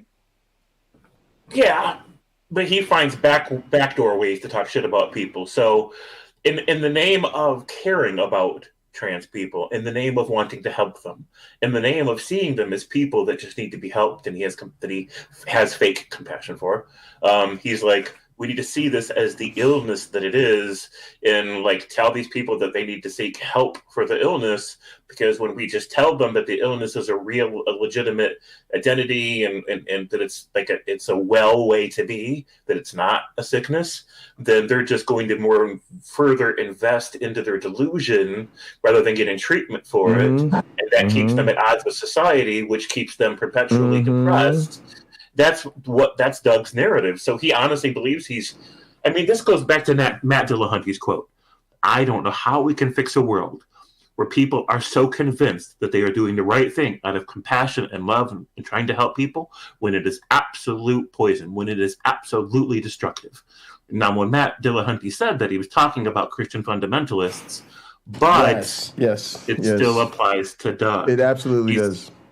Go ahead. So he's got this imaginary narrative in his head where he imagines being a decent human being who gives a shit about other people, but he doesn't feel any compassion at all. And he excuses not feeling compassion as, well, that's a feeling, right? And feelings get in the way of being logical. But at the same time, icky's a feeling, right? And this is what Robert Sapolsky was talking about in his video, where he tries to explain that moral disgust is bad evolution. Because the way that our brains developed is such that the same part of the brain that handles visceral disgust, like rotten fruit, and this sense of wanting to puke at even the idea of putting rotten fruit in your mouth, processes moral disgust as well. And because most people don't realize that, they mistake one for the other. And so they think their sense of moral disgust is a reliable moral barometer. And so what they think of as common sense moral intuition is just them being tragically unself-aware about the inner mechanisms of their own brain and how that works. Right. And so Doug is so non-self-aware, he doesn't even realize that icky's a feeling, the very thing he thinks gets in the way of logical processes, right? Because what Doug really has a problem with are the feelings that are generated by the right portion of the supramarginal gyrus. Those are the feelings he hates. Those are the feelings that he thinks should be part of the human process. So personal responsibility, accountability, compassion, guilt for actual shitty shit that we've done, those are feelings that people shouldn't have and we shouldn't respect. But in the meantime, Doug's got all kind of feelings generated by other parts of his brain, like his enlarged amygdala, and those feelings are fine. Those feelings pass as logic when Doug thinks about them, because Doug's not self-aware. And you can't reason someone out of their feelings, therefore you cannot reason with Doug. Yeah, I also think there's the problem of so there's so much here, but so one thing is, you're right, I dumped a lot, sorry. No, not a problem at all. I think Doug is, to Sean's point, a little bit more sophisticated than the average, say, Southern Bear, right? But to that point, I think he puts himself beyond the effort reward paradigm. Like, he's just not worth it. It would take too much, and you're dealing with somebody who's deliberately off base rather than somebody who's unsophisticated and severely mistaken, because it's like, but I could, people feel differently about platforms, right? Me personally, I don't even think that about his platform anymore. I now think Doug is he's like Joe Rogan. Joe Rogan's real big, but I vented about Joe Rogan. I had it out on the Reddit when he was in the height of his anti-vax fucking bullshit. I think I made some really great points that led to, some provoking conversation on both sides, right? Because it brought out his defenders and it brought out reasonable people who defended me. And, I just had to accept that that's who Joe Rogan is now. And so now it's like, unfortunately, the UFC doesn't find that to be a severe enough character flaw to stop hiring him for UFC events, probably because Dana White is a Trumpian asshole himself. So I still hear his voice on UFC pay-per-views. And, I go on with my life, but I'm not a Joe Rogan fan. It's just that part of me just shut down. It's over. And when I hear the latest Joe Rogan did X fuckface thing, I go, well, Joe Rogan's a fuckface. Goes out of his way to prove it every chance he gets. And that's kind of where I'm at with Doug. Something else I wanted to touch on is I also think Doug is genuinely, he loves to do his neediness, intelligence thing. Ironically, in his own way, he's high neediness. And yeah, I think he's probably high IQ, but I know a lot of people who are high IQ in a way that's, let's just say, not as high IQ as they think. They're somewhere in that Dunning-Kruger thing, right? Because there's a genuine sort of like even if I'm just going to speak from my own experience, like I'm measurable, demonstrable, gifted, and like beyond gifted high IQ, right? And like you could take the average gifted person and I'm like, yeah, significantly more high IQ than that. But I agree. I could put myself, but I appreciate that, James. But I could put myself in a room of scientists and immediately know I'm low man in the room. Just come in the room and be like, oh, yeah, right? Number one, based on what the topic is, I might not know a goddamn thing going on. And number two, I'm in an environment where high IQ is the norm. So the whole curve shifts, right? Yeah. And so you be around some of them real, super genius motherfuckers, and you just be like, yeah, I'm going to just sit over here and just shut the fuck up and wait till we get the fuck out of here. But it's like, Doug, one, doesn't get that. But I think he is alarmingly low EQ, emotional intelligence. And so what I think of as sharp, my mom used to call it corporate sharp, like East Coast sharp, like sharp in real time, is this mix of IQ and EQ. You have to have a high IQ, but you have to have an high emotional intelligence. You got to be able to read the room. You got to be able to, it's a sign of the times type of shit. You got to progress when the culture calls for you to change and shit like that. You got to be sharp. You got to stay with it, And Doug represents this sort of like lazy type of thing where he's got a stick, but I'm not that into it. And I wanted to wrap up by saying I actually don't think his counter-apologetic, his counter-apologetics is worth it anymore. No.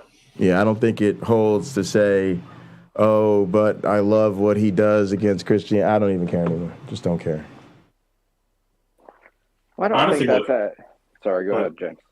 No, I was going to say what Bobby does is way more effective than what Doug does for counter-apologetics. So go ahead. Let me get an ally to boot. Go ahead, Sean. What, who does? Bobby? Gin and Truth. Gin and Truth. Oh, got it.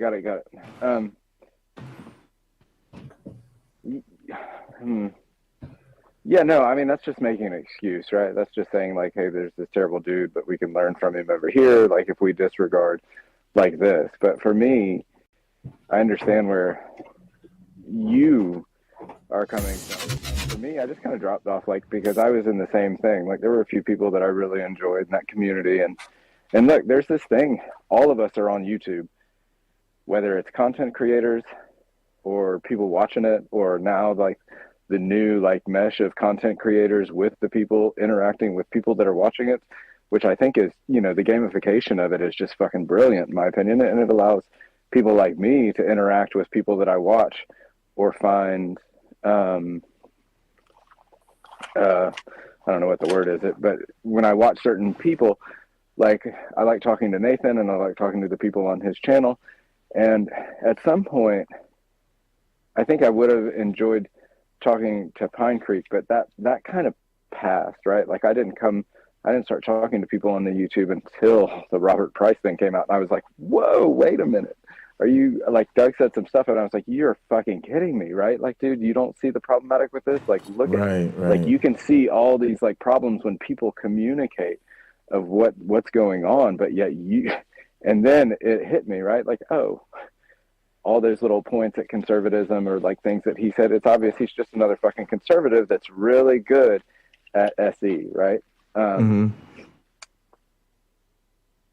But I think the natural position for a lot of people, and you'll just see this, I think if he keeps going the way he does and things keep happening, the normal viewers like myself, not content creators or you guys, will just start falling off if they haven't already fallen off of his channel. And now that he's got the political thing, a lot of us are going to like probably check that out and go, yeah, this is what it's about. Like, yeah. It's not entertaining anymore. Like the Christian, that was the dopamine hit. Now he's like, wait a minute, politics, give me some hit, a little bit more money. He's always said he doesn't need it, but there's, you know, he's full of like weird, not necessarily contradictory things. But look, man, we're all on YouTube doing the same thing because we lack community somewhere else. So we're finding it on YouTube. Right. In a way, like if I had a solid foundation outside of YouTube, I probably wouldn't seek out stuff on YouTube as much as I do, right? Like maybe if I enjoyed, especially seeking out the shit that I seek out on YouTube, which is like this. And you said it brilliantly, Jay, like this, Doug now fulfills a need for you that like some of us enjoy. And it's that combative, like pugilistic, like let's fight, right? Like I like to play chess, like let's throw down. You can have a great chess game that lasts for an hour or so over conversation, or you can just get down to business and slug it out every 5 minutes in a time game. And I like the hour games, but I've always liked the time games because it's just like, you know, I wrestled in high school. There's a side of me that's combative, so I've always sought out the dumpster fires, right? Yeah, I agree. And I'm you know, mixed. So on one hand, I do love that, and you know,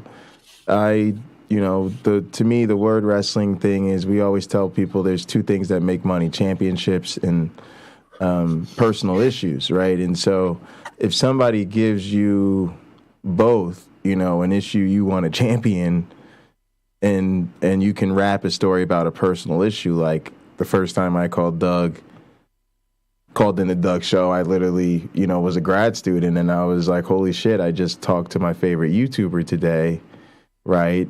And now I have to call him out because I really want him to come to the ring so I can super kick him in front of the arena and end him. You know, the student has become not just the teacher, but the fuck lessons. I'm here to fucking whoop your ass. But at the same time, you know, James Apperson. Go ahead. I'm going to say this. Let's hold this position because I want to make this, at least in my eyes, I want to make it very clear to you that you, I think, are equipped to do that, like to step in the ring with Doug.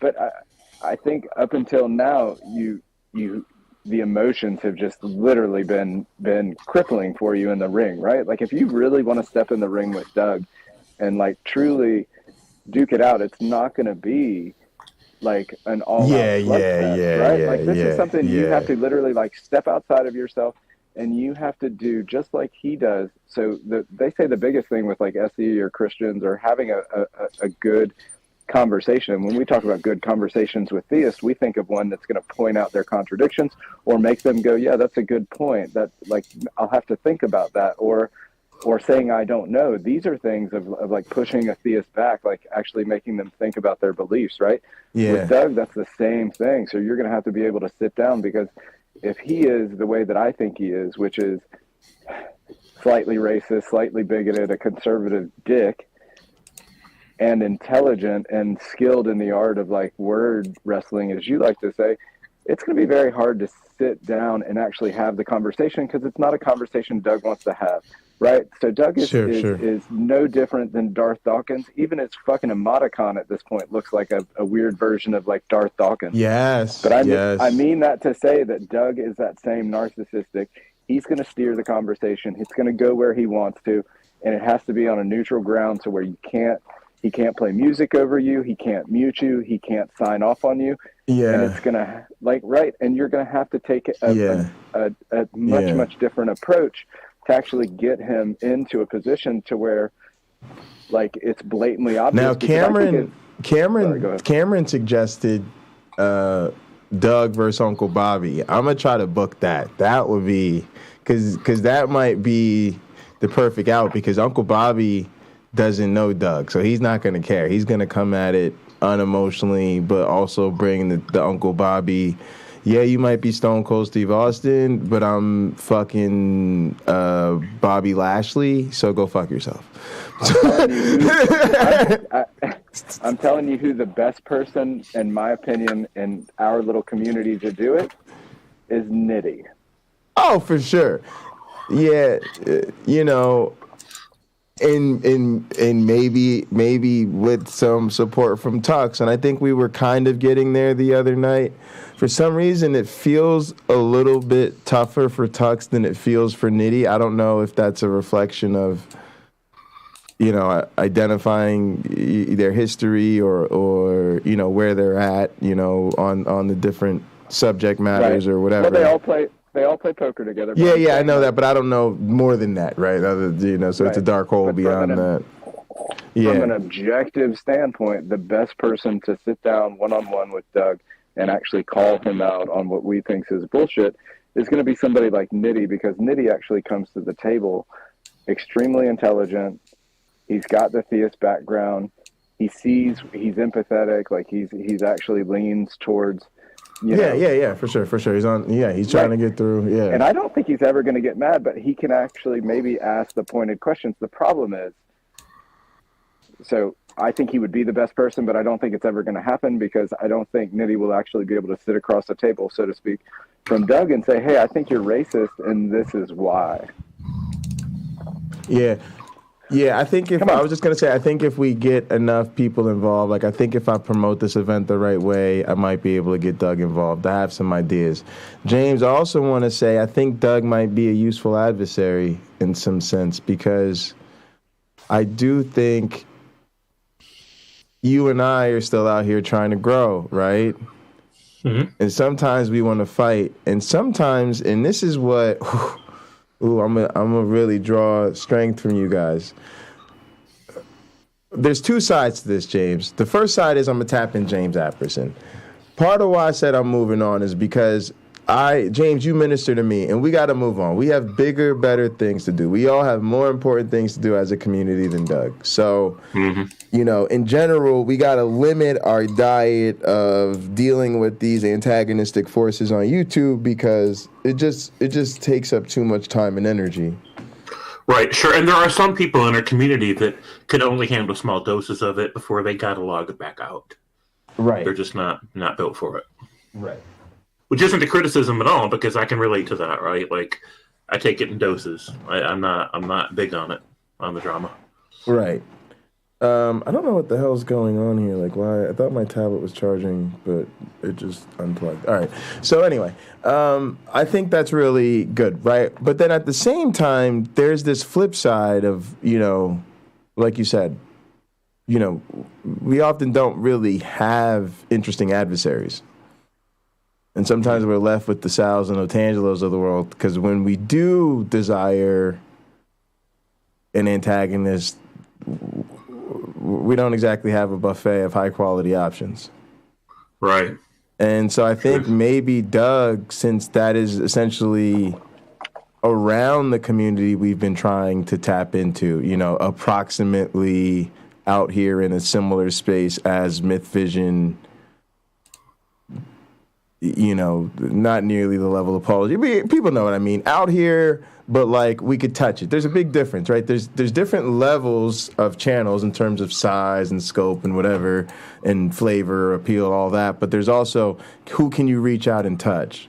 So I might one day be able to say, hey, give me a minute, I'll hit up R and Raw. Now, I think I could touch R and Raw, but I only think I could touch R and Raw because we kind of took over an R and Raw debate. So right. I think we're making inroads. But anyway, I just think Pinecreek now represents a reasonably sized antagonist that we now have to point to when we do feel like fighting. I think, Jay, that Sal was a wonderful adversary for you because, in my opinion, So one, it's right up your alley, right? Like, I mean, sure. It is right up your alley. And two, he's the problem with a lot of Christians in the sense that he's a problem with like this idea that there's Christian scholarship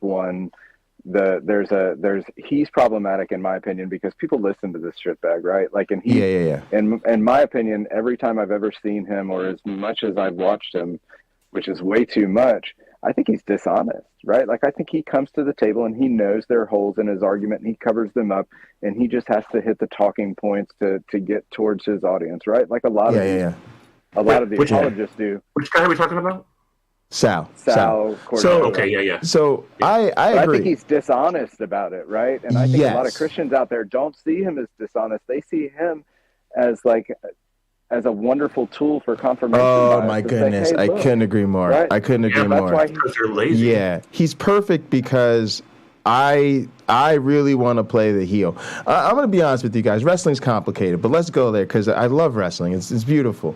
I want to play the heel, and so that people know this. I love being. It's just where you're best, and so it's those are the people who do the work. But anyway, you're right about Sal because you want somebody who has an audience that's going to cheer for them. It's frustrating when my antagonist is someone everybody feels antagonistically towards.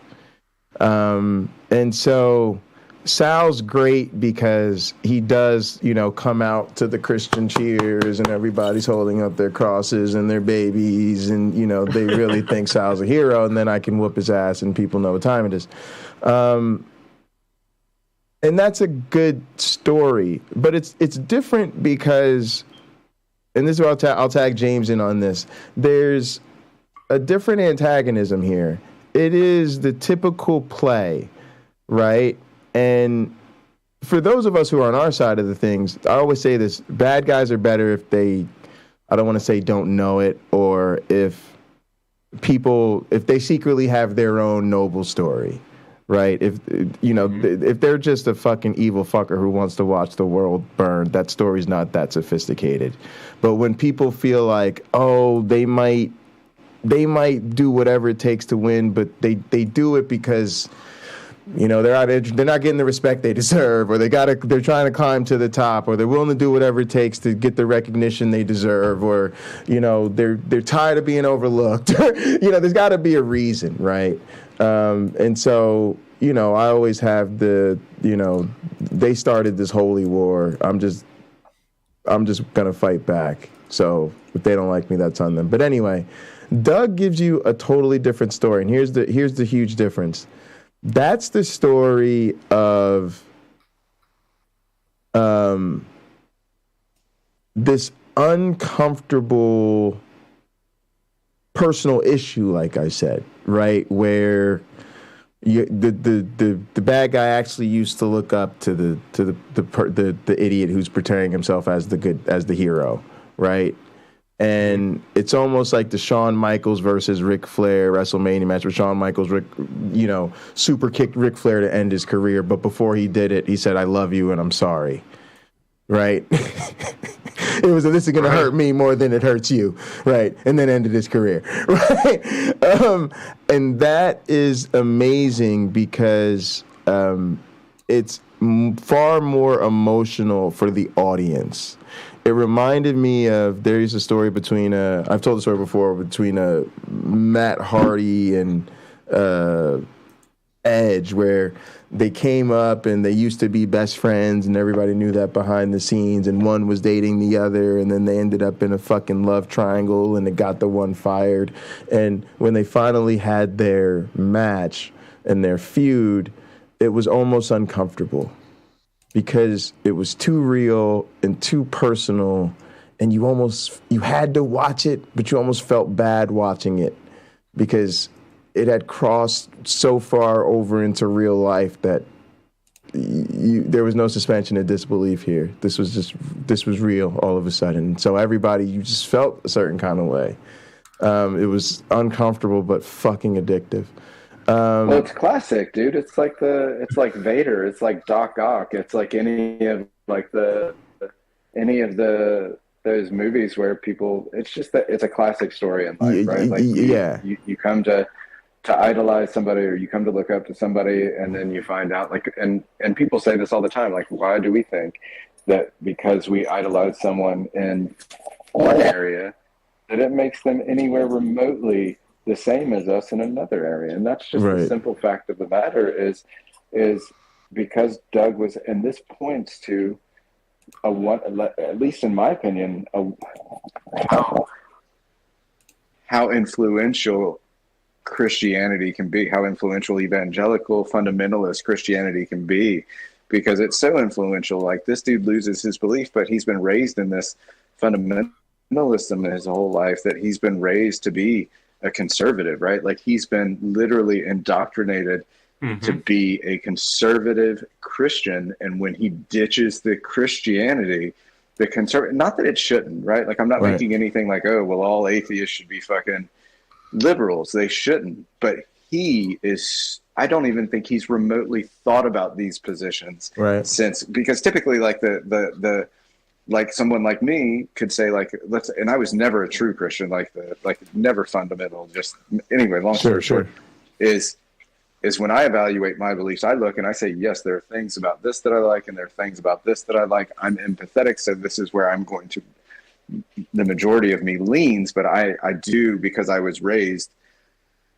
how I was raised, I do think we should have less government, we should have less regulation, we should, like, stay the fuck out of my business, goddammit. Sure. And however, some of us agree on those things. Yeah, but go ahead. Correct. But anyway, every other way, but the point being is he is a wonderful example of how influential being raised a conservative Christian is, because I don't even think he's truly, not to say that if he thought these beliefs, if he thought about his belief system, he would change it, right? Like, fundamentally, I don't think Doug can, because his personality is what really latched on to conservatism, the conservative Christianity, right? The I am special, the narcissistic, like, I am the, like, literally subservient wife, kids should do as I say, like, I'm going to go, I make the money, she stays at home, I play golf, blah, blah. And he's even said before, like, I'd like to have his daughter talk to him, because he said before, like, no, like, she's, because I guarantee,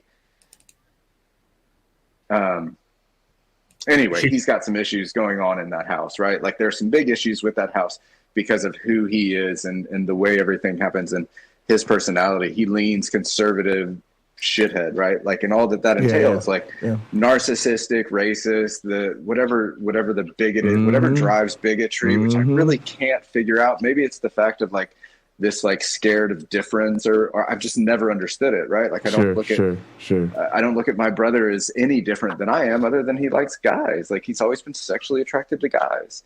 Like, what's that? You're How like, is that any different? Yo, you grew up probably like I would have done. I'm like, do I look nice in this? Because you know they be helpful because they not trying to compete. And I'm really glad when I go see my girl, you ain't looking at her trying to get with her. Matter of fact, you know what I'm saying? You nice to have somebody in the house who you need a little help, a little car ride, a little something. Like, you could trust them with your girl. Ain't a lot of people can't trust their brother with their girl. Now, that's a sad state of affairs. It's a sad state of affairs. But trust me, if I had a gay brother, I would be living up that trust, living it up. Please drop my girlfriend at the mall for me. Thank you every time. And make sure I'm looking proper on the way out the door. Thank you very much. He's a little, anyway, that's regardless of, of all that. My point being, like, I've never, and it's not because, like, so that's like, anyway, we're brothers by marriage, but like we've known each other our whole lives. But the point being is simply this, right? Like, even that's never been a thing to me. Like, I never looked at that, and I have trouble understanding it. But Doug looks at it and he goes, "Oh, that's icky." There's something about that to a lot of people that's icky, and I don't know what that is. Like, I don't know. Maybe they've been raised by it, or maybe that's just like some evolutionary something of whatnot. But there are people out there that look at either and especially now it's just the queer community. They look at like they just don't like it, right? Like, it gets under their skin, and I'll never know what drives that, because it's never like, I didn't come out of that. I've got friends that have like, oh shit, yeah, I didn't like it for a long time, and then like I developed gay friends. I did this. Like, my wife came out of Christianity because she has wonderful gay friends, and she was like, well, there's no way this can be true because they're not all going to hell. But after her first marriage, and she came out of Christianity, blah, blah, blah, blah, blah.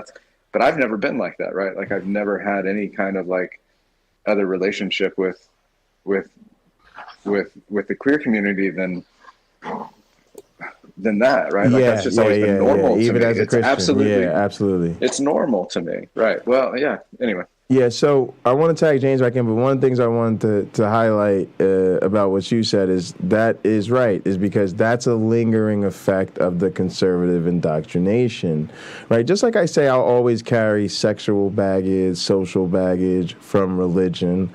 You know, other people really, it's easy to hold on to some of that political baggage. In my case, you know, my flavor of Christianity didn't lean right politically anyway, because I'm black and I was raised by black people who wasn't like that. And to be honest, I went to Catholic school, like a Jesuit Catholic school, and be honest, them motherfuckers liberal as shit, right?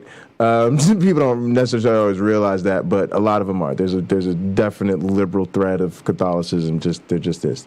But anyway, so it ain't, you know, they ain't no right wing Trumpists, like, you know, it wasn't going to be on that. Now, there was some of that in my community. I grew up in Pennsylvania. It just was everywhere, and it still is. But it wasn't going to affect me like that.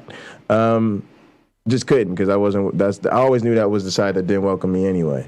But the thing I wanted to tag James back in on, too, is, you know, talking about this from a booking perspective, comparing, say, me versus Sal compared to me versus Doug is...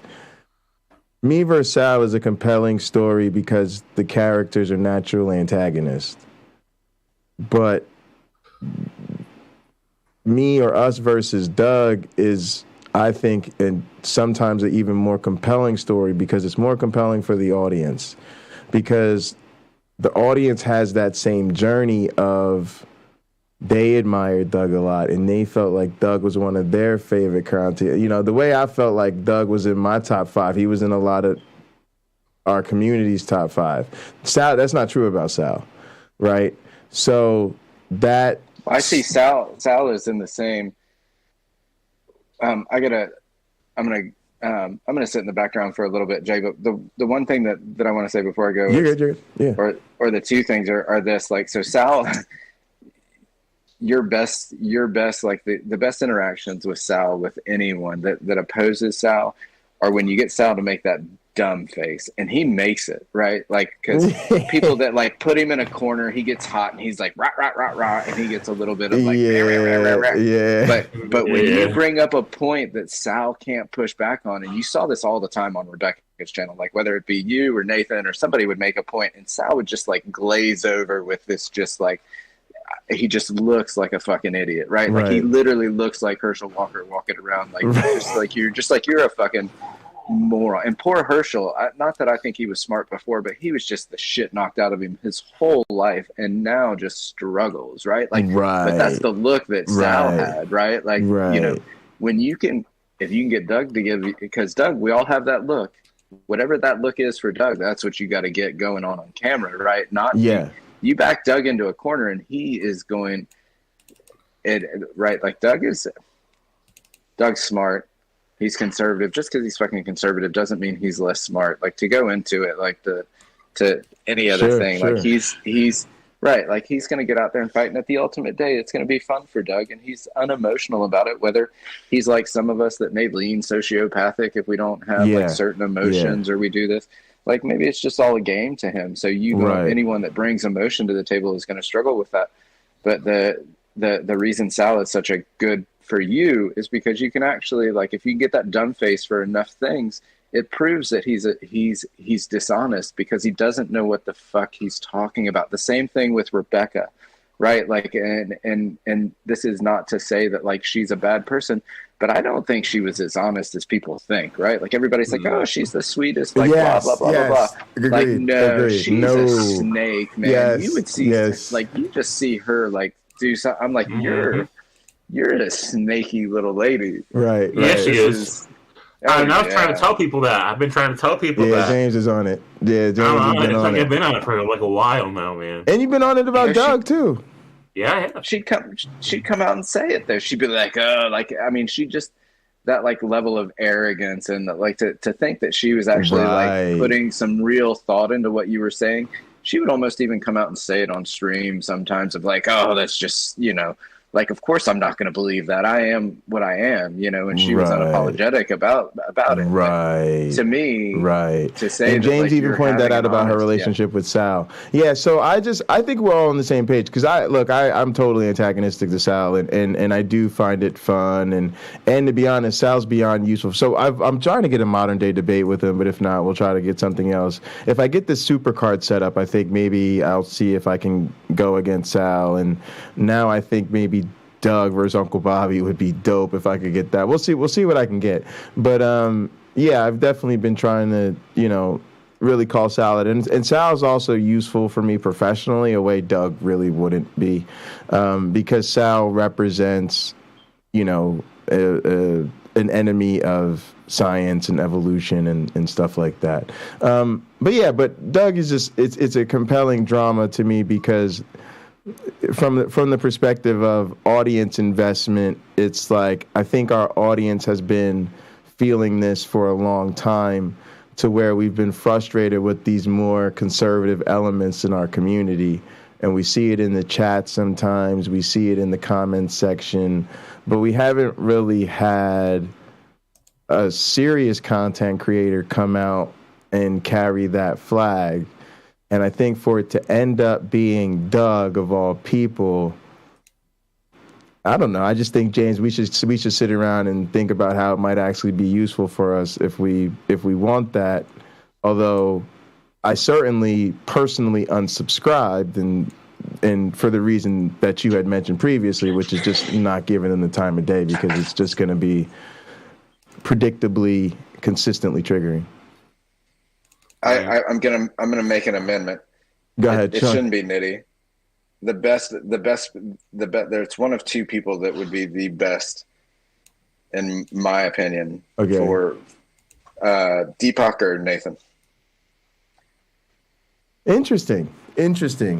Yeah. I haven't heard from Deepak in a while. But me either. But I'd be interested. Yeah. The Nathan thing is, I think Nathan could really do it, and I sort of even think this time he tried to do well, and I do think he can get through to Doug. My only concern with Nathan is I do think it's hard for him because I do think there's a place that needs to be kind of gone here, at least in my opinion, that requires a certain firmness, if for no other reason, out of respect for the issues. And I'm just not sure that Nathan can do that with Doug for the same reason. It's just hard. But I don't know. I could be wrong about that. No, I agree with you. But because I think there's a few things going on. But if he were, I think he's one of the if he could go there, no doubt. Probably, no doubt. Right. Like if he could treat Doug like he treats maybe Otangelo or maybe not Otangelo because he plays with Otangelo quite a bit, but if he treats Doug like one of the theists that come on that's kind of like a dick to Nathan, right? And then Nathan says, okay, you want to be an ass, then let's play. If he could treat Doug like that, then because Doug, I think if there's anyone Doug considers a friend, it's Nathan, Deepak, and maybe a couple of the other like people that show up on those group hangouts. And I think I think the thing with Nathan is Doug would have a real tough time with the wordplay, and that's where that's where he excels at the most. Because if you go back and you watch like your interaction with him or Nitty and Tux and those, Doug's able to like redirect, and he's able to do some stuff. Yeah. Like he's able to make these moves in the conversation that rally you up, and maybe you miss, or maybe you just never will catch. But I think Nathan has trained himself to catch those. Sure. I don't always miss him. Sometimes I'll go right into it because again, I'm working it, baby. Because I like that, and sometimes it's an issue about whether or not I call it out, and sometimes I don't, and that's sometimes that can be a control thing. It can be like I don't even want to. I'm just gonna leave that alone. Yeah, but Jay, you've got to understand when you do that. Like, I get what you're saying, right? Like, you're like, well, I'm just gonna keep fighting or keep doing my thing or whatever. Right. But that doesn't accomplish what you ultimately want to accomplish. If what you ultimately want to accomplish is if we all think Doug is a little racist and a little bigoted and just an asshole about it, meaning like he likes to entertain himself by hurting people's feelings or whatever these things are. If the goal is to expose him, you're not doing it when you play these other games that you like to play. Say like, oh, well, I'm going to play my game or play with Doug or we're going to do this. That doesn't do anything to further that goal of exposing him for what, in my opinion, I truly think he is a conservative dickhead. Sure. And everything that means. Sure. Go ahead, James. Yeah, I'm with you 100%. I have nothing to disagree with there. Yeah. But you'll probably have to wait. Like, Nathan won't do it unless they've had a falling out. Until that happens, just Nathan's not the guy. So if you could find a way to trigger a falling out between Nathan and Pinecreek, I'm just saying. But that's what I mean, because I don't know, and I certainly wouldn't expect it, but I certainly don't expect, and I don't think it's a good idea. I don't think people will make Nathan uncomfortable about his relationship with Doug, and I don't think they should. With that being said, it means it would be up to Nathan to be motivated in that regard himself. And I'll give you the flip example, Nitty, right? Nitty, I don't know, maybe he's still heads or tails trying to figure out if he's going to play cards and be buddies with Doug, but he certainly felt motivated on his own to say, I want to talk to Doug about this, or I want to call Doug out about this and speak and make a stream about this or whatever. And to some extent, it seems like maybe Nathan did as well, because he did call in, and I think with the intent of trying to help Doug see the error in his ways, right? But my point is just to say, those are very different responses, and neither of them was motivated by anything other than them having a differential response to the situation, right? It wasn't like us being like, oh, Nitty, are you going to do anything about this? Or, oh, Nate, you haven't really called out Doug. Like, because I don't even think it's about that. Because there are certain things that I think go nuclear. Like, even the Robert Price shit. I felt like there was a circle around this. Like, it was okay. Like, the whole thing was okay as far as whatever Derek felt he needed to do. But when it got to the point of Derek wants to no longer have Robert Price on his channel, blah, blah, blah, blah, blah, blah, blah, blah, that's fine. Okay, cool. If he changes that later because he's talked it out or had the conversation, whatever, that's fine too. If he decides he still wants to be friends with them, he just doesn't want to have him on his channel, boom, that's fine too. Because again, this isn't a violation of humanity, and some people may disagree with me, to the point of a person needs to be completely socially ostracized for this. I'm just not there with this, and maybe I'm just too used to it because I did grow up with it, and I'm like, man, we wouldn't have any white people left on the ship if we started doing that, But anyway, it's and I admit that too. Like, I tell people all the time, don't put me on a pedestal, because just because I haven't managed to offend you deeply, just means you don't know all my views yet. That's all that means. Exactly. But it is a situation where I think, to you guys' point about who's going to be most effective, I do think some of the most effective. Go ahead. Focus on the Robert Price thing, because I think the whole thing with the Robert Price was, at least with Doug. And I agree with you guys. Like, I'm all for say what you want to. You keep talking. You keep your stream just like Joe Rogan, right? I fall off. I'm not going to do Like Right. this whole idea that people are getting canceled, they're just getting repercussions for their actions, right? Like, Absolutely. you say terrible 100%. shit, a lot of people are going to push back. 100%. Point being is Doug was telling Derek, no, you have to keep him on. If I recall, like It was kind of that flavor, right? Saying that he was throwing him under the bus or all this type of thing. Yeah. That's why Doug had Robert Price on, is because he said, hey, Derek, no, wait a minute. Like, he's got these ideas. No, you should still platform him. Where Derek's saying, like, look, this dude's, because of the way that I've grown up or where I've been in my life, this dude's toxic for me. And Doug was saying, no, you got to keep. Worse than that, Derek was telling you he's interfering with my ability to put food on the fucking table. Yeah, that's right. I forgot. Anyway, it's been a long But yeah, time. go ahead. No, I understand. I was just throwing that in there. But yeah, go ahead. I forgot. But I Same thought point. that, Yeah. Totally inappropriate. Yeah. Anyway, I just wanted to honestly, bring that point up because yeah. Doug was literally not only an apologist for all Price's like stuff, like he came on and was kind of like, oh, it's okay. Like, see, he's not as bad. You're not as bad as everybody thinks, right? Right. But it was literally because Derek was like, no, and maybe you guys remember better, but all I remember was Derek was like, look, I can't support this anymore, so I'm not going to. And Doug was like, what are you talking about? You have to. Like, you can't just, like, not have somebody. It was that there was some weird thing going on. I'm like, wait a minute. Derek should be able to have who he wants and who he doesn't want on his channel. Well, who the fuck are you to tell Derek to have, right? Like, this just does it. And that's where I find myself with Doug is I do that double check. Like, wait a minute. What are you talking about, dude? So a big talking point at the time was people were saying that that's deplatforming someone, that's censoring someone. Right. And I was like, and I remember I jumped into that argument even on the Mythvision discussion Just in the forums. comment section. Yep, me too. I'm like, you cannot say that somebody's been deplatformed or censored on a channel that isn't theirs. Like, it's Derek's channel.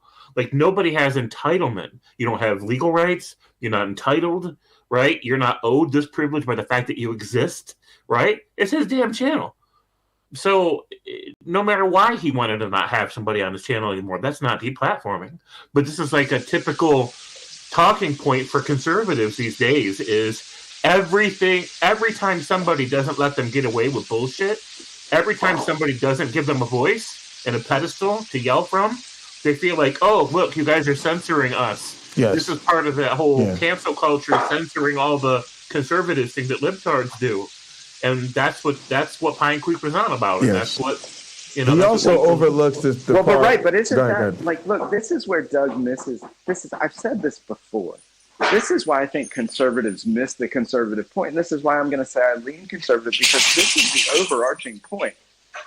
It's my house. If you don't like it, get the fuck out. And that is what Derek was saying, right? And Doug's like, no.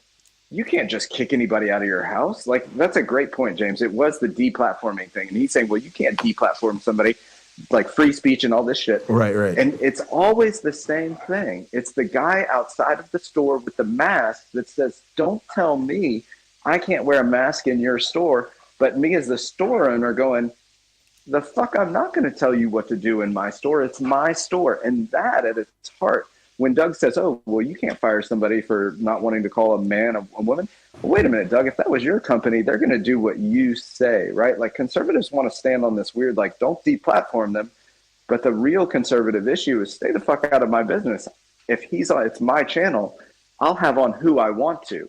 And Doug should support that over saying in the other direction. Absolutely. And this is this blatant conflict of priorities where they can't even remember what their fucking moral values are, or their political values, their ideological values, because they'll directly contradict themselves on this point every time things aren't going their way. And they end up revealing that what's really happening there is narcissism straight from the playbook. Just like, and this deep sense of entitlement that they don't see in themselves, but they only see in other people. Absolutely. And then the thing is, they always see the entitlement in marginalized groups. And then they don't understand that we are coalition by necessity, because it's like we're not in the dominant position.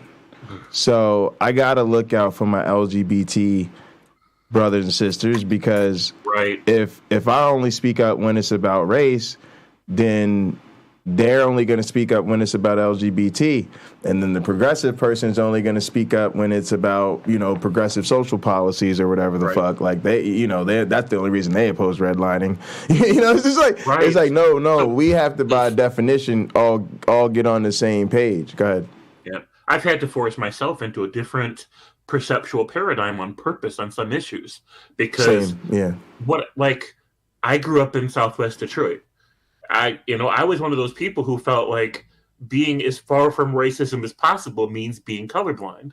And it wasn't until like a few years ago that someone explained to me colorblind isn't the best approach to this issue, and here's why. And then I was like, damn, that's a good point. I never thought about that before. So that I had to become color sensitive in order to participate in a responsible way in those kinds of discussions. Absolutely. And it's just one like even the trans things, like with gender identities. Like it's not like my way of thinking or feeling changed, but I became aware of a broader range of thinking, feeling, and living, and so I had to adjust to that. And this is part of what I was trying to explain to Doug, and then he tried to use that against me because that just reveals what kind of scumbag he is. I tried to tell him, Doug, at some point, it really doesn't matter what you think, feel, know, and understand about these issues. At some point, you got to understand when it comes to racial issues, being an ally means I'm in the back seat, people of color driving. Y'all tell me if you need snacks, help with directions to so-and-so's place, or whatever the fuck it is that I can help, but you don't drive the conversation anymore. And then he just refused to accept that. Well, who am I to say that? Tell me about the most racist thing I've ever been through. In other words, he wanted to, strip down the legitimacy of my blackness rather than hear me out when I'm trying to tell him exactly what you said. If you're going to be part of the solution, you got to be color sensitive. And we were trying to even concede to him, Doug, that means you may not feel it. You may not feel it. You may not ever get to that place where you can really, truly empathize with what black people are going through and therefore need from you. You may not ever feel it. You may not ever truly understand it. It may not add up. You may be like, so wait, it's okay to start a program where you go out of your way to hire more black people, but it's not okay to establish a program where you go out of your way to hire more white people? Yes. The answer is yes. Just that's it. 2 + 2 is what? 4. Affirmative action is what? Good to go.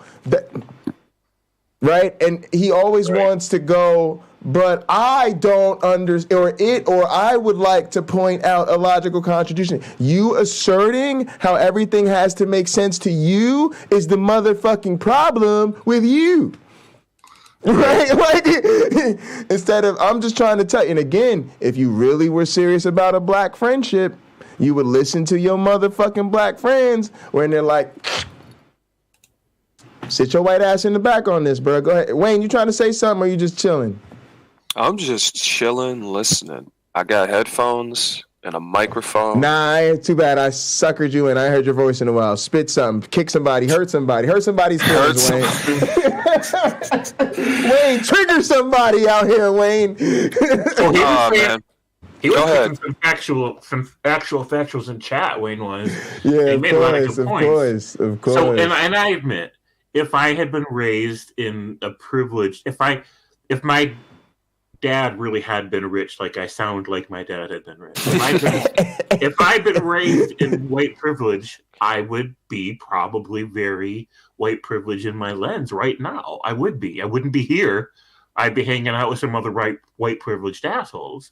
But because I grew up in Southwest Detroit, and because I suffered through poverty, and because I happen to have a strong empathetic reflex, there's like any number of situations that played out that kind of helped form what my moral opinions and my values and my social dynamic. And it's just all social physics, right? It's neurophysics, it's social physics. So I recognize that even though I was very unlucky in the hand I was dealt, in some ways I was lucky, because I could have had Doug's life and I would have ended up as a Pinecreek. Right? No.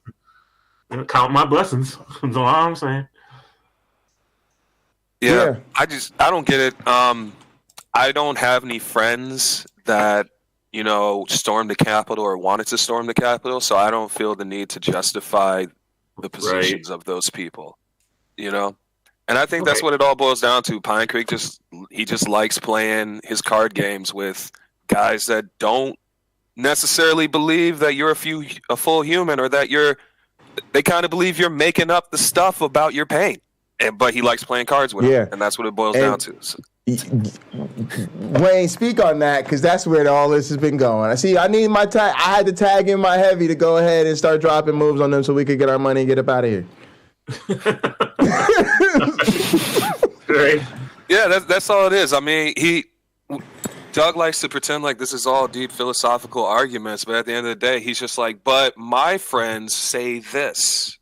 And why does that offend you so much? That's all the argument is. So that's why I'm just sitting back listening to everybody talk about it. Yeah. It's I need somebody. Wayne, cover for me. I got to grab my joints real quick. Yeah. Yeah, it's not as deep as he wants it to be. Like, I get the value of wanting to have these conversations, but he's wanting to have these conversations at the expense of the people participating. Right. Yeah, well, that's how he feels better about himself. Yeah, and that's weird.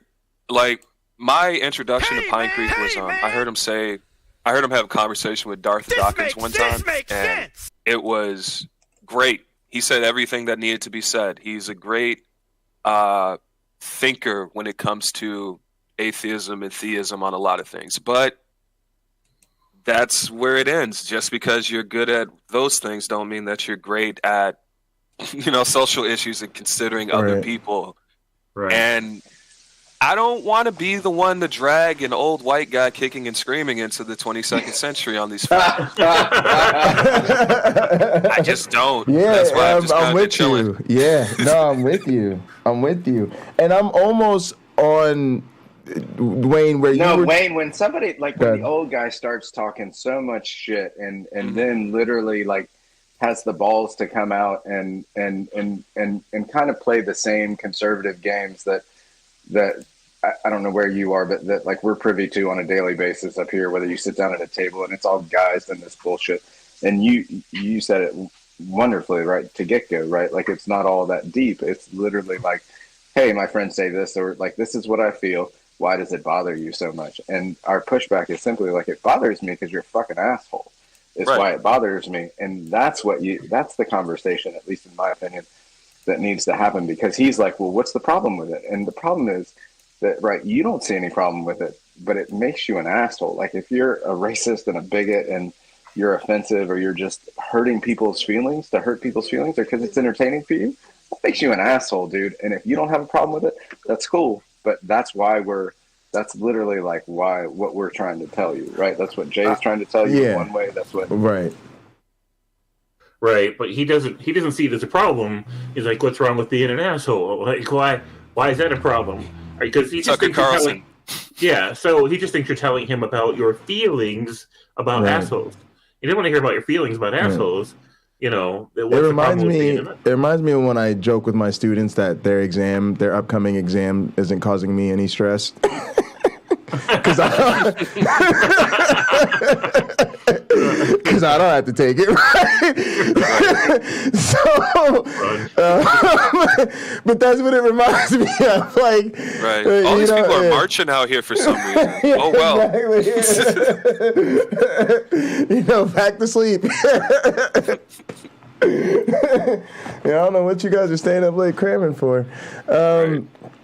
But yeah, it's really interesting, and I definitely appreciate the voice of everybody here on this panel, and it is satisfying to me in a way to come to a shared understanding with my friends and support system.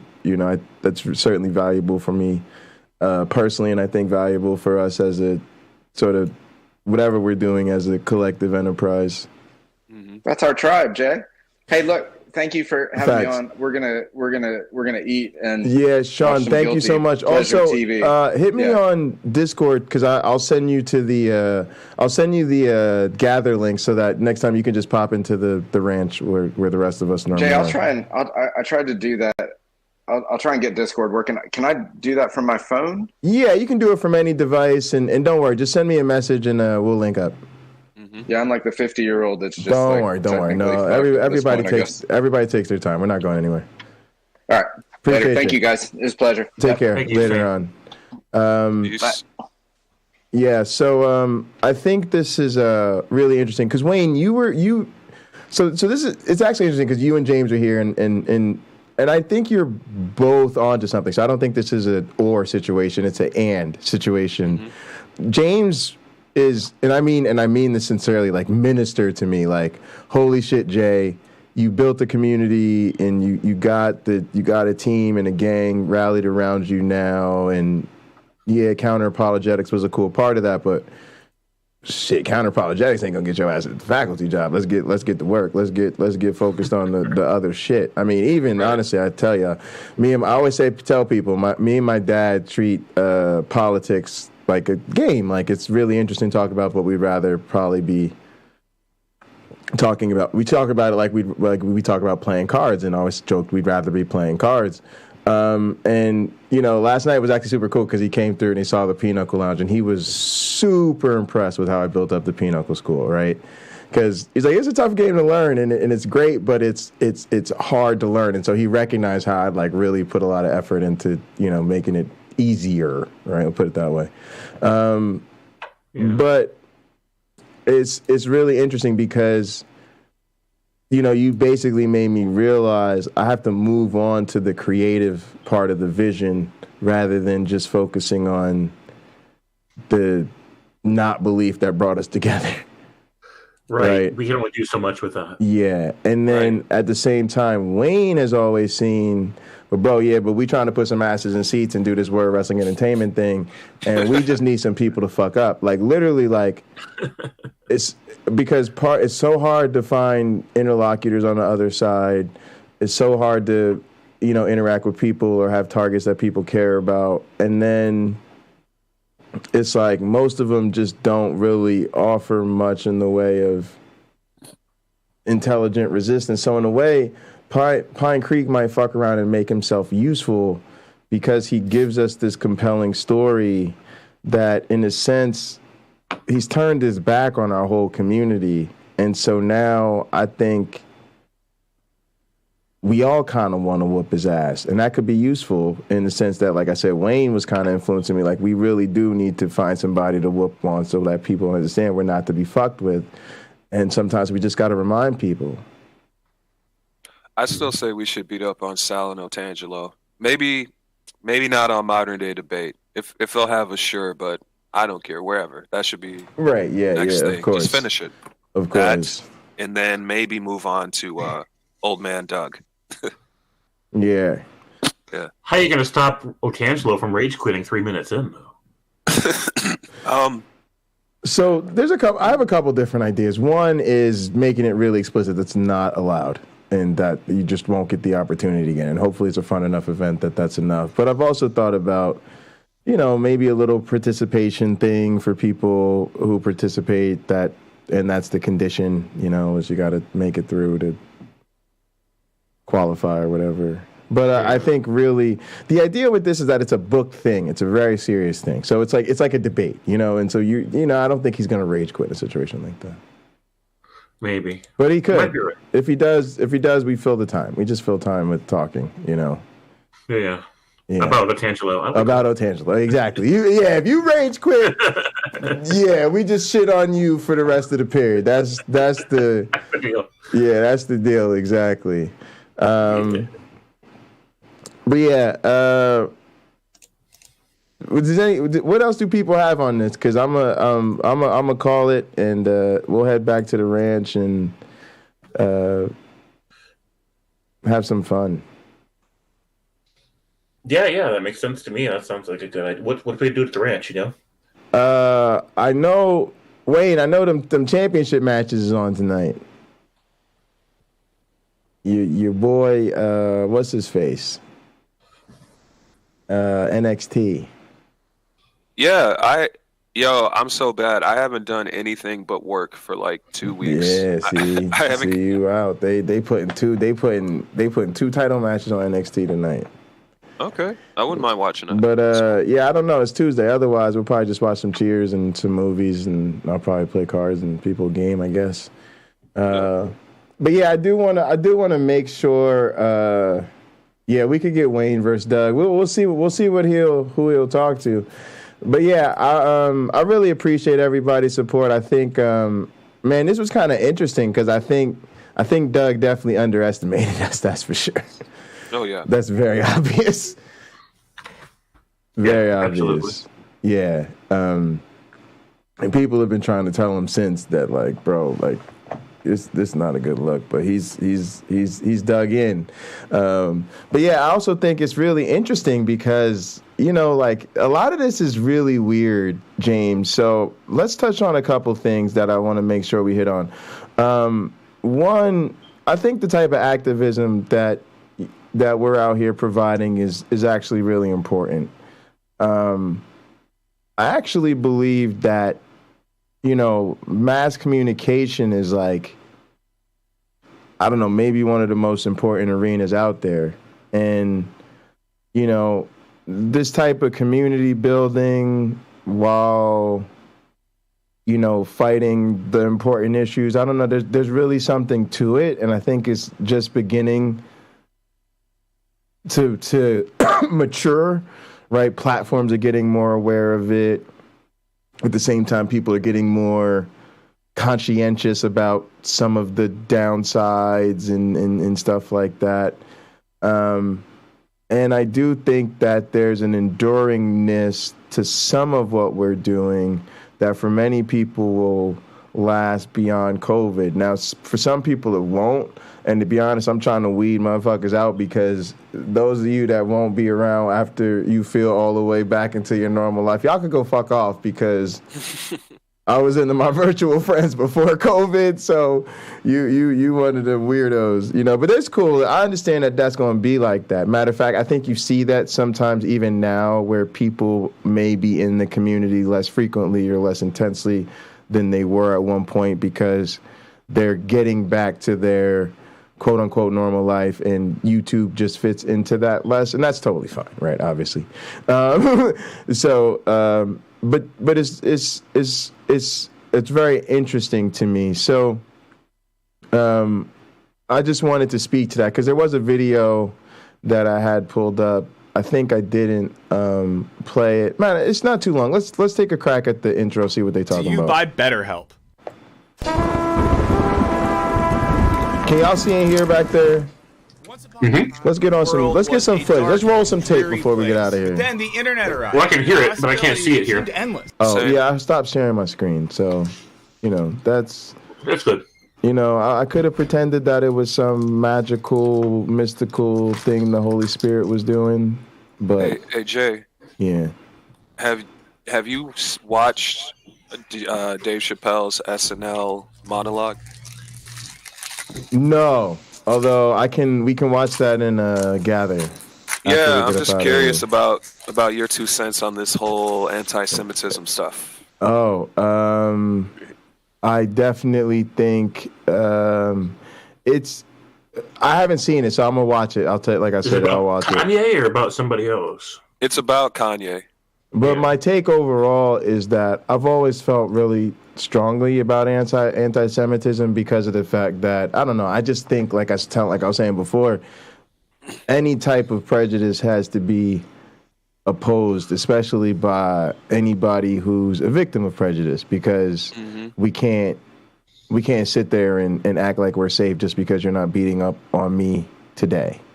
Right, that's even the shit that happened with Pinecreek. He said, "What have I said to hurt you?" And I started listing all the shit he said to hurt you. Then he wanted me to restrict it to what he said that day. But the first thing I was talking about was your shit about LGBT people, your shit about classism, your shit about, you know, I wasn't even going to jump straight to racism because that was just on a long list, right, of others that you've offended, and that offends me. All of them offend me. At the same time, I'm anti-theism, so we have to walk this fine line because I'm super anti the Hebrew faith. And I think there are particular extra problems with it.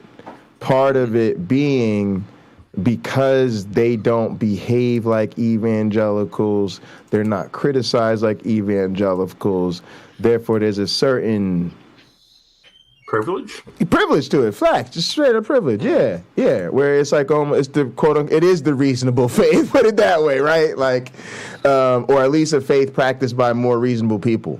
But it's important. Go ahead. I'm just saying it's important to separate criticism of the religion from criticism of the people, and that's what is problem. And then the whole thing that really is problematic right now is a la racism, sexism, and everything else. Right now, people are using it as a political tool, and that is shut it down immediately. And to be honest, I really think you're asking for a fight before this pre-fucking you can't do that without going to jail shit. But this is just a bridge too far, right? All these issues are fucked up, and they should never be a topic of conversation ever at all. Touch that stove, you get burnt. I'm tired of talking about it. But not only are we fucking talking about it, these motherfuckers are going out of their way to touch the stove at the most weaponized social and political times possible to achieve max harmful impact. And it's just like, string these motherfuckers up. I'm tired. I'm sick. I'm just sick of it. Like I'm just sick of it. I'm sick of it. I'm just sick of it. But yeah, I don't know. That's my off the dome take. Yeah. No, that makes a lot of sense. It drives me crazy when motherfuckers go into a boardroom and that boardroom is like 90% white people, old white guys. And they think that the three dudes with funny hats in the corner of the boardroom control the whole boardroom. That's insane. And that's the route Kanye went. And that's the reason he lost almost $2 billion. You know what I mean? He disrespected some of the people in that room, and those people used their power, meaning giving him money. They exercise their ability to not give him money anymore. Right, exactly. That's right. And the other thing is, just like you hear about the black cities that black people actually built something up for themselves and then they were massacred or the city was bombed or destroyed or whatever, right? Tulsa and all that. Yeah. You can't do this to our Jewish brothers and sisters. Just because you excluded them and they got restricted to certain professions and certain ways of life, and then they had to fucking look out for themselves because they didn't have any fucking help, and they were basically treated like a light-skinned underclass. Oh yeah, underclass, absolutely. And now they got some shit. You want to point out, just like they want to do to black people, oh, some of y'all are wealthy now. Huh? No, what's up with that? Right. You don't experience racism. Yeah, go fuck yourself. Right. There's a Jewish cabal. No. Just no. And again, like, I hate to say this, a lot of us grew up, especially if you grew up on the East Coast, where we talked about Jewish neighborhoods and Jewish communities and people like that. Now, just like saying inappropriate shit about gay people, number one, we got wise to that over the years as we grew up, right? Mm-hmm. And number two, even then, we recognized it differently. There was a certain way, like I talk about certain Jewish people I've known growing up, and I talk about them as honorary Negroes because they were, like I said, relegated to either socioeconomically they had to hang out with the black kids, or white kids didn't want to treat them right, so they was always friends with the black kids, and then they ended up marching alongside us in the civil rights, right? Right. Mm-hmm. And then they ended up, even the ones that accumulated wealth, they used that wealth to help racial inequality. Yeah. Sometimes even more so than they fought against anti-Semitism. Now, there's go ahead. Yeah. So I was just saying, like now, in return for that allyship and there comes some admiration to where it's like, well, hold on, as black folks, we're cut off too.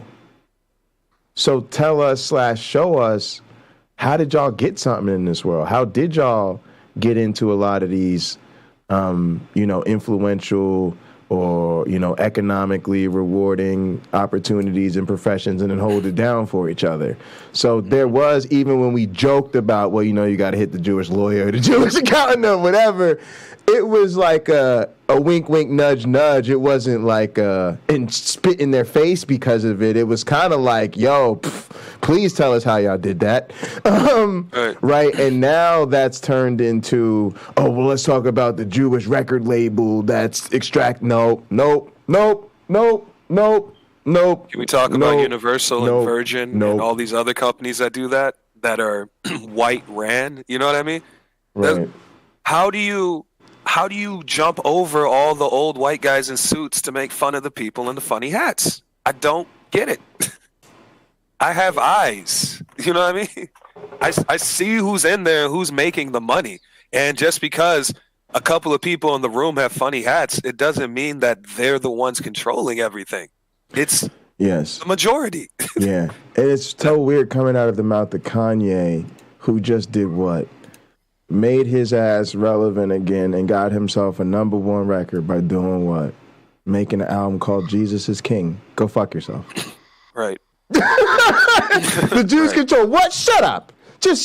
No, you don't get to make a Jesus is King blue bullshit, have motherfuckers bumping it in church, and then tell us about the Jewish control of the record labels. No. This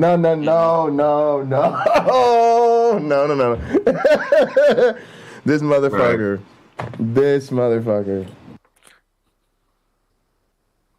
Is crazy.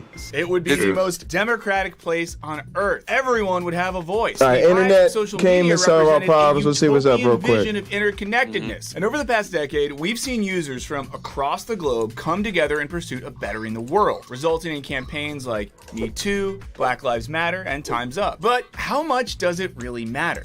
Can hashtags and memes actually change the world? And are we liking and retweeting our way to revolution? I say yes. Or just shouting into the void? Let's find out in this Wisecrack edition on online because we can activism. influence each other. Okay, before we go on, we want to thank this video sponsor, BetterHelp. I agree we can influence each other. But there is a lot of shouting into the void.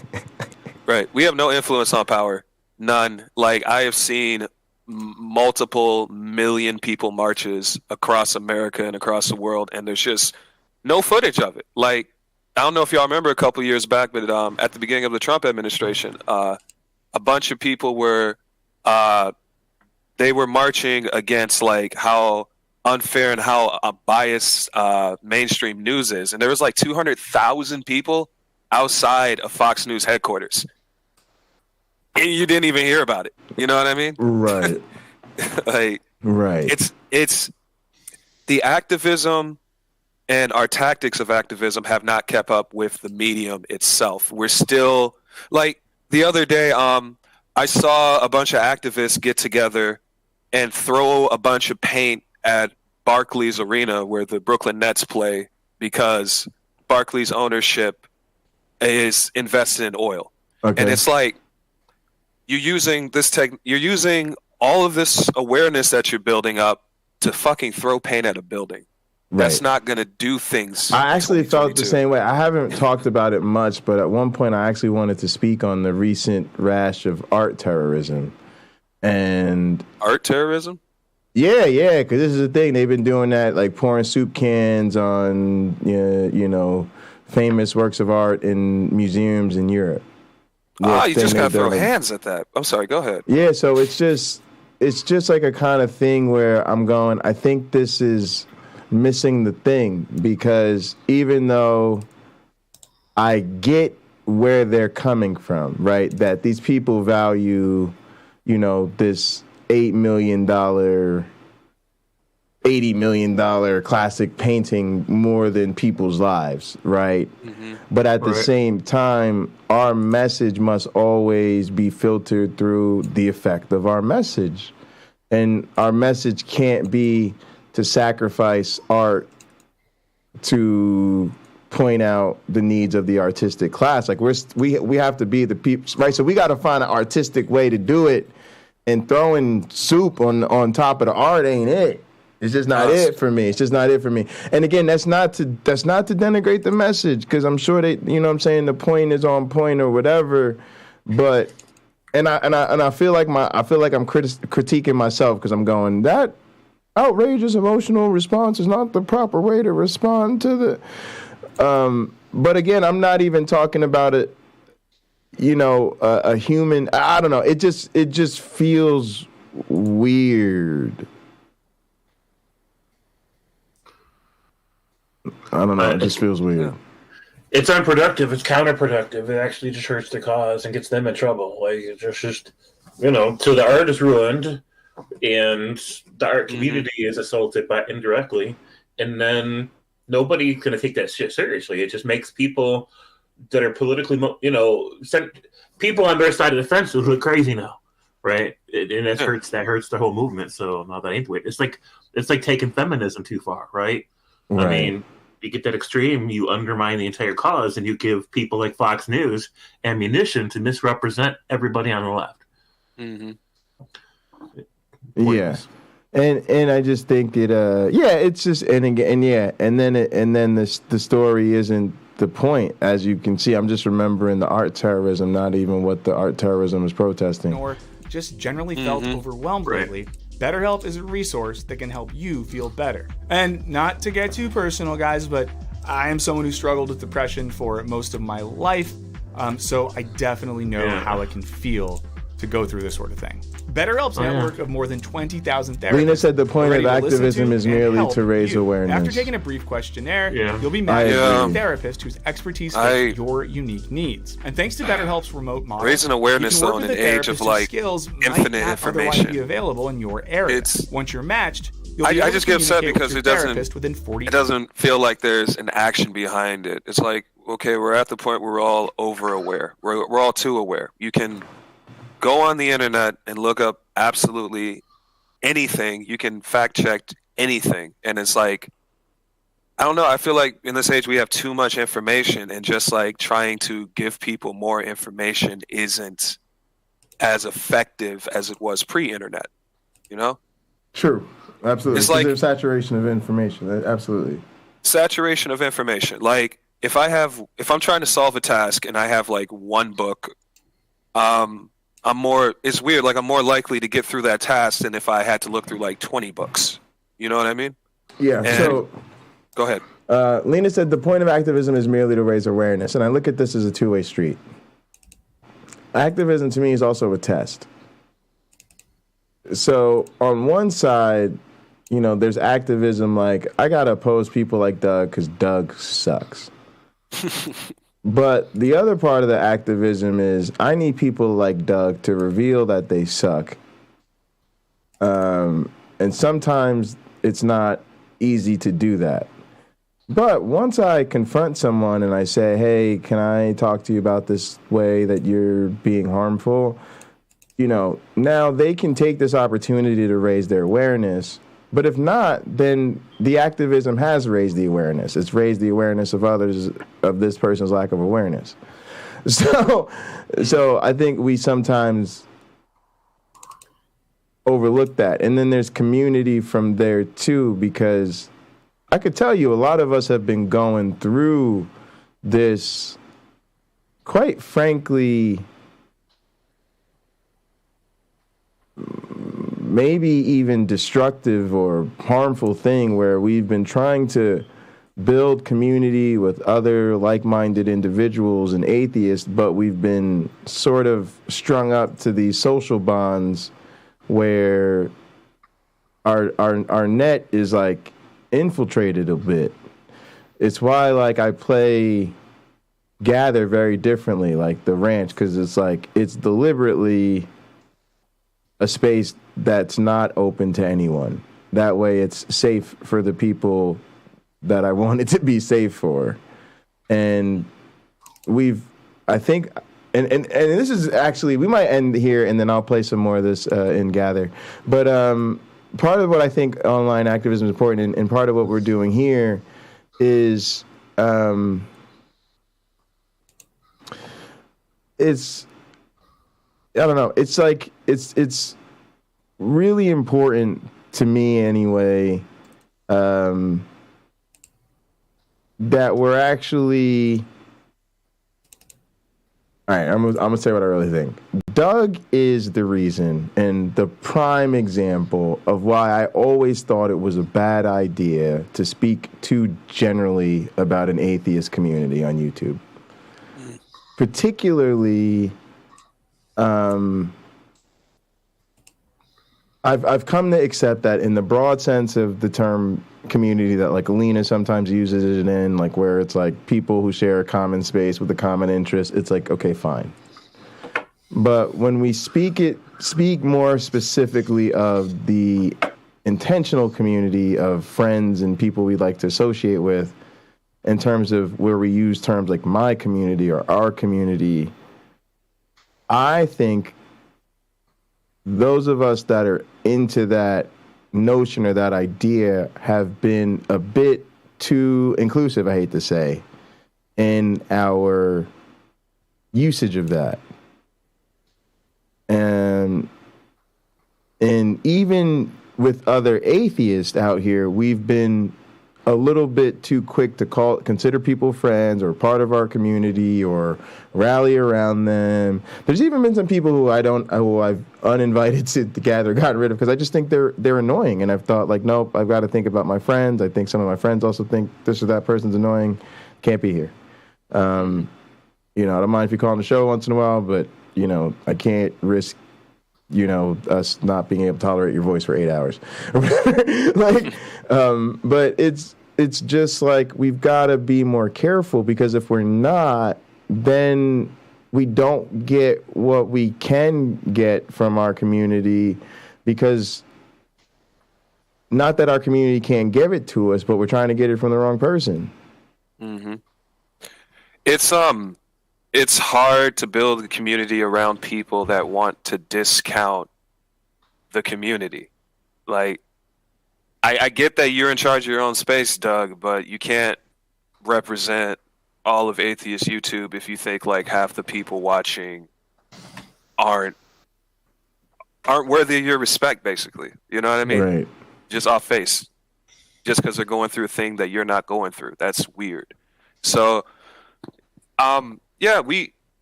community building it's an evolution thing. There's never a moment in time where it's like, oh, we didn't have community, now we have a community. Like, right. You just got to keep moving past Doug. But yeah. I just want to speak to the risk. Go ahead, James.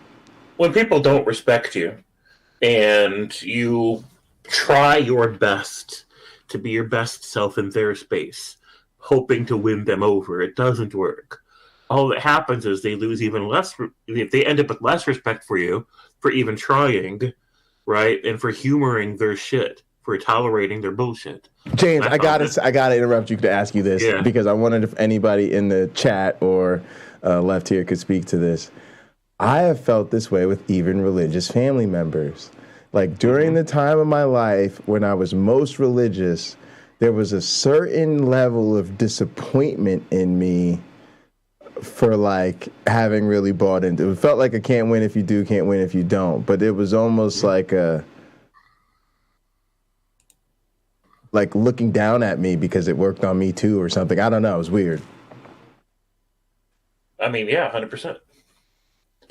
So, there's lots that I want to say about this, and I don't know how much of a tangent I want to go on right now, but,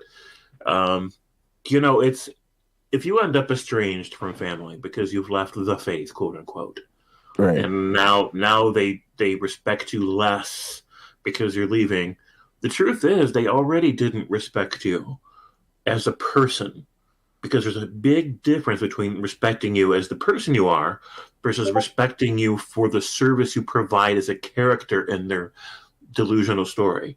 Right? If their respect has always been contingent upon you playing a role in their story as a character in their story with approved dialogue, right, then they never really saw you as the person or valued you as the person in the first place. Or maybe they did, but not completely, right? Because too much of it was based on that artificial construct. So when you leave, they didn't really lose respect for you. They just lost the religious part of the respect for you. And the only respect you're getting now is however much you actually had before with them. So if you're getting 5 points out of 10 worth of respect just to kind of give it a number. Now, then that they only have 5 points of respect for you when you were in the religion. The other 5 was coming from the fact that they respect the character you were playing in their story, right? So you leave, you lose those top 5 points. Now you've only got the 5 points left. So that's the only real 5 points you had in the first damn place. You just didn't know it. And so now it's time to try to start rebuilding from there if you can. Right. And with some of these people you can't. Right. And what they don't understand is that's on them. Right. Because you're not responsible for their failure to grow as an individual, and then the natural alienation that causes of their social bonds, which is just I hate to say it, but like we talk about, there's a difference between you're being canceled and there's consequences for your behavior. If you walk around and you're telling people, hey, you're dog shit for existing and you're gonna burn in hell one day, but Jesus will save you. Now, if everyone that you encounter is like, hey, you're good to go, thank you, can I have some more, please? then that's really on them. But if somebody says, that's a really shitty thing to think about people, I don't think I want to hang out with you anymore. Right. They have not done anything wrong to you. They've simply said, hey, it's the holidays, I want to have a vacation, not do something stressful, and then feel like I need another vacation. So I'm going to do Friendsgiving instead of Thanksgiving. Hit me later, catch me later. That's on you. Because, you know, like my mom always said this to me, and, you know, we have these conversations, but they're a work in progress, so you grow. But she said, she always said to me coming up, like when she first started moving around and stuff, you know, I want to always have a room in my house for you because, you know, as a mother, you don't want to ever feel like, you know, your child doesn't have a place to come to in their time of need. But then what kind of sense does it make to then not be willing to make an environment where I feel welcoming, where I would actually want to turn to you in the time of need? Right. Now, that's not a character assassination of my mother. It's just to highlight a disconnect between her intent and effect, right? Merely only because I want to show that her intent really is to create the welcoming environment. You see what I'm saying? They just overlook the fact that their religion can have this effect because, again, they've only ever been given the positive reinforcement for it. So when you turn up like the weirdo and you're like, nah, that religion shit isn't cool with me, you just seem like a really odd person who insists on making everything uncomfortable. Mm-hmm. In other words, you seem like the difficult one. Right. Yeah. But yeah, I mostly feel like, you know, this has all been good. We worked through the Doug thing, and I think the community needed this thing because I think this has been festering. And it's not just Doug, it's this community stuff. It's there are a lot of, in other words, what I mean by that is there are a lot of people out here who also don't believe in God, but they're not part of our community. And a lot of that is there's this conservative still drinking the Kool-Aid of with the racism as the predominant flavor, or the anti-everything, you know, anti-Semitism, anti-LGBT, class warfare, all of the stuff, you know, anti-reproductive rights, y'all know the playbook. Mm-hmm. And it's like we can't make that mistake of not knowing who's who anymore, because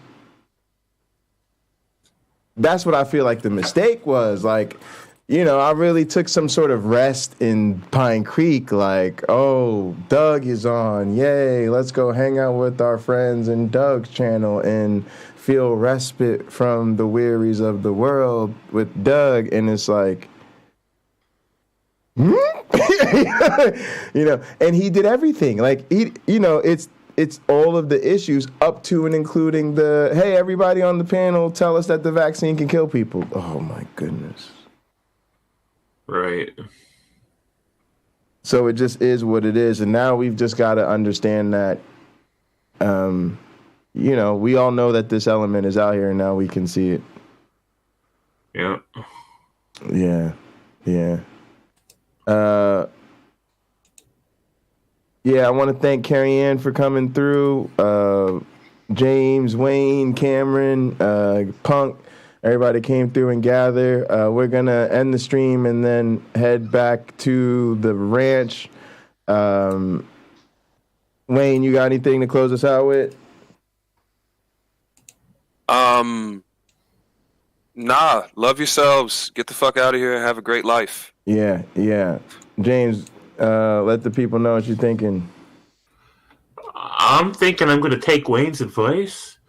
I'm going to get out of here and I'm going to go try to have a great life. So, yeah, I'm going to go play some cards, order some food, hang out, watch some wrestling or something. Appreciate everybody for checking it out. Appreciate the support from the community. Cameron said I might not want to watch a stream on me. Yeah, I don't know. We'll see. Like I said, go ahead, James. I want to give a shout out to Cameron real quick. We haven't really touched base lately, and I just want to let him know that I really appreciate him. There's been so many times, in fact, pretty much every time, where either the thing I say is a thing he was already thinking, or the thing he says, like, is a thing I was already thinking. Like, it's back and forth, right? Like, we like think so much alike, and it really is edifying for me to, like, a lot of times to have somebody just to say, hell yeah, I'm there with you 100%. Now, I have that with Jay, too. I have that with a lot of other people, too, right? But, like, there's just been a lot of dialogue off stream, like, just between me and Cameron directly. Sure, yeah, definitely, me too. It has been very, I don't want to even just say satisfying. More than that, it's just, like, appreciating it on a really deep level. And I think Cameron's a wonderful person, and he's in my mind tonight, so I just want to let him know. Cameron's a great friend. And to be honest, Cameron got me into a lot of this shit because I sometimes feel like Cameron and I have a similar perspective, but Cameron's less vocal and less willing to, you know, jump into the middle of this. Plus, I don't think, you know, if you don't have a channel in this space, you might not have as much to even gain from doing so. But, you know, sometimes it's like, I know he's a person that felt a lot of the same way I felt about this whole situation. And then, you know, like him and Utubepunk, I know that those were people I was kind of speaking on behalf of, that, you know, the other people Doug's not thinking about, that if he was aware of the quality of people that he's offending, you know, and again, it speaks to the bigger thing, right? Because it's like, why assume that I'm representing something that isn't a bigger problem? Because there might be black people that, you whatever you find at fault with me, if I'm telling you something that they might feel, you should assume that you could be hurting them too. But here's, go ahead, James. Like, if there's some hermit out in the middle of nowhere, and he barely talks to anybody, just does his own thing, and he's like the most racist motherfucker you'll ever meet, and I happen to hear about it, I couldn't even begin to care, right? Right.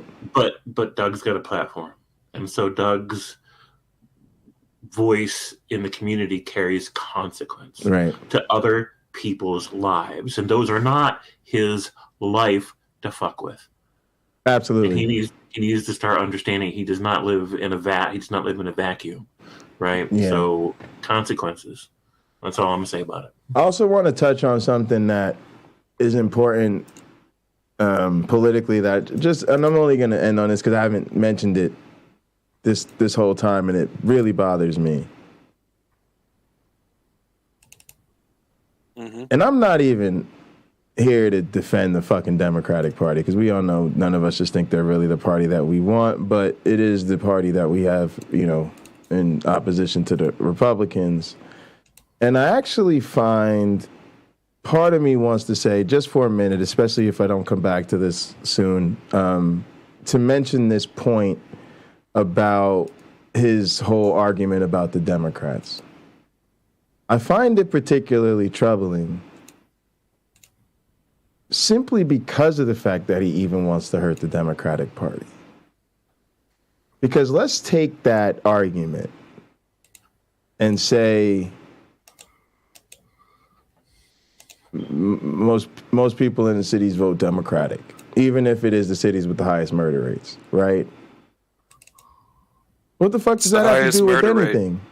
It's the highest murder rate because that's where the people are. Sure, but also it just bothers me because it's like, what does that say about the Democratic Party? Imagine if somebody says, you work at Baltimore Emergency Hospital and you are the best fucking heart surgeon in the world. So anytime somebody gets shot in the chest in Baltimore, they bring them to you because you have the best potential to save this person, right? Mm-hmm. And then they go, well, you know, this is fucking murderer doctor himself, right? Like, it totally overlooks the fundamental signal that a vote gives. In other words, your entire message, even if on brand, would be nothing more than to dehumanize people, be it black people, murderers, or Democrats. Because if, in fact, people who commit murder vote for Democrats, just like black people vote for Democrats, and all of those things come together in the cities, couldn't it be that they're the best candidates in those fucking cities? And it's almost like a WTF, because it's such a non sequitur to begin with, but it really bothers me. And I know that there's been a lot of, let's talk about the racism, let's talk about the who could best get through to Doug, let's talk about, you know, I guess Doug is no longer Pinecreek poker, we're doing Pinecreek politics. All of this is very much deserving of our time and attention. But I do think, since he did make this quote unquote, I just wanted to shit on the Democrats. My only intention was to shit on the Democrats. I was thinking about this walking my dog. That really bothers me.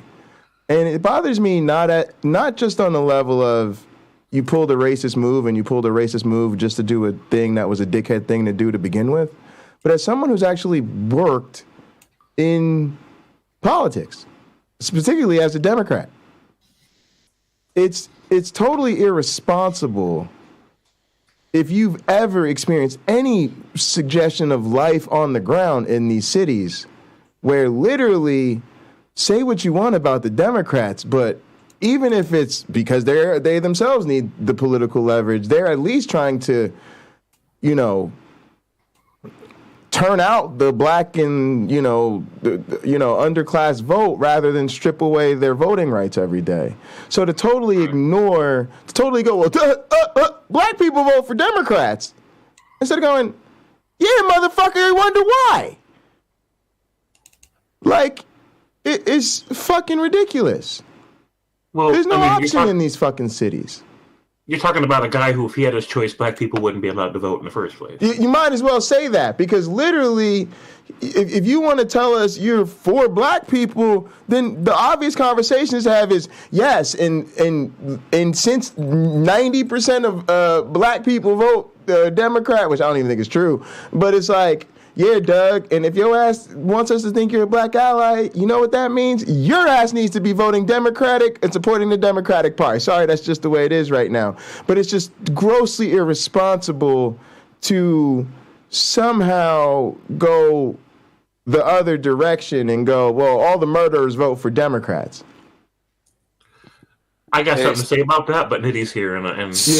Yeah, super quick. I got to derail the conversation. Go ahead. Just talk about how much of a fucking nerd Nitty is. Because goddamn, look at that room.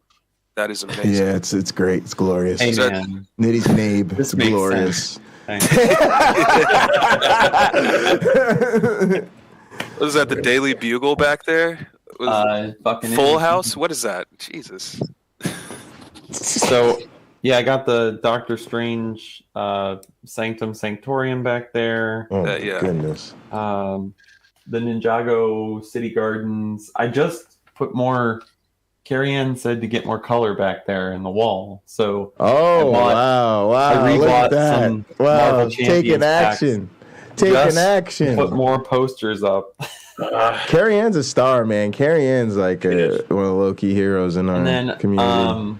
I'm gonna try and and I started taking some of the front pages off of the extra Lego instructions that I have around, so that I can plaster up that wall some more with.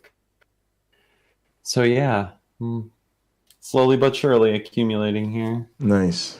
Very nice. I respect it. So yeah, I mean, definitely you're someone people have wanted to, I guess, hear more, because I'm sure are you surprised like when sort of Doug continues to kind of double down on this thing and go Pinecreek politics and all of this? Like, it feels a bit like hey, let's pour some gasoline on that fire.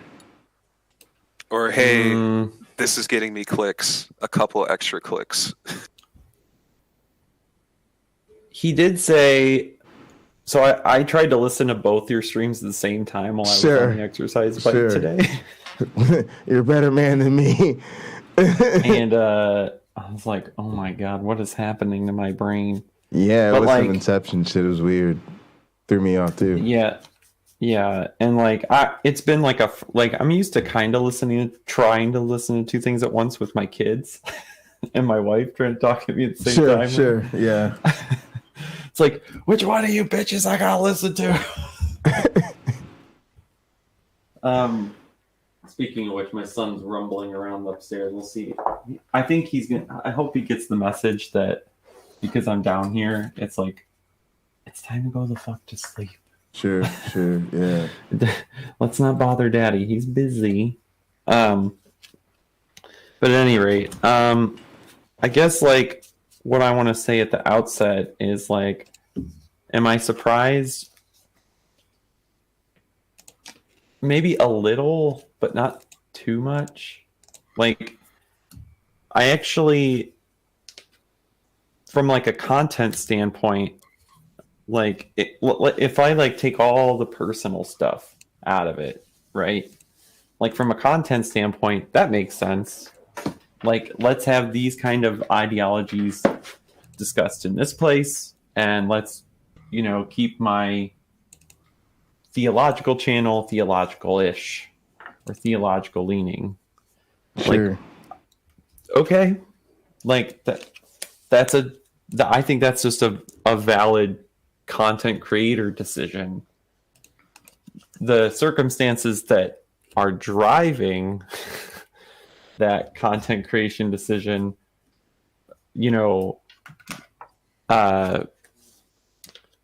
aren't great. I will say that. Like, it's being driven, I think, out of an acknowledgement that I think it, to me anyway, I think he knows that a greater number of skeptics and atheist creators are left-leaning. And as people deconstruct their faith, they're going to more likely to abandon more right-leaning conservative ideologies and stances on things. Right. And so I think he's like waking up to that fact, but he still wants to be right. He still wants a place to talk. I will say like that I agree with something he said during his stream today, that it's almost like what are we doing? Layout went crazy. I do want to see people keep talking, right? I don't want to see people giving up talking. Even I don't. Here's I don't want to cut you off because I want to hear what you're saying. But okay. The thing that gets me with this type of rhetoric, especially from people like Doug, is that their heels are dug in on being antagonistic. And so it's the talking out of both sides of their mouth. I'm going to push you away, but then blame you for the fact that you won't sit down at the table with me. And it's very irritating. And I'm at a point where I am just, because again, that starts to be a privileged place to me. And I know I keep tying that in, but it's just my own growth and reflections on how these things really play out, right? Because then it becomes, again, the politics of civility. You've got to continue to talk to me. You've got to continue to engage with me. And it's really like, no, I'm sorry, but this is a tactic of, I'm going to use a very divisive term here, the other side. The worst thing you can do in a war is continue to refuse to acknowledge that you are in a war. And the worst mistake that you can even make, if it's true though, it's actually true. It's true in real life. Go to Ukraine, right? Don't go and walk around telling, hey, right? They're going to tell you, no, this is war, right? Why are the shutters closed? Why are people worried about getting bombs dropped on them? Because this is a war.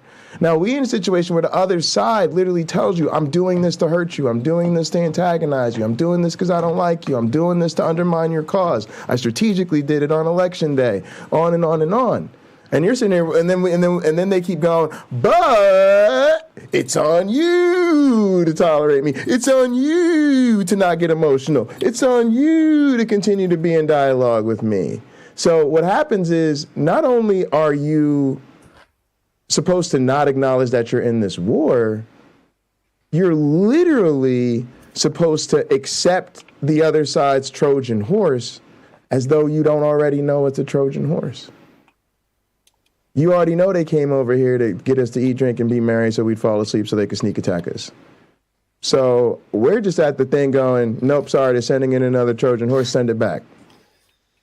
Right. So I watched something about this earlier from a very popular YouTuber, a doctor, who talks about narcissism. And I suppose I can drop the link in chat. But it basically is like, all right, and it directly relates to this. 1 sec, I'll go grab it. And then you can see where I'm going with this. YouTube. Go ahead. So I'm going to find this while you guys talk. I wonder if it's like a...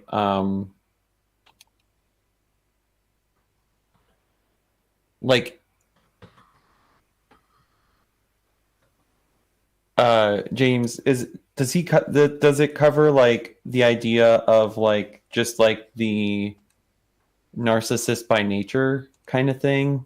It's not like the narcissist is purposefully like self-aggrandizing or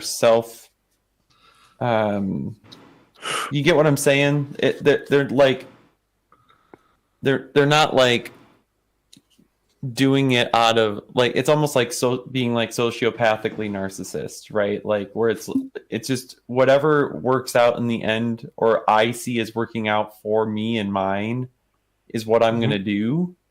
Everything else and everyone else be damned, right? But it's not because you actively hate anyone else. It's just because you gravitate or naturally just focus myopically, right? Or it's like you're part of your personal psychology because you're just, that's just your personal psychology. Like you just can't escape your own neurotic bubble of you and yours. And like if resistance comes against, you and yours, it's not that you're mad at that resistance or you want to see ill of that resistance. You just don't care. Well, Pinecreek definitely cares. He cared enough to make a separate channel. Yeah. So and various people in the rest of our network have land in different places about how much they do or don't care, and how much they do or don't think we should go after Pinecreek about it, and whatever. But this video I just linked, basically, she explains that with narcissists, you have pretty much 3 options. So she walks through the options of what you can do with a narcissist. But mostly it's directed at people who have no choice but to continue to have some kind of connection with the narcissist. They can't get away, and so here's your 3 options, right? But she makes a point of letting you know that, if you can get away, you should, because you don't owe the narcissist anything, right? We don't owe Pinecreek anything. If anybody that has been used to engaging with him decides tomorrow that we're not going to anymore, They're not being a coward. They're not depriving him of something that he's owed. They're not proving some kind of point, right? They're just like having respect for their own time to say, I've got better things to do and more productive people to do it with. So, but he wants people to keep engaging with him because he likes feeling superior. So 110%, James. I don't mean to interrupt you, but the other day when you jetted out the conversation when he showed up, it was the most offensive thing you could do to Pinecreek. It was, and it triggered him instantly. Oh my God! And he tried to go right there. Well, see and I think he almost deliberately mispronounced her name. Aperson guy, he just, and that's just a problem. Isn't that the real problem? And I was like, no, he's just literally. I said he literally has decided for himself that there's a lower probability of this conversation being productive than I have. And I can tell you, in hindsight, you were absolutely fucking right, of course. Once again. Right.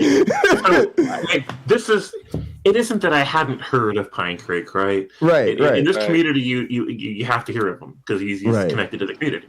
Right. And, so this whole time that you guys have never seen me in his chat, it's because I've never been to his channel. It's because the first time I watched a clip of him, I realized what his game was immediately and said, nope, not worth my time. So he walks into the room, last night?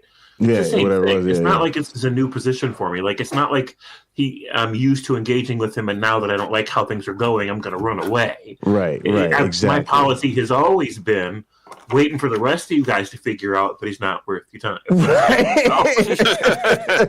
Right. Thanks. Yeah. Thanks for being patient with us, James.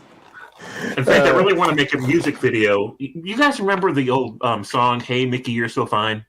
Oh, yeah. Oh, my God. Oh, like I want to remake it. Hey, Nitty, You're So Fine. Yeah. You're so blow my mind. I do want to remake it. If I get fan-generated content, I'm just not... And Nitty, I think everybody, just so you know, I think people have landed all types of ways on this. People have said, I can understand why somebody like Nitty just, keeps him as a card playing buddy. Other people have thought you'd probably be one of the most effective people to get through to him if somebody was going to.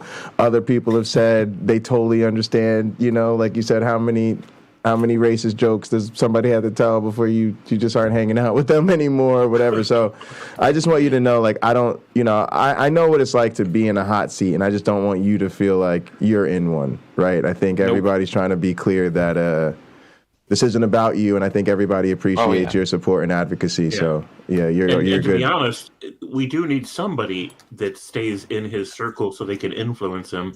I just don't know who should want to volunteer for that job. I know. I think it's a tough job. Yeah, I don't. Yeah. Well, just as with interactions I have with my former culty ass church, I'll report back. If something goes left or goes right, I'll let you know. Yeah. So in the meantime, and nobody's pointed this out yet, Pinecreek is a mass murderer. And what? Pinecreek's a mass murderer.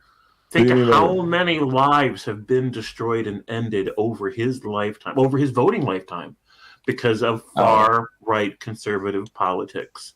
The machine that he's been trying to help build and push forward, and the influence that he's had, not just at the voting booth, just one vote, but the influence that he's had everywhere that he's been able to wield influence. Now it's like the COVID thing. It's like the COVID thing. But James,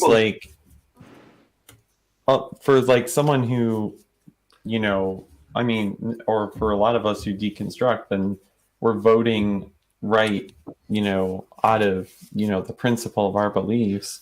Sure. Now, you know my backstory that I don't vote, I get that. But you're also basically saying, right, a lot of people in my immediate community are de facto mass murderers, right? I mean, there's certainly... Go ahead. I was going to say they're certainly contributing to the cause. So it reminds me of sort of like the way in which somebody who is just bargain shopping inadvertently is a facilitator of theft, right? Because they're the retail buyer at the end of the chain that the thief, the fence, and the counterfeiter all rely on to to take advantage of that bargain, or else they'd be out of business tomorrow, right? Now, or like if I go up and pick up a pair of my running shoes, I can instantiate immediate, self-cognitive dissonance when I look at the tag and it says fucking Malaysia on it, right? I am a proprietor of slave labor, right? Right. Now, here's the thing, though. That's most of our approach, and we've only got a limited set of choices. Like, I taught Sam Richards, like the guy that my dog's named after, is actually a sociologist of race. I taught with him as one of his TAs. And he did this thing in class where he would give you 2 pieces of chocolate, right? And he would tell the whole class, a big-ass class of 400 kids, he's teaching about white privilege, all about sociology of race. He would tell you, eat the first piece of chocolate. Now, you eat that first piece of chocolate, you're about to think he's the worst person on ever. Because after that, he plays a video for you all about slave labor and how slave labor is used to produce chocolate, right? So now you just feel like all types of pieces of shit, right? Because you just ate this piece of, right?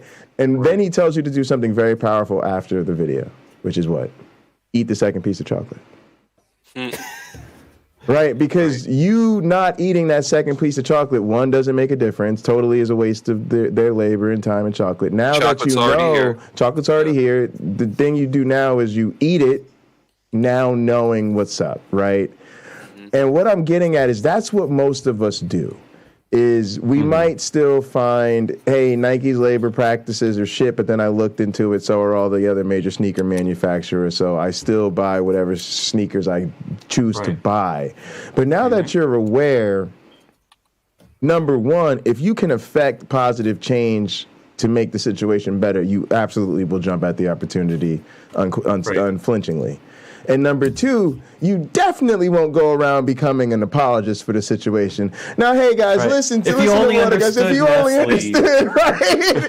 Right. Now, some of us have to deal with complex realities, such as, hey, I don't want you to go and rip out the Nike factory from Malaysia, because it turns out when we asked the people there, they said that would only make the problem worse. We're gonna we would just go back to skinning each other alive. Yeah, so we're gonna hear them out. We're gonna hear them out on the situation's more complicated, right? But again, we're not going to apologize for the system, right? And this is what Doug doesn't get. So, because when people hear, and that's the difference, right? Is that Doug hears us say, Doug, it's like Uncle Bobby says, one person's joke is everybody else's fucking battle cry. Right, we get you, Doug. We heard you. It's just a thought experiment. But once we tell you how this type of rhetoric is harmful to people, and you're like, yeah, well, I don't give a shit. It's funny to me. I'm gonna just do it anyway. Now you're in a different place on this spectrum. It's not about you only have a limited number of choices and none of them is good. You just refuse to get off this, right? So this is the Charlie problem. What psychologists look for when you do the trolley. By the way, I'm stepping. I just want to turn my light on. Oh, never mind. I ordered delivery. The light's on. We're good. Go ahead. Sorry. When psychologists give somebody the trolley problem as a diagnostic tool, they are hoping you haven't seen it, heard of it before, because they want to see how much time you spend worrying about it. The sociopaths are the ones that give a quick answer. It's not which answer you give; it's how quickly you give it. And so if you wrestle with this shit for a while and with reservation, you eventually come to an answer, that's good. That's a green flag right there, right? And Doug just doesn't wrestle with this shit because, like he says, he doesn't really care, right? So we don't care which way he switched the trolley track to answer the problem. We know he hasn't spent any time thinking about it because he doesn't care. And it's the same kind of thing. So I get that we're all interconnected, right? And the reason why I wouldn't try to get rid of industries that exploit cheap labor overseas is the same reason I wouldn't ban prostitution over there either, right? Because the solution to people that don't have enough money, or food, or clean water isn't to get rid of the only means by which they can get any food or water. Mm-hmm. It's to do whatever you can to make sure that from now on they have access to ample food and water, right? Don't get rid of their own means to get it. Yeah, get rid of 100%. Right. So 110%, James. Because just super quick, because it's like Walmart. Like, I fucking hate Walmart, but if you get rid of all the Walmarts in a lot of places, that's literally the only thing in that town. Right. Like, Right. you gotta- It's the number one shopping center, employer, and social spot, right? A lot of times, what are you doing tonight? You're a teenager and got nothing to do. We're going to hit that Denny's, and then we're going to have some fun at Walmart, which for most teens even, it ain't really nothing that's going to get out of control, right? Yeah, they're going to... But is it? That's so crazy that like You want the them to go Walmart fuck, parking beat lot. each other up, or spend time in Walmart? Right. Exactly. There ain't nothing to do out here. There ain't shit to do out here. Yeah. Right. And then again, like, how many of us know a community where it's a someone who works at a grocery store or as a Walmart greeter that would have a tough time being gainfully employed at a lot of places, and them type of places just keep them people employed. What, you walking into the same consistent Walmart greeter, John, what's up, baby? Good to see you. You know, and then you'd be like, I fucking hate the place, but the fact that they employ me makes me smile every time I walk in. Go fuck yourself, Walmart. Because it's true, right? They know that. They know that giving you just enough of your community, especially the most vulnerable people in your community, will make you be like, damn it. You know, like. Right. I got to shop at that Walmart. The old people who work there depend on me. Like, yeah. Yeah. Fucking sucks, Right. man. It's like I got it. Go ahead. The three F's of teenage options: fuck up a store, fuck each other up, or fuck each other.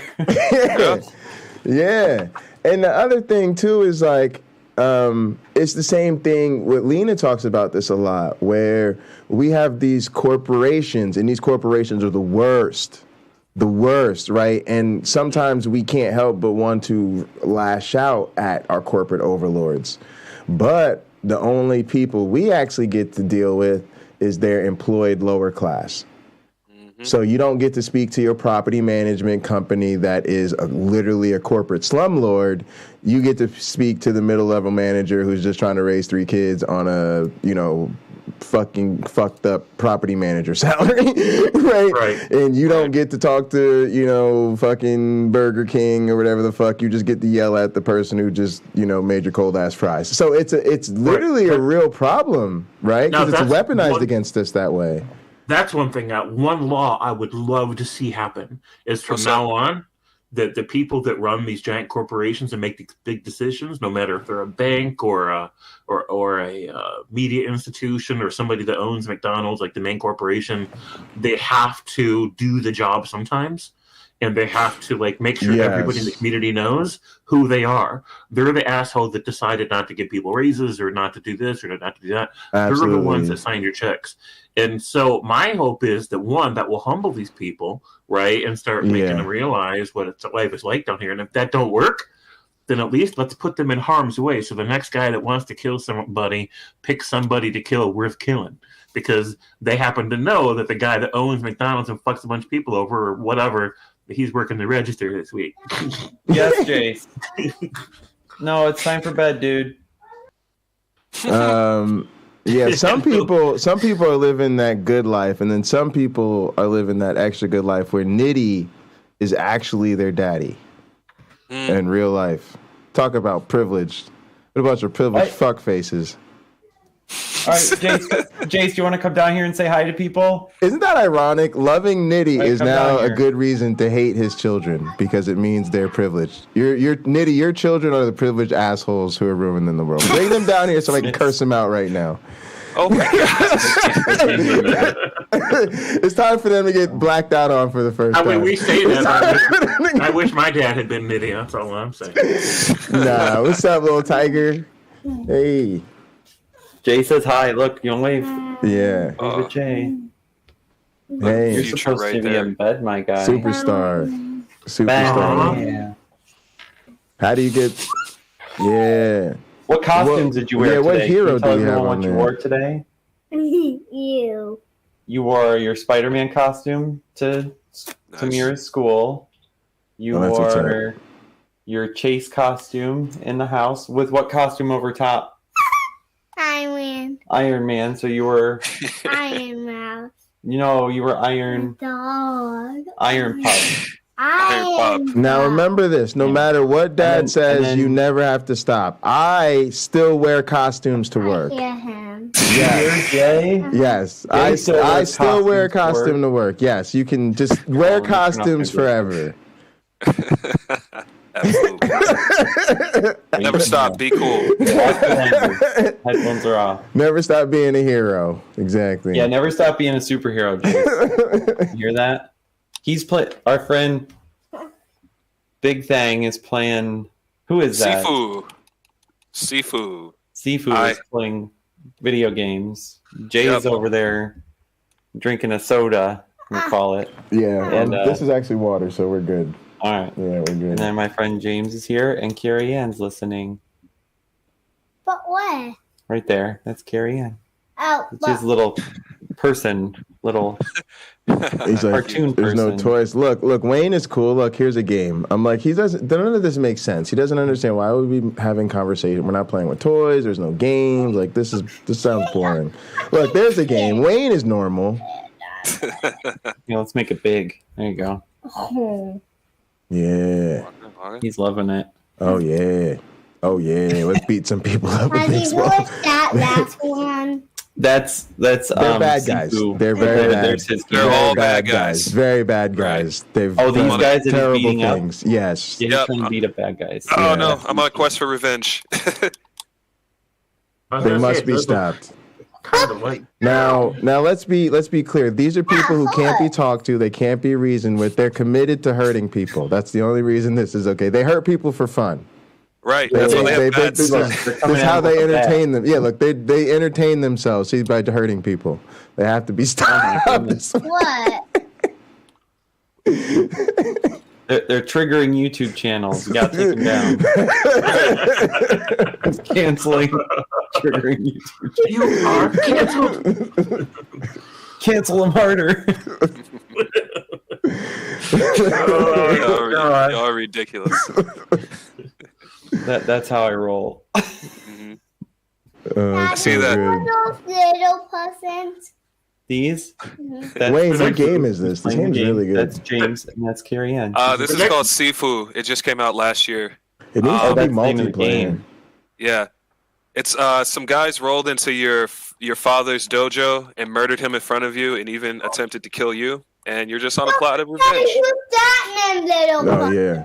That's Sean. Yeah. Sean's coming to say hi. Oh. Now, see, Nitty thought about critiquing it, but then he was like, wait. He's like, I do want my son to do this if somebody ever murders me in front of him. Absolutely. This is the proper response. Are you going to be my little people? Yes, everybody's got to go under these circumstances. Now the cat wants to cuddle us too. There's not enough fun martial arts games, though. Not at all. That's why I love this shit. That's going to be one of the phrases I teach one of my women when I get back into dating this year. What's I teach them to say, "Cancel me harder, daddy." Cancel me. What? Nothing. Just my friends are silly. I'm going to teach them to say turkey or ham.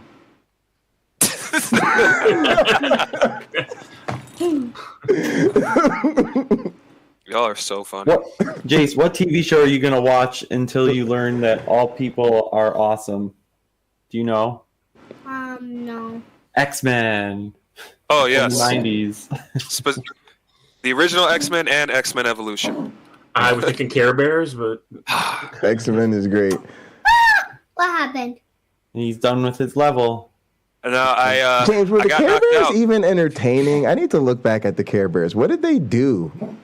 Care Bears? I watched them a lot, but I don't really remember what they did. I remember being into them. I'm like, did they do interesting things? Were their episodes entertaining, or were they just... Well, their way of conquering their enemies was that heart-like power, right? Like, love them until they hurt their enemies. They literally killed them with kindness. Killed them with kindness. I'm killing this guy with pain. So actually, there's this game called Splatoon, I think it is. And the new one It's just a dropped. Switch thing, Splatoon 3. yeah.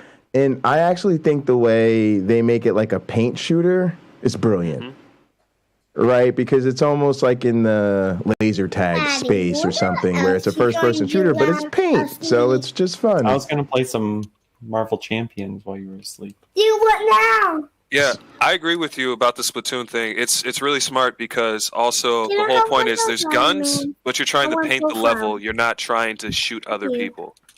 Oh, that's brilliant. Yeah, it's really kid friendly.